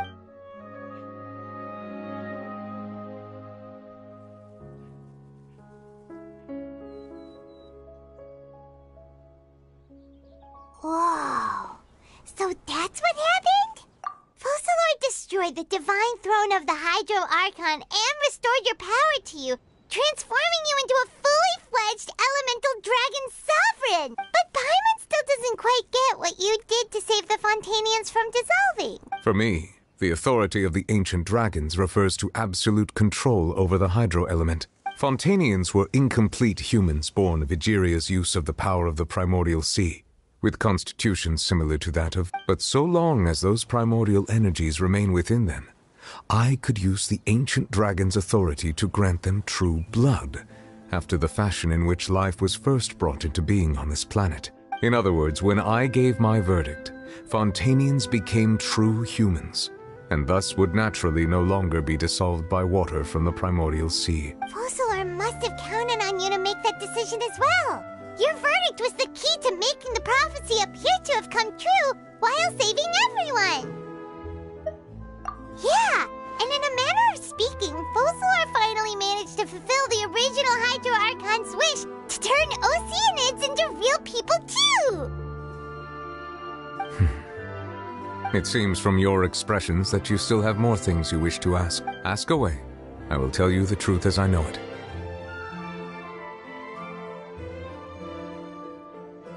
I have investigated his case along many avenues, and I have learned that he once fell into an unknown chasm when he was young. There, by chance, he awakened the all-devouring narwhal. But whether it be by sentiment or reason, that should not have been enough to consider him the root cause of the disaster.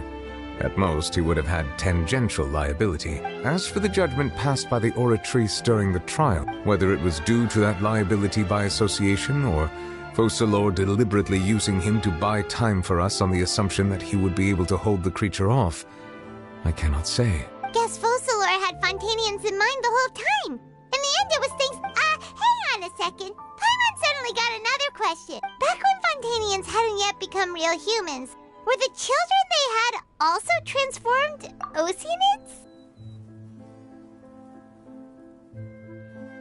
Life has always flowed like water.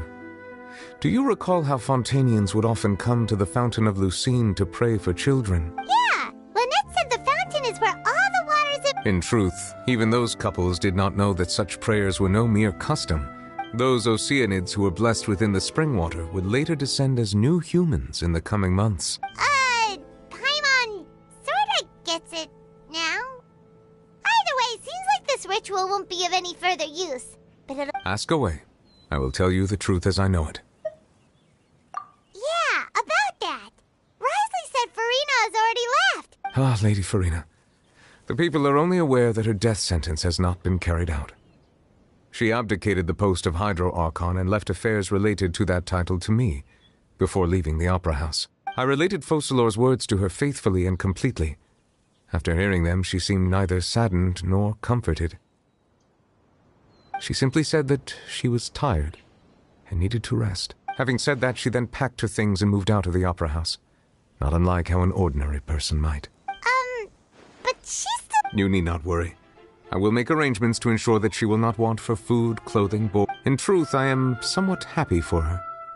The wear and tear on her spirit will, of course, take time to heal. But now that she no longer has to play the role of Focalor the Hydro Archon, she can finally lay down her burdens and lead a normal life. What about you then? What are your plans now that you've regained your full... After Focalor passed on, the Oratrice also ceased to function.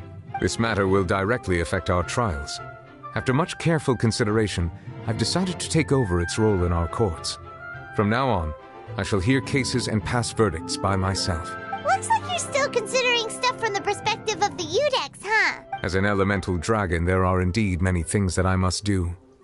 But this power and this duty, in a manner of speaking, you could say that both were granted to me. As such, before I attend to my other responsibilities, I must first and foremost continue to serve Fontaine as its highest judge.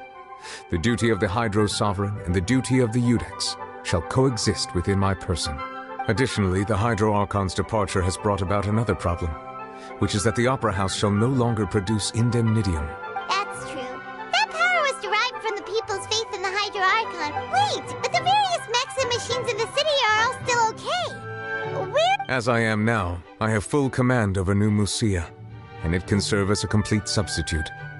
Another reason why I cannot quite leave Fontaine immediately. Wow. This ancient... Ask away. I will tell you the truth as I know it. Oh, that's right! Leaving aside their intentionality, the two Fatui Harbingers have indeed done much for us during this crisis. Their sole remaining goal in Fontaine, at least at this point, would seem to be the Gnosis. The Oratrice has ceased to function. The Hydro Archon's divine throne is now no more, and I do not need the Gnosis's power. As such, it has lost all meaning for Fontaine. If the Fatui have impure designs, then we might as well accede to their request now, and avoid unnecessary conflict. What complicated considerations? Paimon thought you were just giving it to them out of gratitude to the knave and as an apology to Ask away. I will tell you the truth as I know it. You will soon be heading to Natlan, I presume. I'm afraid that I have little talent as a travel guide, so all I can do is tell you what I know about that land. As far as I'm aware, Natlan can be said to be a nation of dragons. A nation of dragons? You mean like you? No, I suspect that I would not find myself welcome there. Unlike ancient dragons such as myself, the dragons of Natlan have undergone long years of development and evolution. Large numbers of them have entered a form of coexistence with humanity. Natlan is also the nation of war.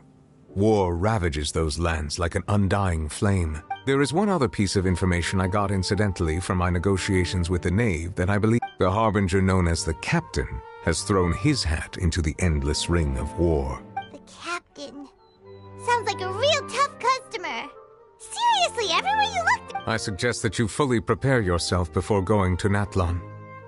Ask away. I will tell you the truth as I know it. Hang on a sec. When we spoke to Linny earlier, he mentioned that your attitude towards giving away... We guessed that there might be some reason for it that... No wonder the House of the Hearth is the Fatui's intelligence division. They are certainly sharp. So regarding this specific issue, I was just getting ready to share something with... In truth, I exchanged some further words with that lady named Skirk after sending you two back to the surface. It went something like this.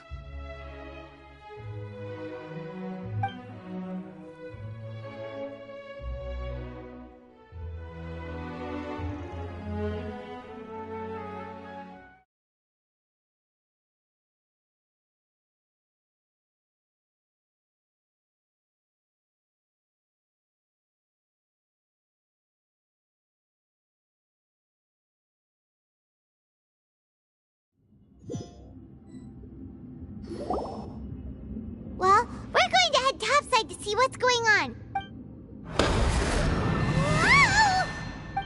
What next? The all-devouring narwhal isn't here, so I'm no longer getting any interference. I can finally catch the scent of your power, what it's made of. It is the authority of the planet's primordial dragons, but with something very similar to a god's curse mixed in. It's quite a novel blend. I'm sure I've encountered something like this before. I do not know what you speak of. Of course. You should have the remains of the third descender on your person, yes? Remains? I've never heard of any such thing. According to your parlance, I believe it may be called a gnosis. Well, that much is true. After Focalor's divinity faded, she handed her gnosis to me. But I fear I have never heard of it described in the manner that you just did. I've been training with my master, the Foul, ever since I was young, and I have never returned to the surface since. So most of the information I possess, I got from him. It is only natural for those who are greater than humanity to possess a different sort of common sense, which is why there are so many problems in our attempts to communicate with humans. Regardless, you should probably get rid of objects of misfortune to prevent any disasters from befalling you. To live in itself is a blessing. But once a person dies, the bonds he once had with this world shall all turn to curses. What do you mean by that? No need to fret. These are just my personal thoughts, and my reason for no longer wishing to return to the surface. This third descender you refer to? Master never mentioned them to me. Perhaps it just wasn't that important for me to know. If you're interested, though, I could ask him. I'll be sure to pass the answer on to you next time. Next time? You believe we will meet again? I do. Wait. I have a disciple of my own, don't I? He can be the messenger then.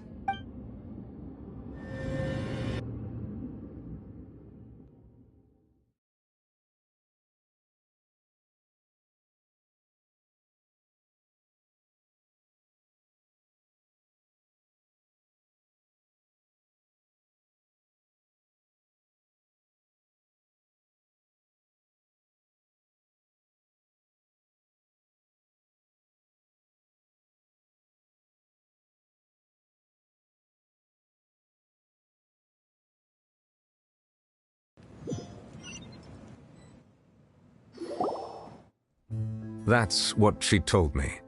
Whether it would prove useful or not. The remains of the third... So that's what the no-sees actually are.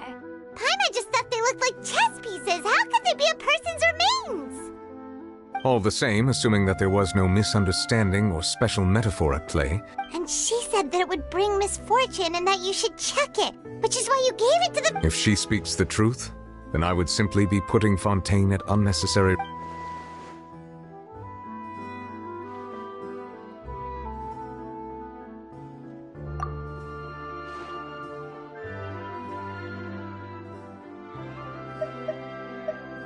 I had guessed that you might already be familiar with this concept, but I did not expect you to be one of them. That means that the no-sees, which are exceedingly element-compatible and can even enhance elemental abilities, do indeed come from the third descender. I wonder, does your body also possess similar properties? Like being able to use... No, let's not think about this stuff right now. It just feels... Comparing the Traveler to the dead third descender and all? That's what you say, but this topic's still... Once Child recovers, let's get some more answers out of him. Or go look for his master and get the answers that way. I too believe it unwise to make too many blind guesses when information is lacking. The same is true of being at court. Alright. Whatever the case, it seems like the crisis here in Yes. All of Focalor's efforts were for this moment as well. But... she sacrificed herself in the end as a god, and she suffered through all those years as a human.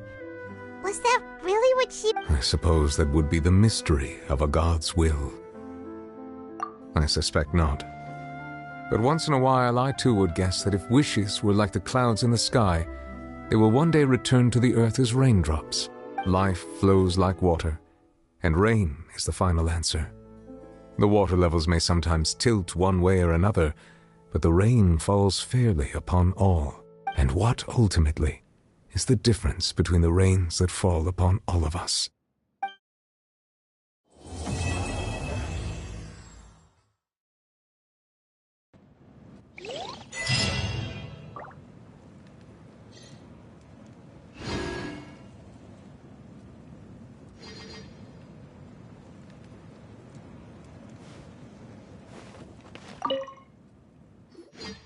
It seems from your expressions that you still have... Ask away. I will tell you the truth as I know it. I suggest that you fully prepare yourself before going to Natlan.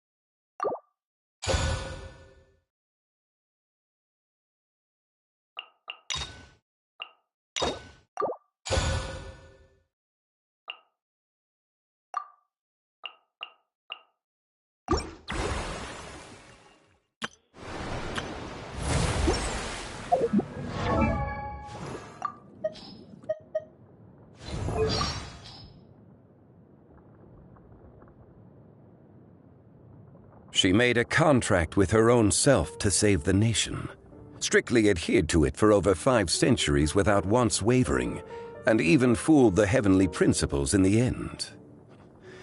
I have great respect for approaches to justice that place exacting demands not only on others, but also on the self.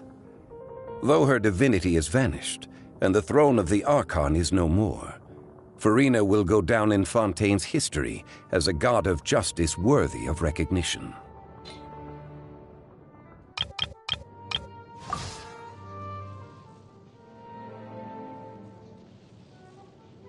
For 5 centuries, I dueled the Raiden Shogun in my personal realm of consciousness to confirm the steadfastness of my will. Yet this Furina you speak of, though possessing only a frail human body, committed herself to acting out her part every second of every day for 500 years. A true battle of the spirit. Her willpower has indeed reached the level of a god.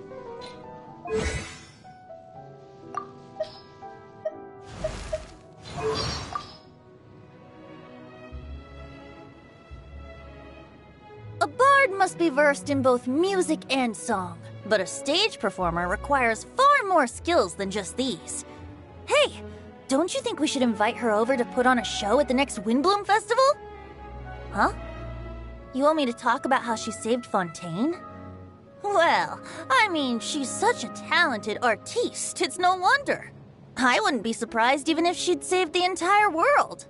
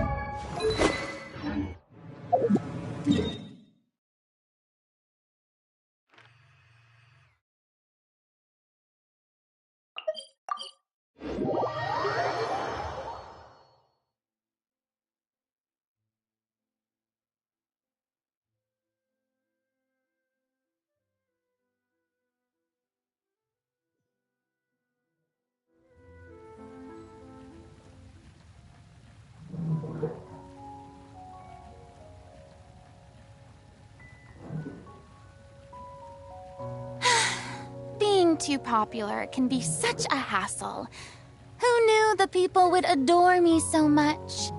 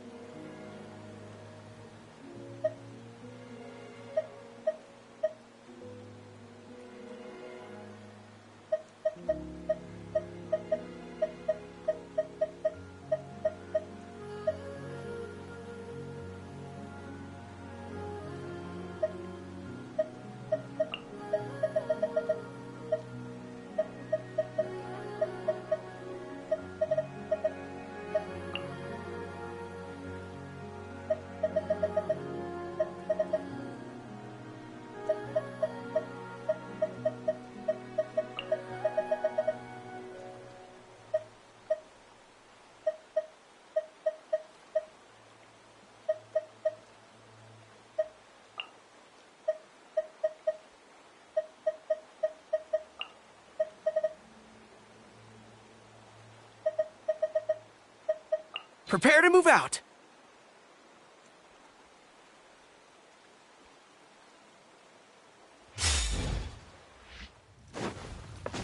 Follow my lead. Charge!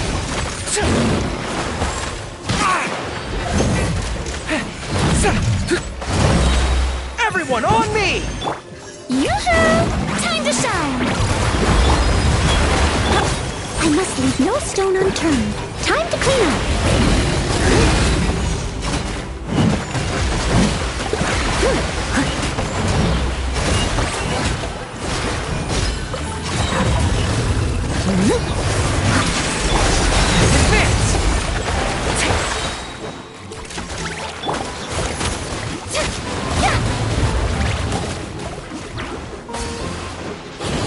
Shower me with praise!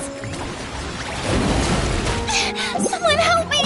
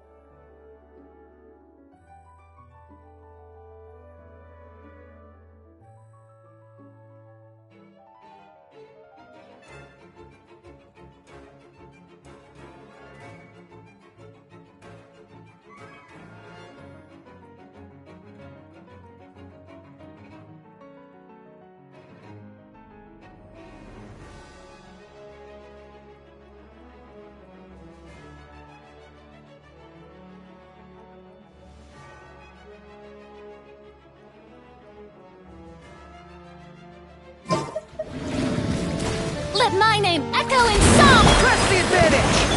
This! Steady as stone, as a good knight should.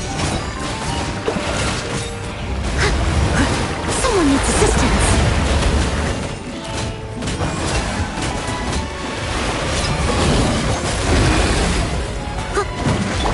Strike a pop!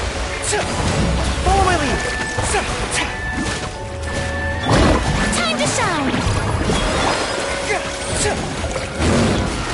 Rally! Time to clean up.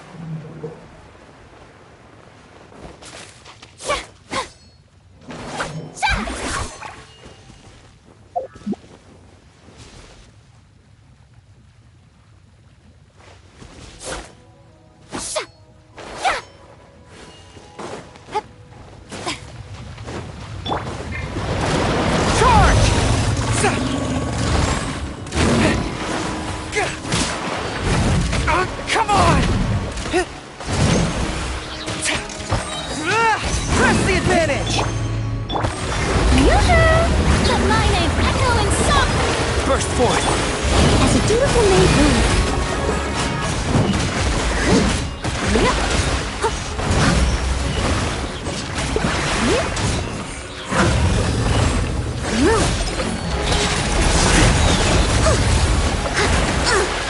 I missed a spot. Advance! Rally! Live! Leave it all to me. Time to clean up.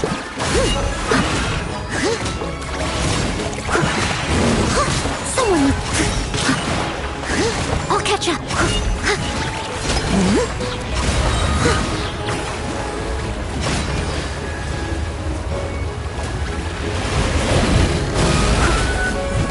I must leave no stone unturned.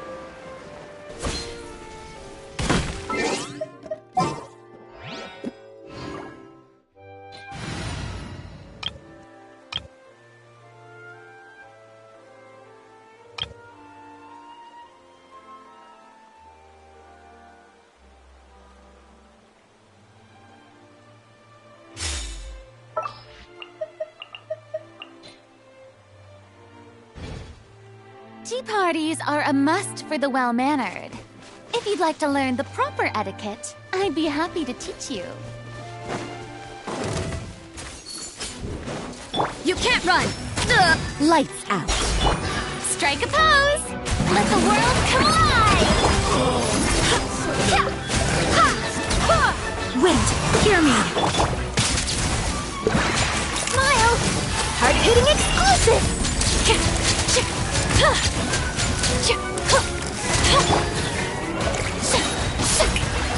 Let mine song! Hold that pose!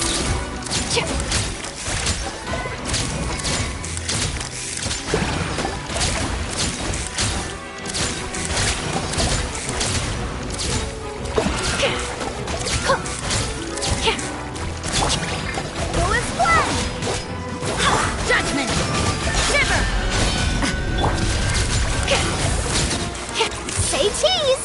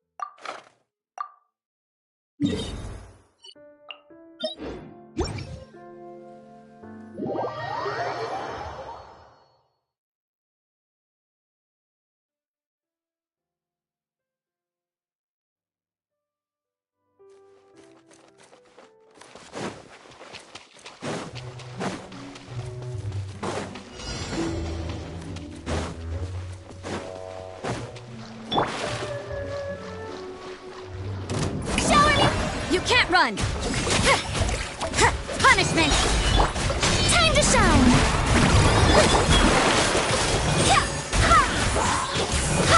Barbados! Guide us!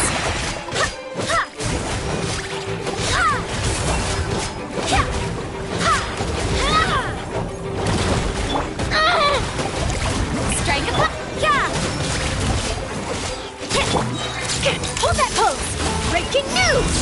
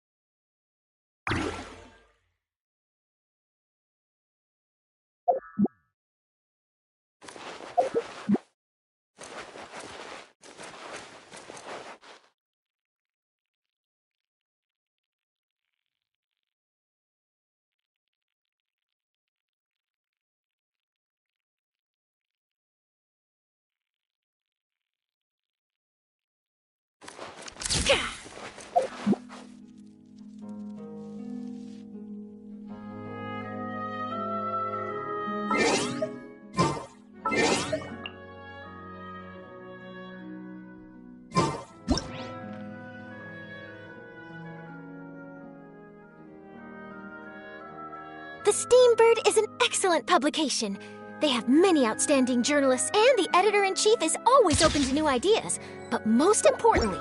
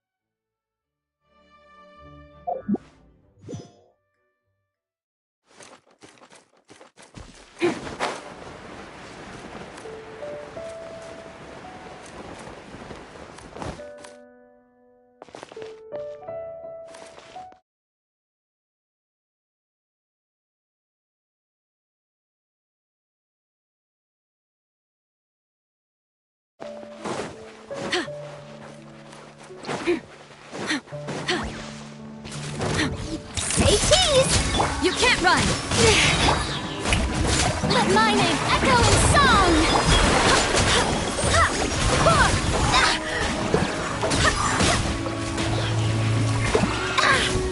Shiver! Yeah! Hold that pose! Yoo-hoo! I cannot give up! Wind, hear me! Hard-hitting exclusive! Time to shine!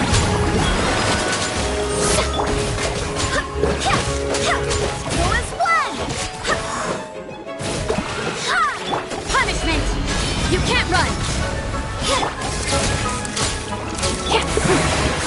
Strike a pop!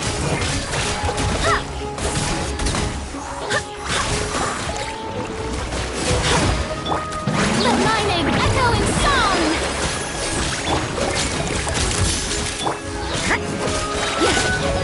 Judgment! Lights out!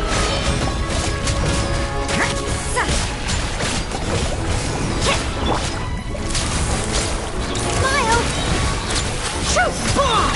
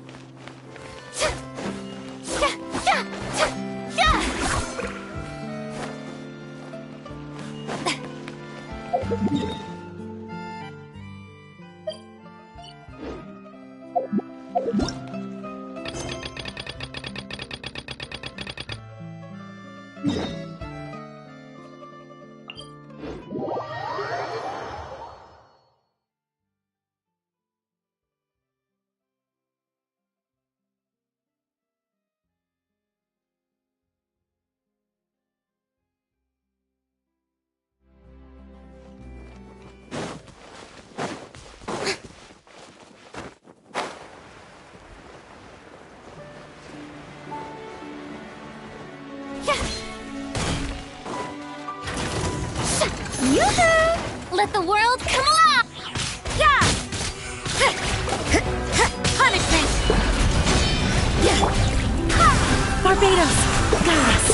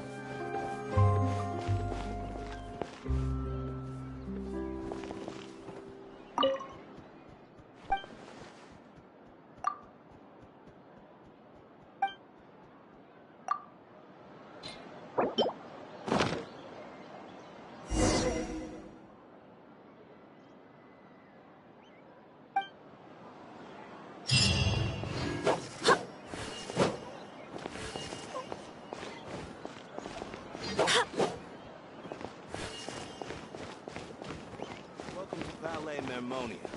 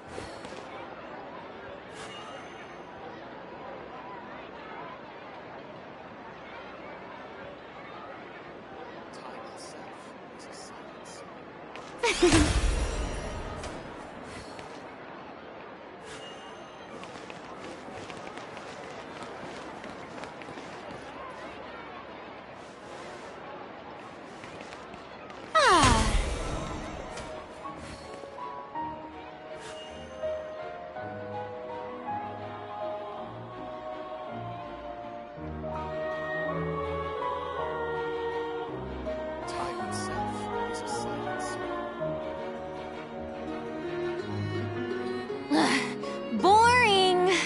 Isn't there anything else more interesting to do?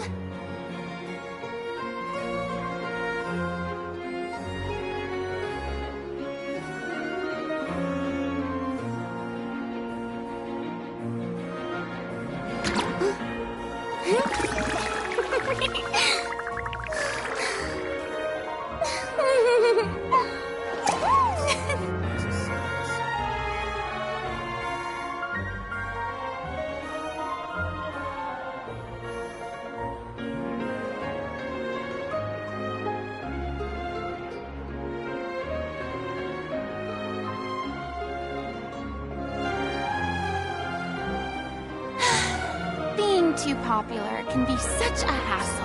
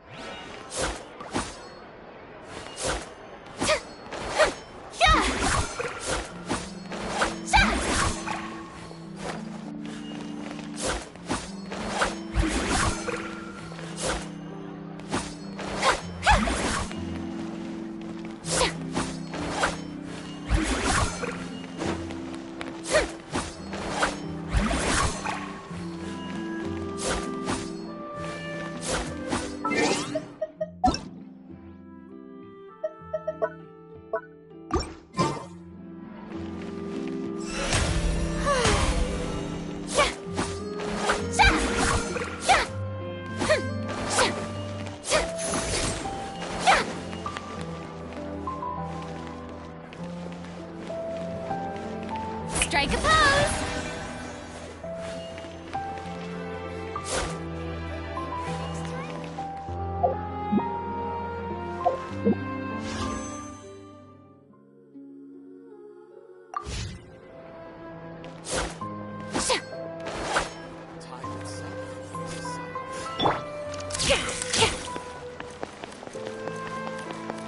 Hold that pose!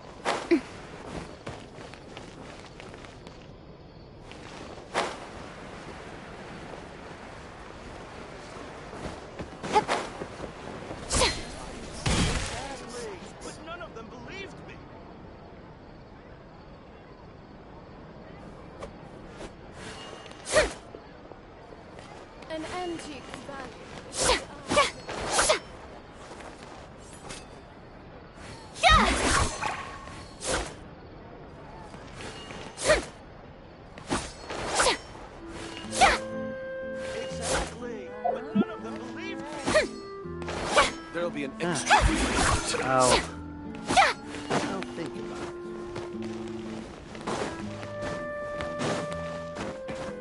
Huh?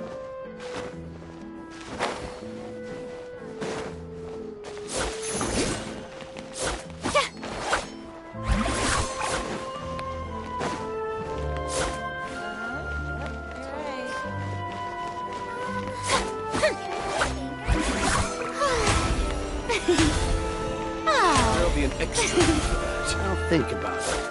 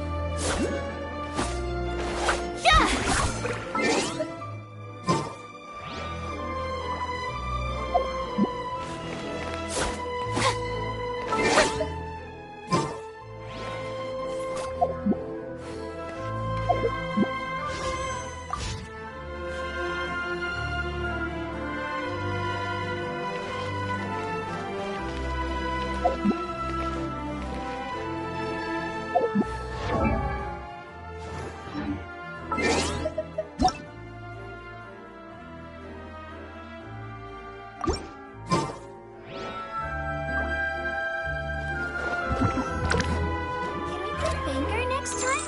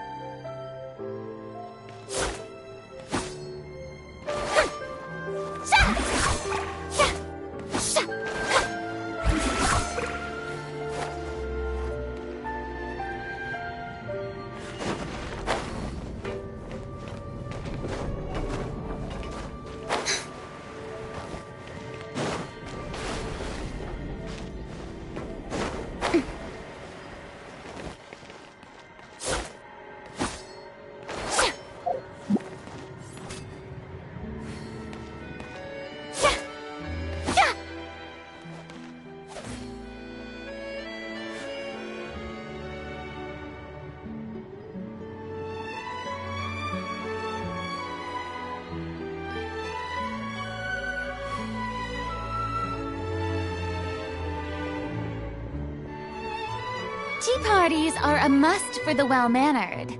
If you'd like to learn the proper etiquette, I'd be happy to teach you.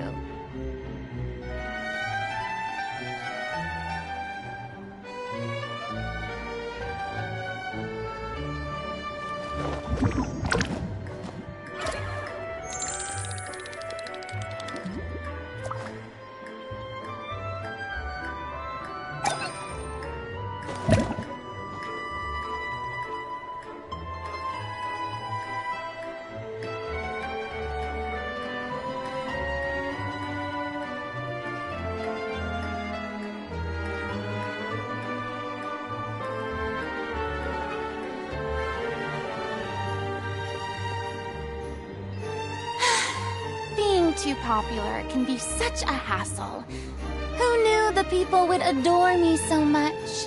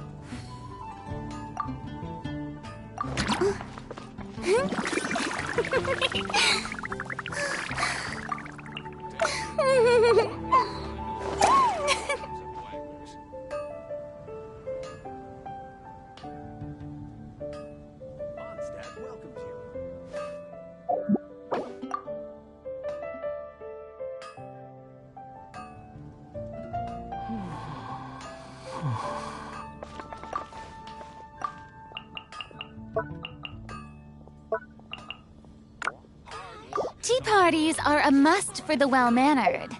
If you'd like to learn the proper etiquette, I'd be happy to teach you.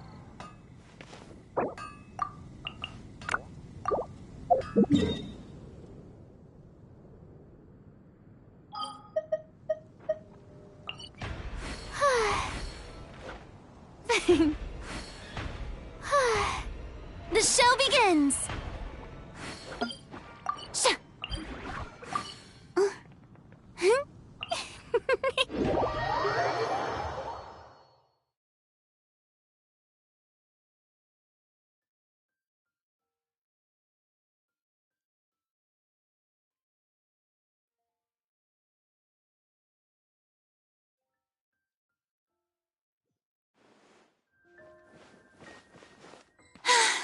Being too popular can be such a hassle. Who knew the people would adore me so much?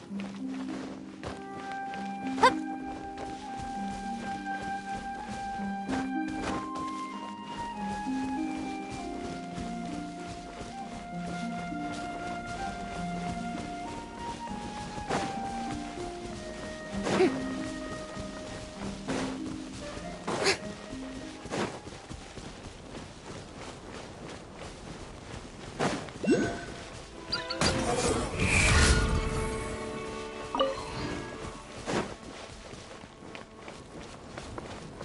Quit following me.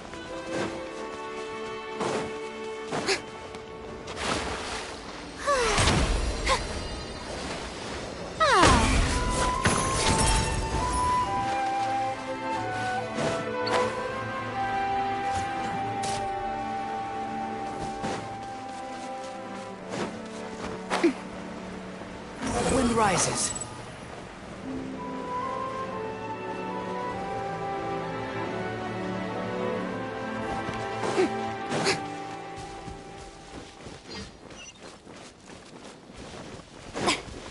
Quit following me.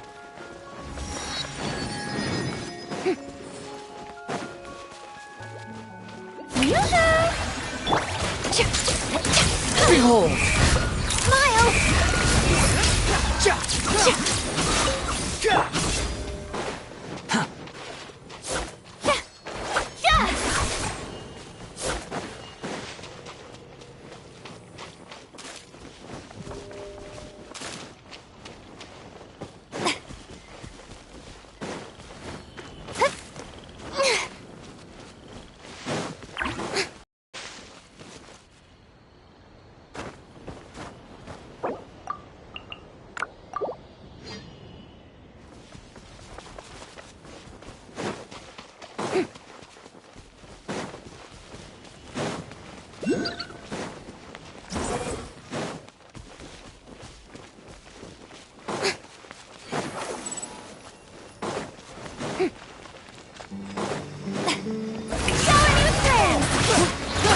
Behold!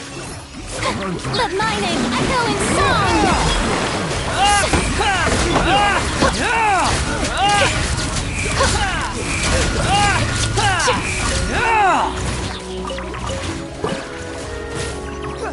The hunter becomes the hunted.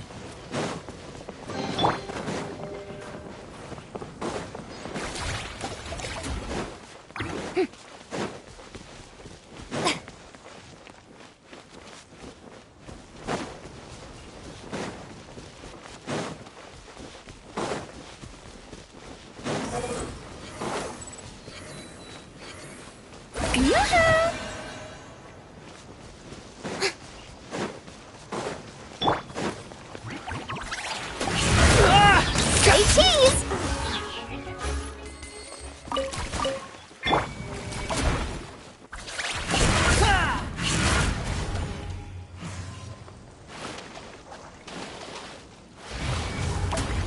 Strike a pose!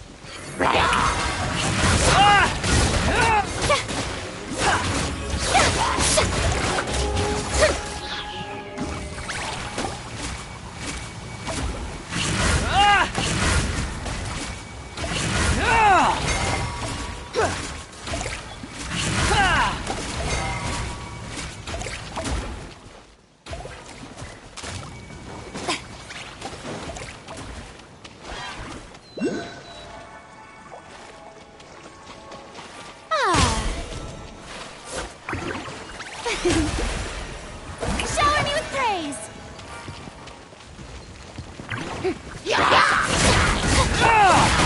Hard-hitting exclusive!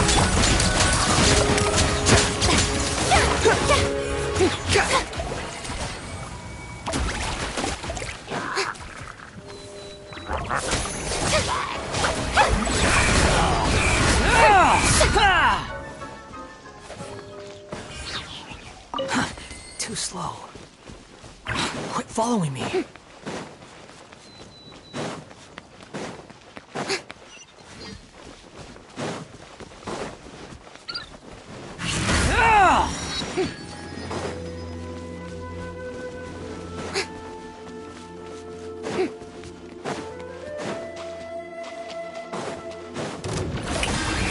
Time to shine!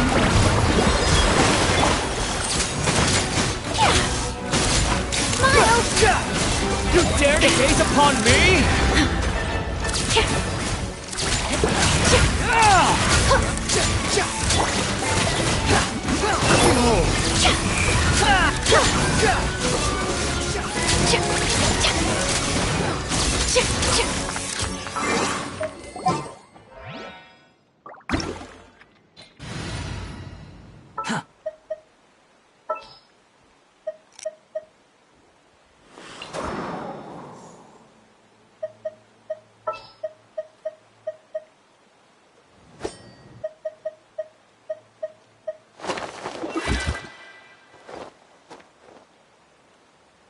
There's no need to exchange pleasantries. It's rather pathetic to force a conversation. Just to...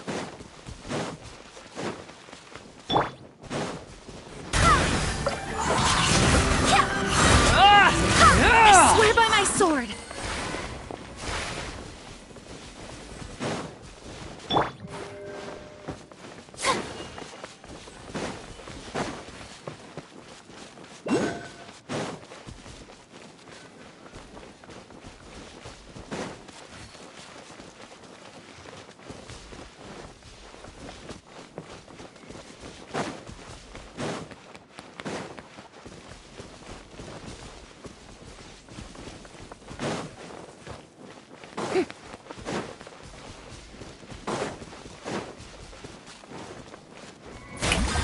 Let the world collide!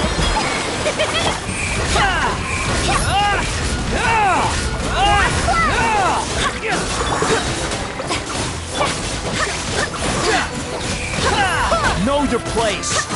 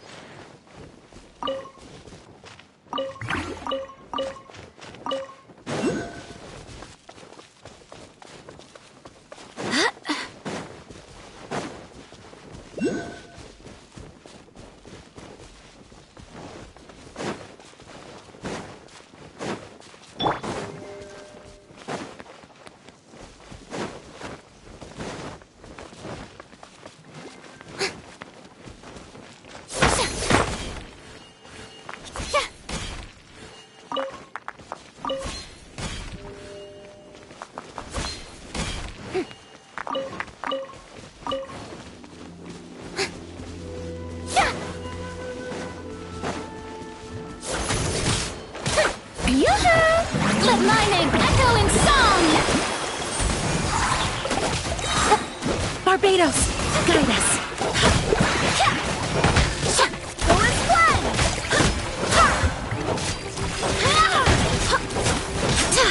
Behold!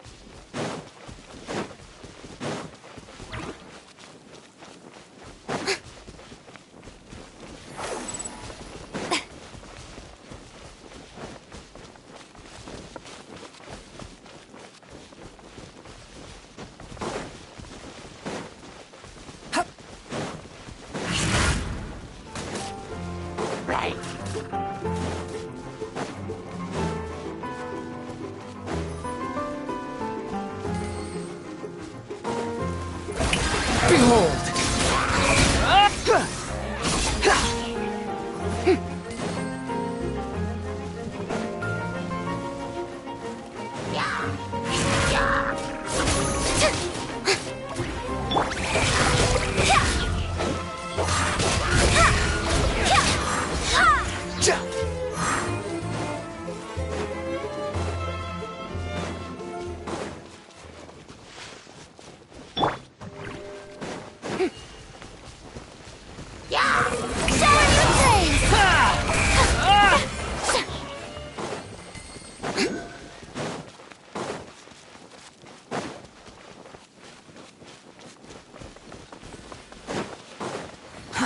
Too slow. The tea can wait. Behold!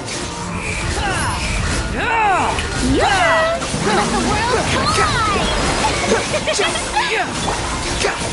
Wait, hear me. Everything! I do hope my tea Swarm Fury!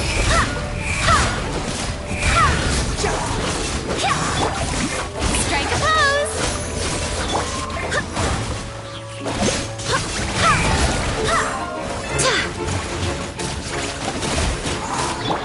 Let my name echo in song!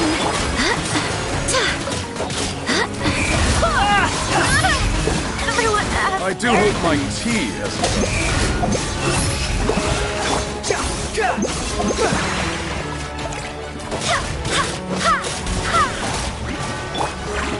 Shower me with... Who is what? Time to shine!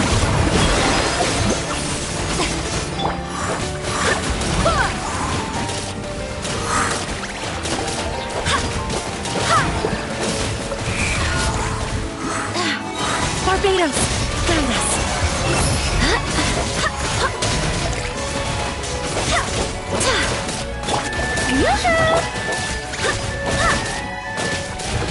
Unsightly insects! Behold! Let the world collide!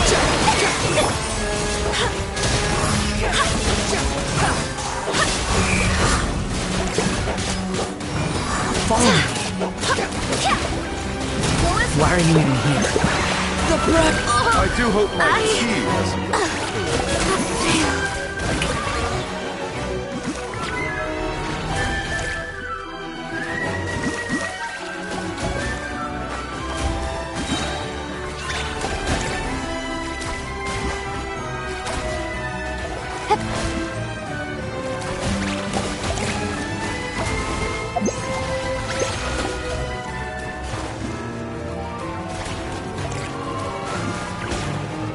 Strike a pose!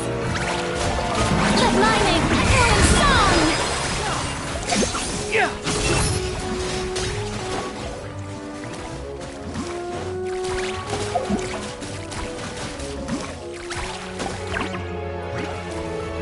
Ah!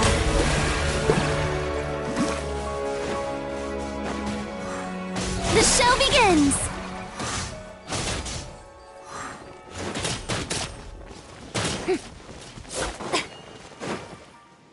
The tea can wait.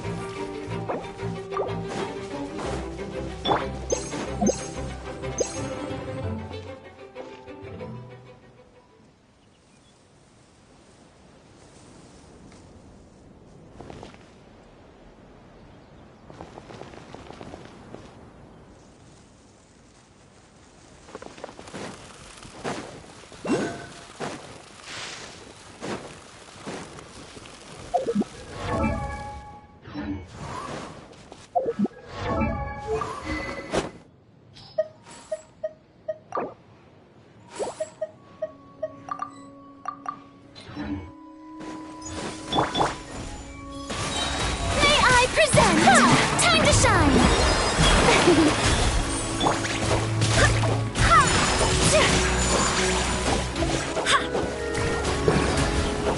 My will embodied! Cryo incarnate! Embrace the ice!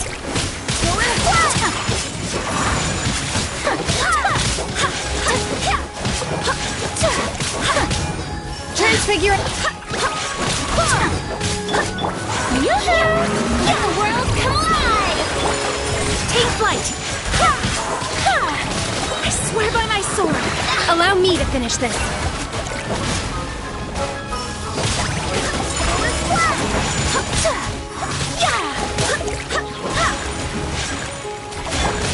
Coming Santoral, showering you with unthinkable!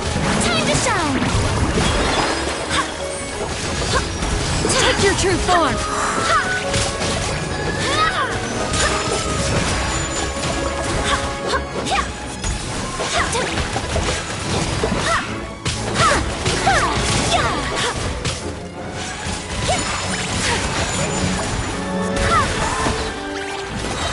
Barbados, guide us.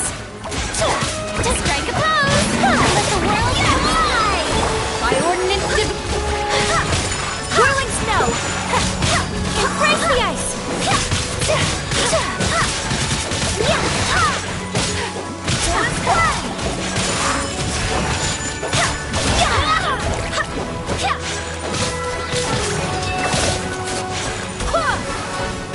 My will and...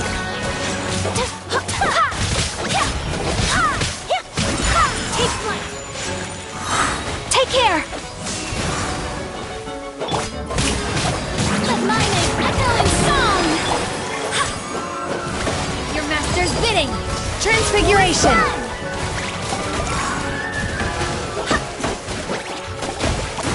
Coming to art!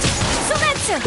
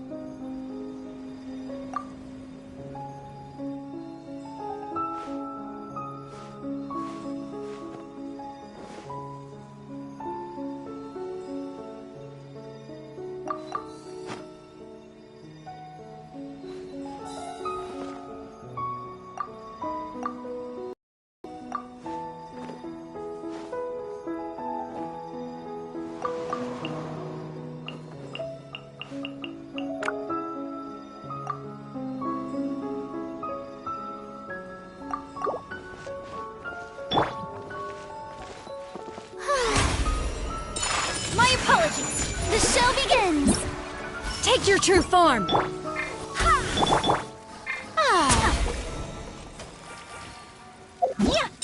Take flight.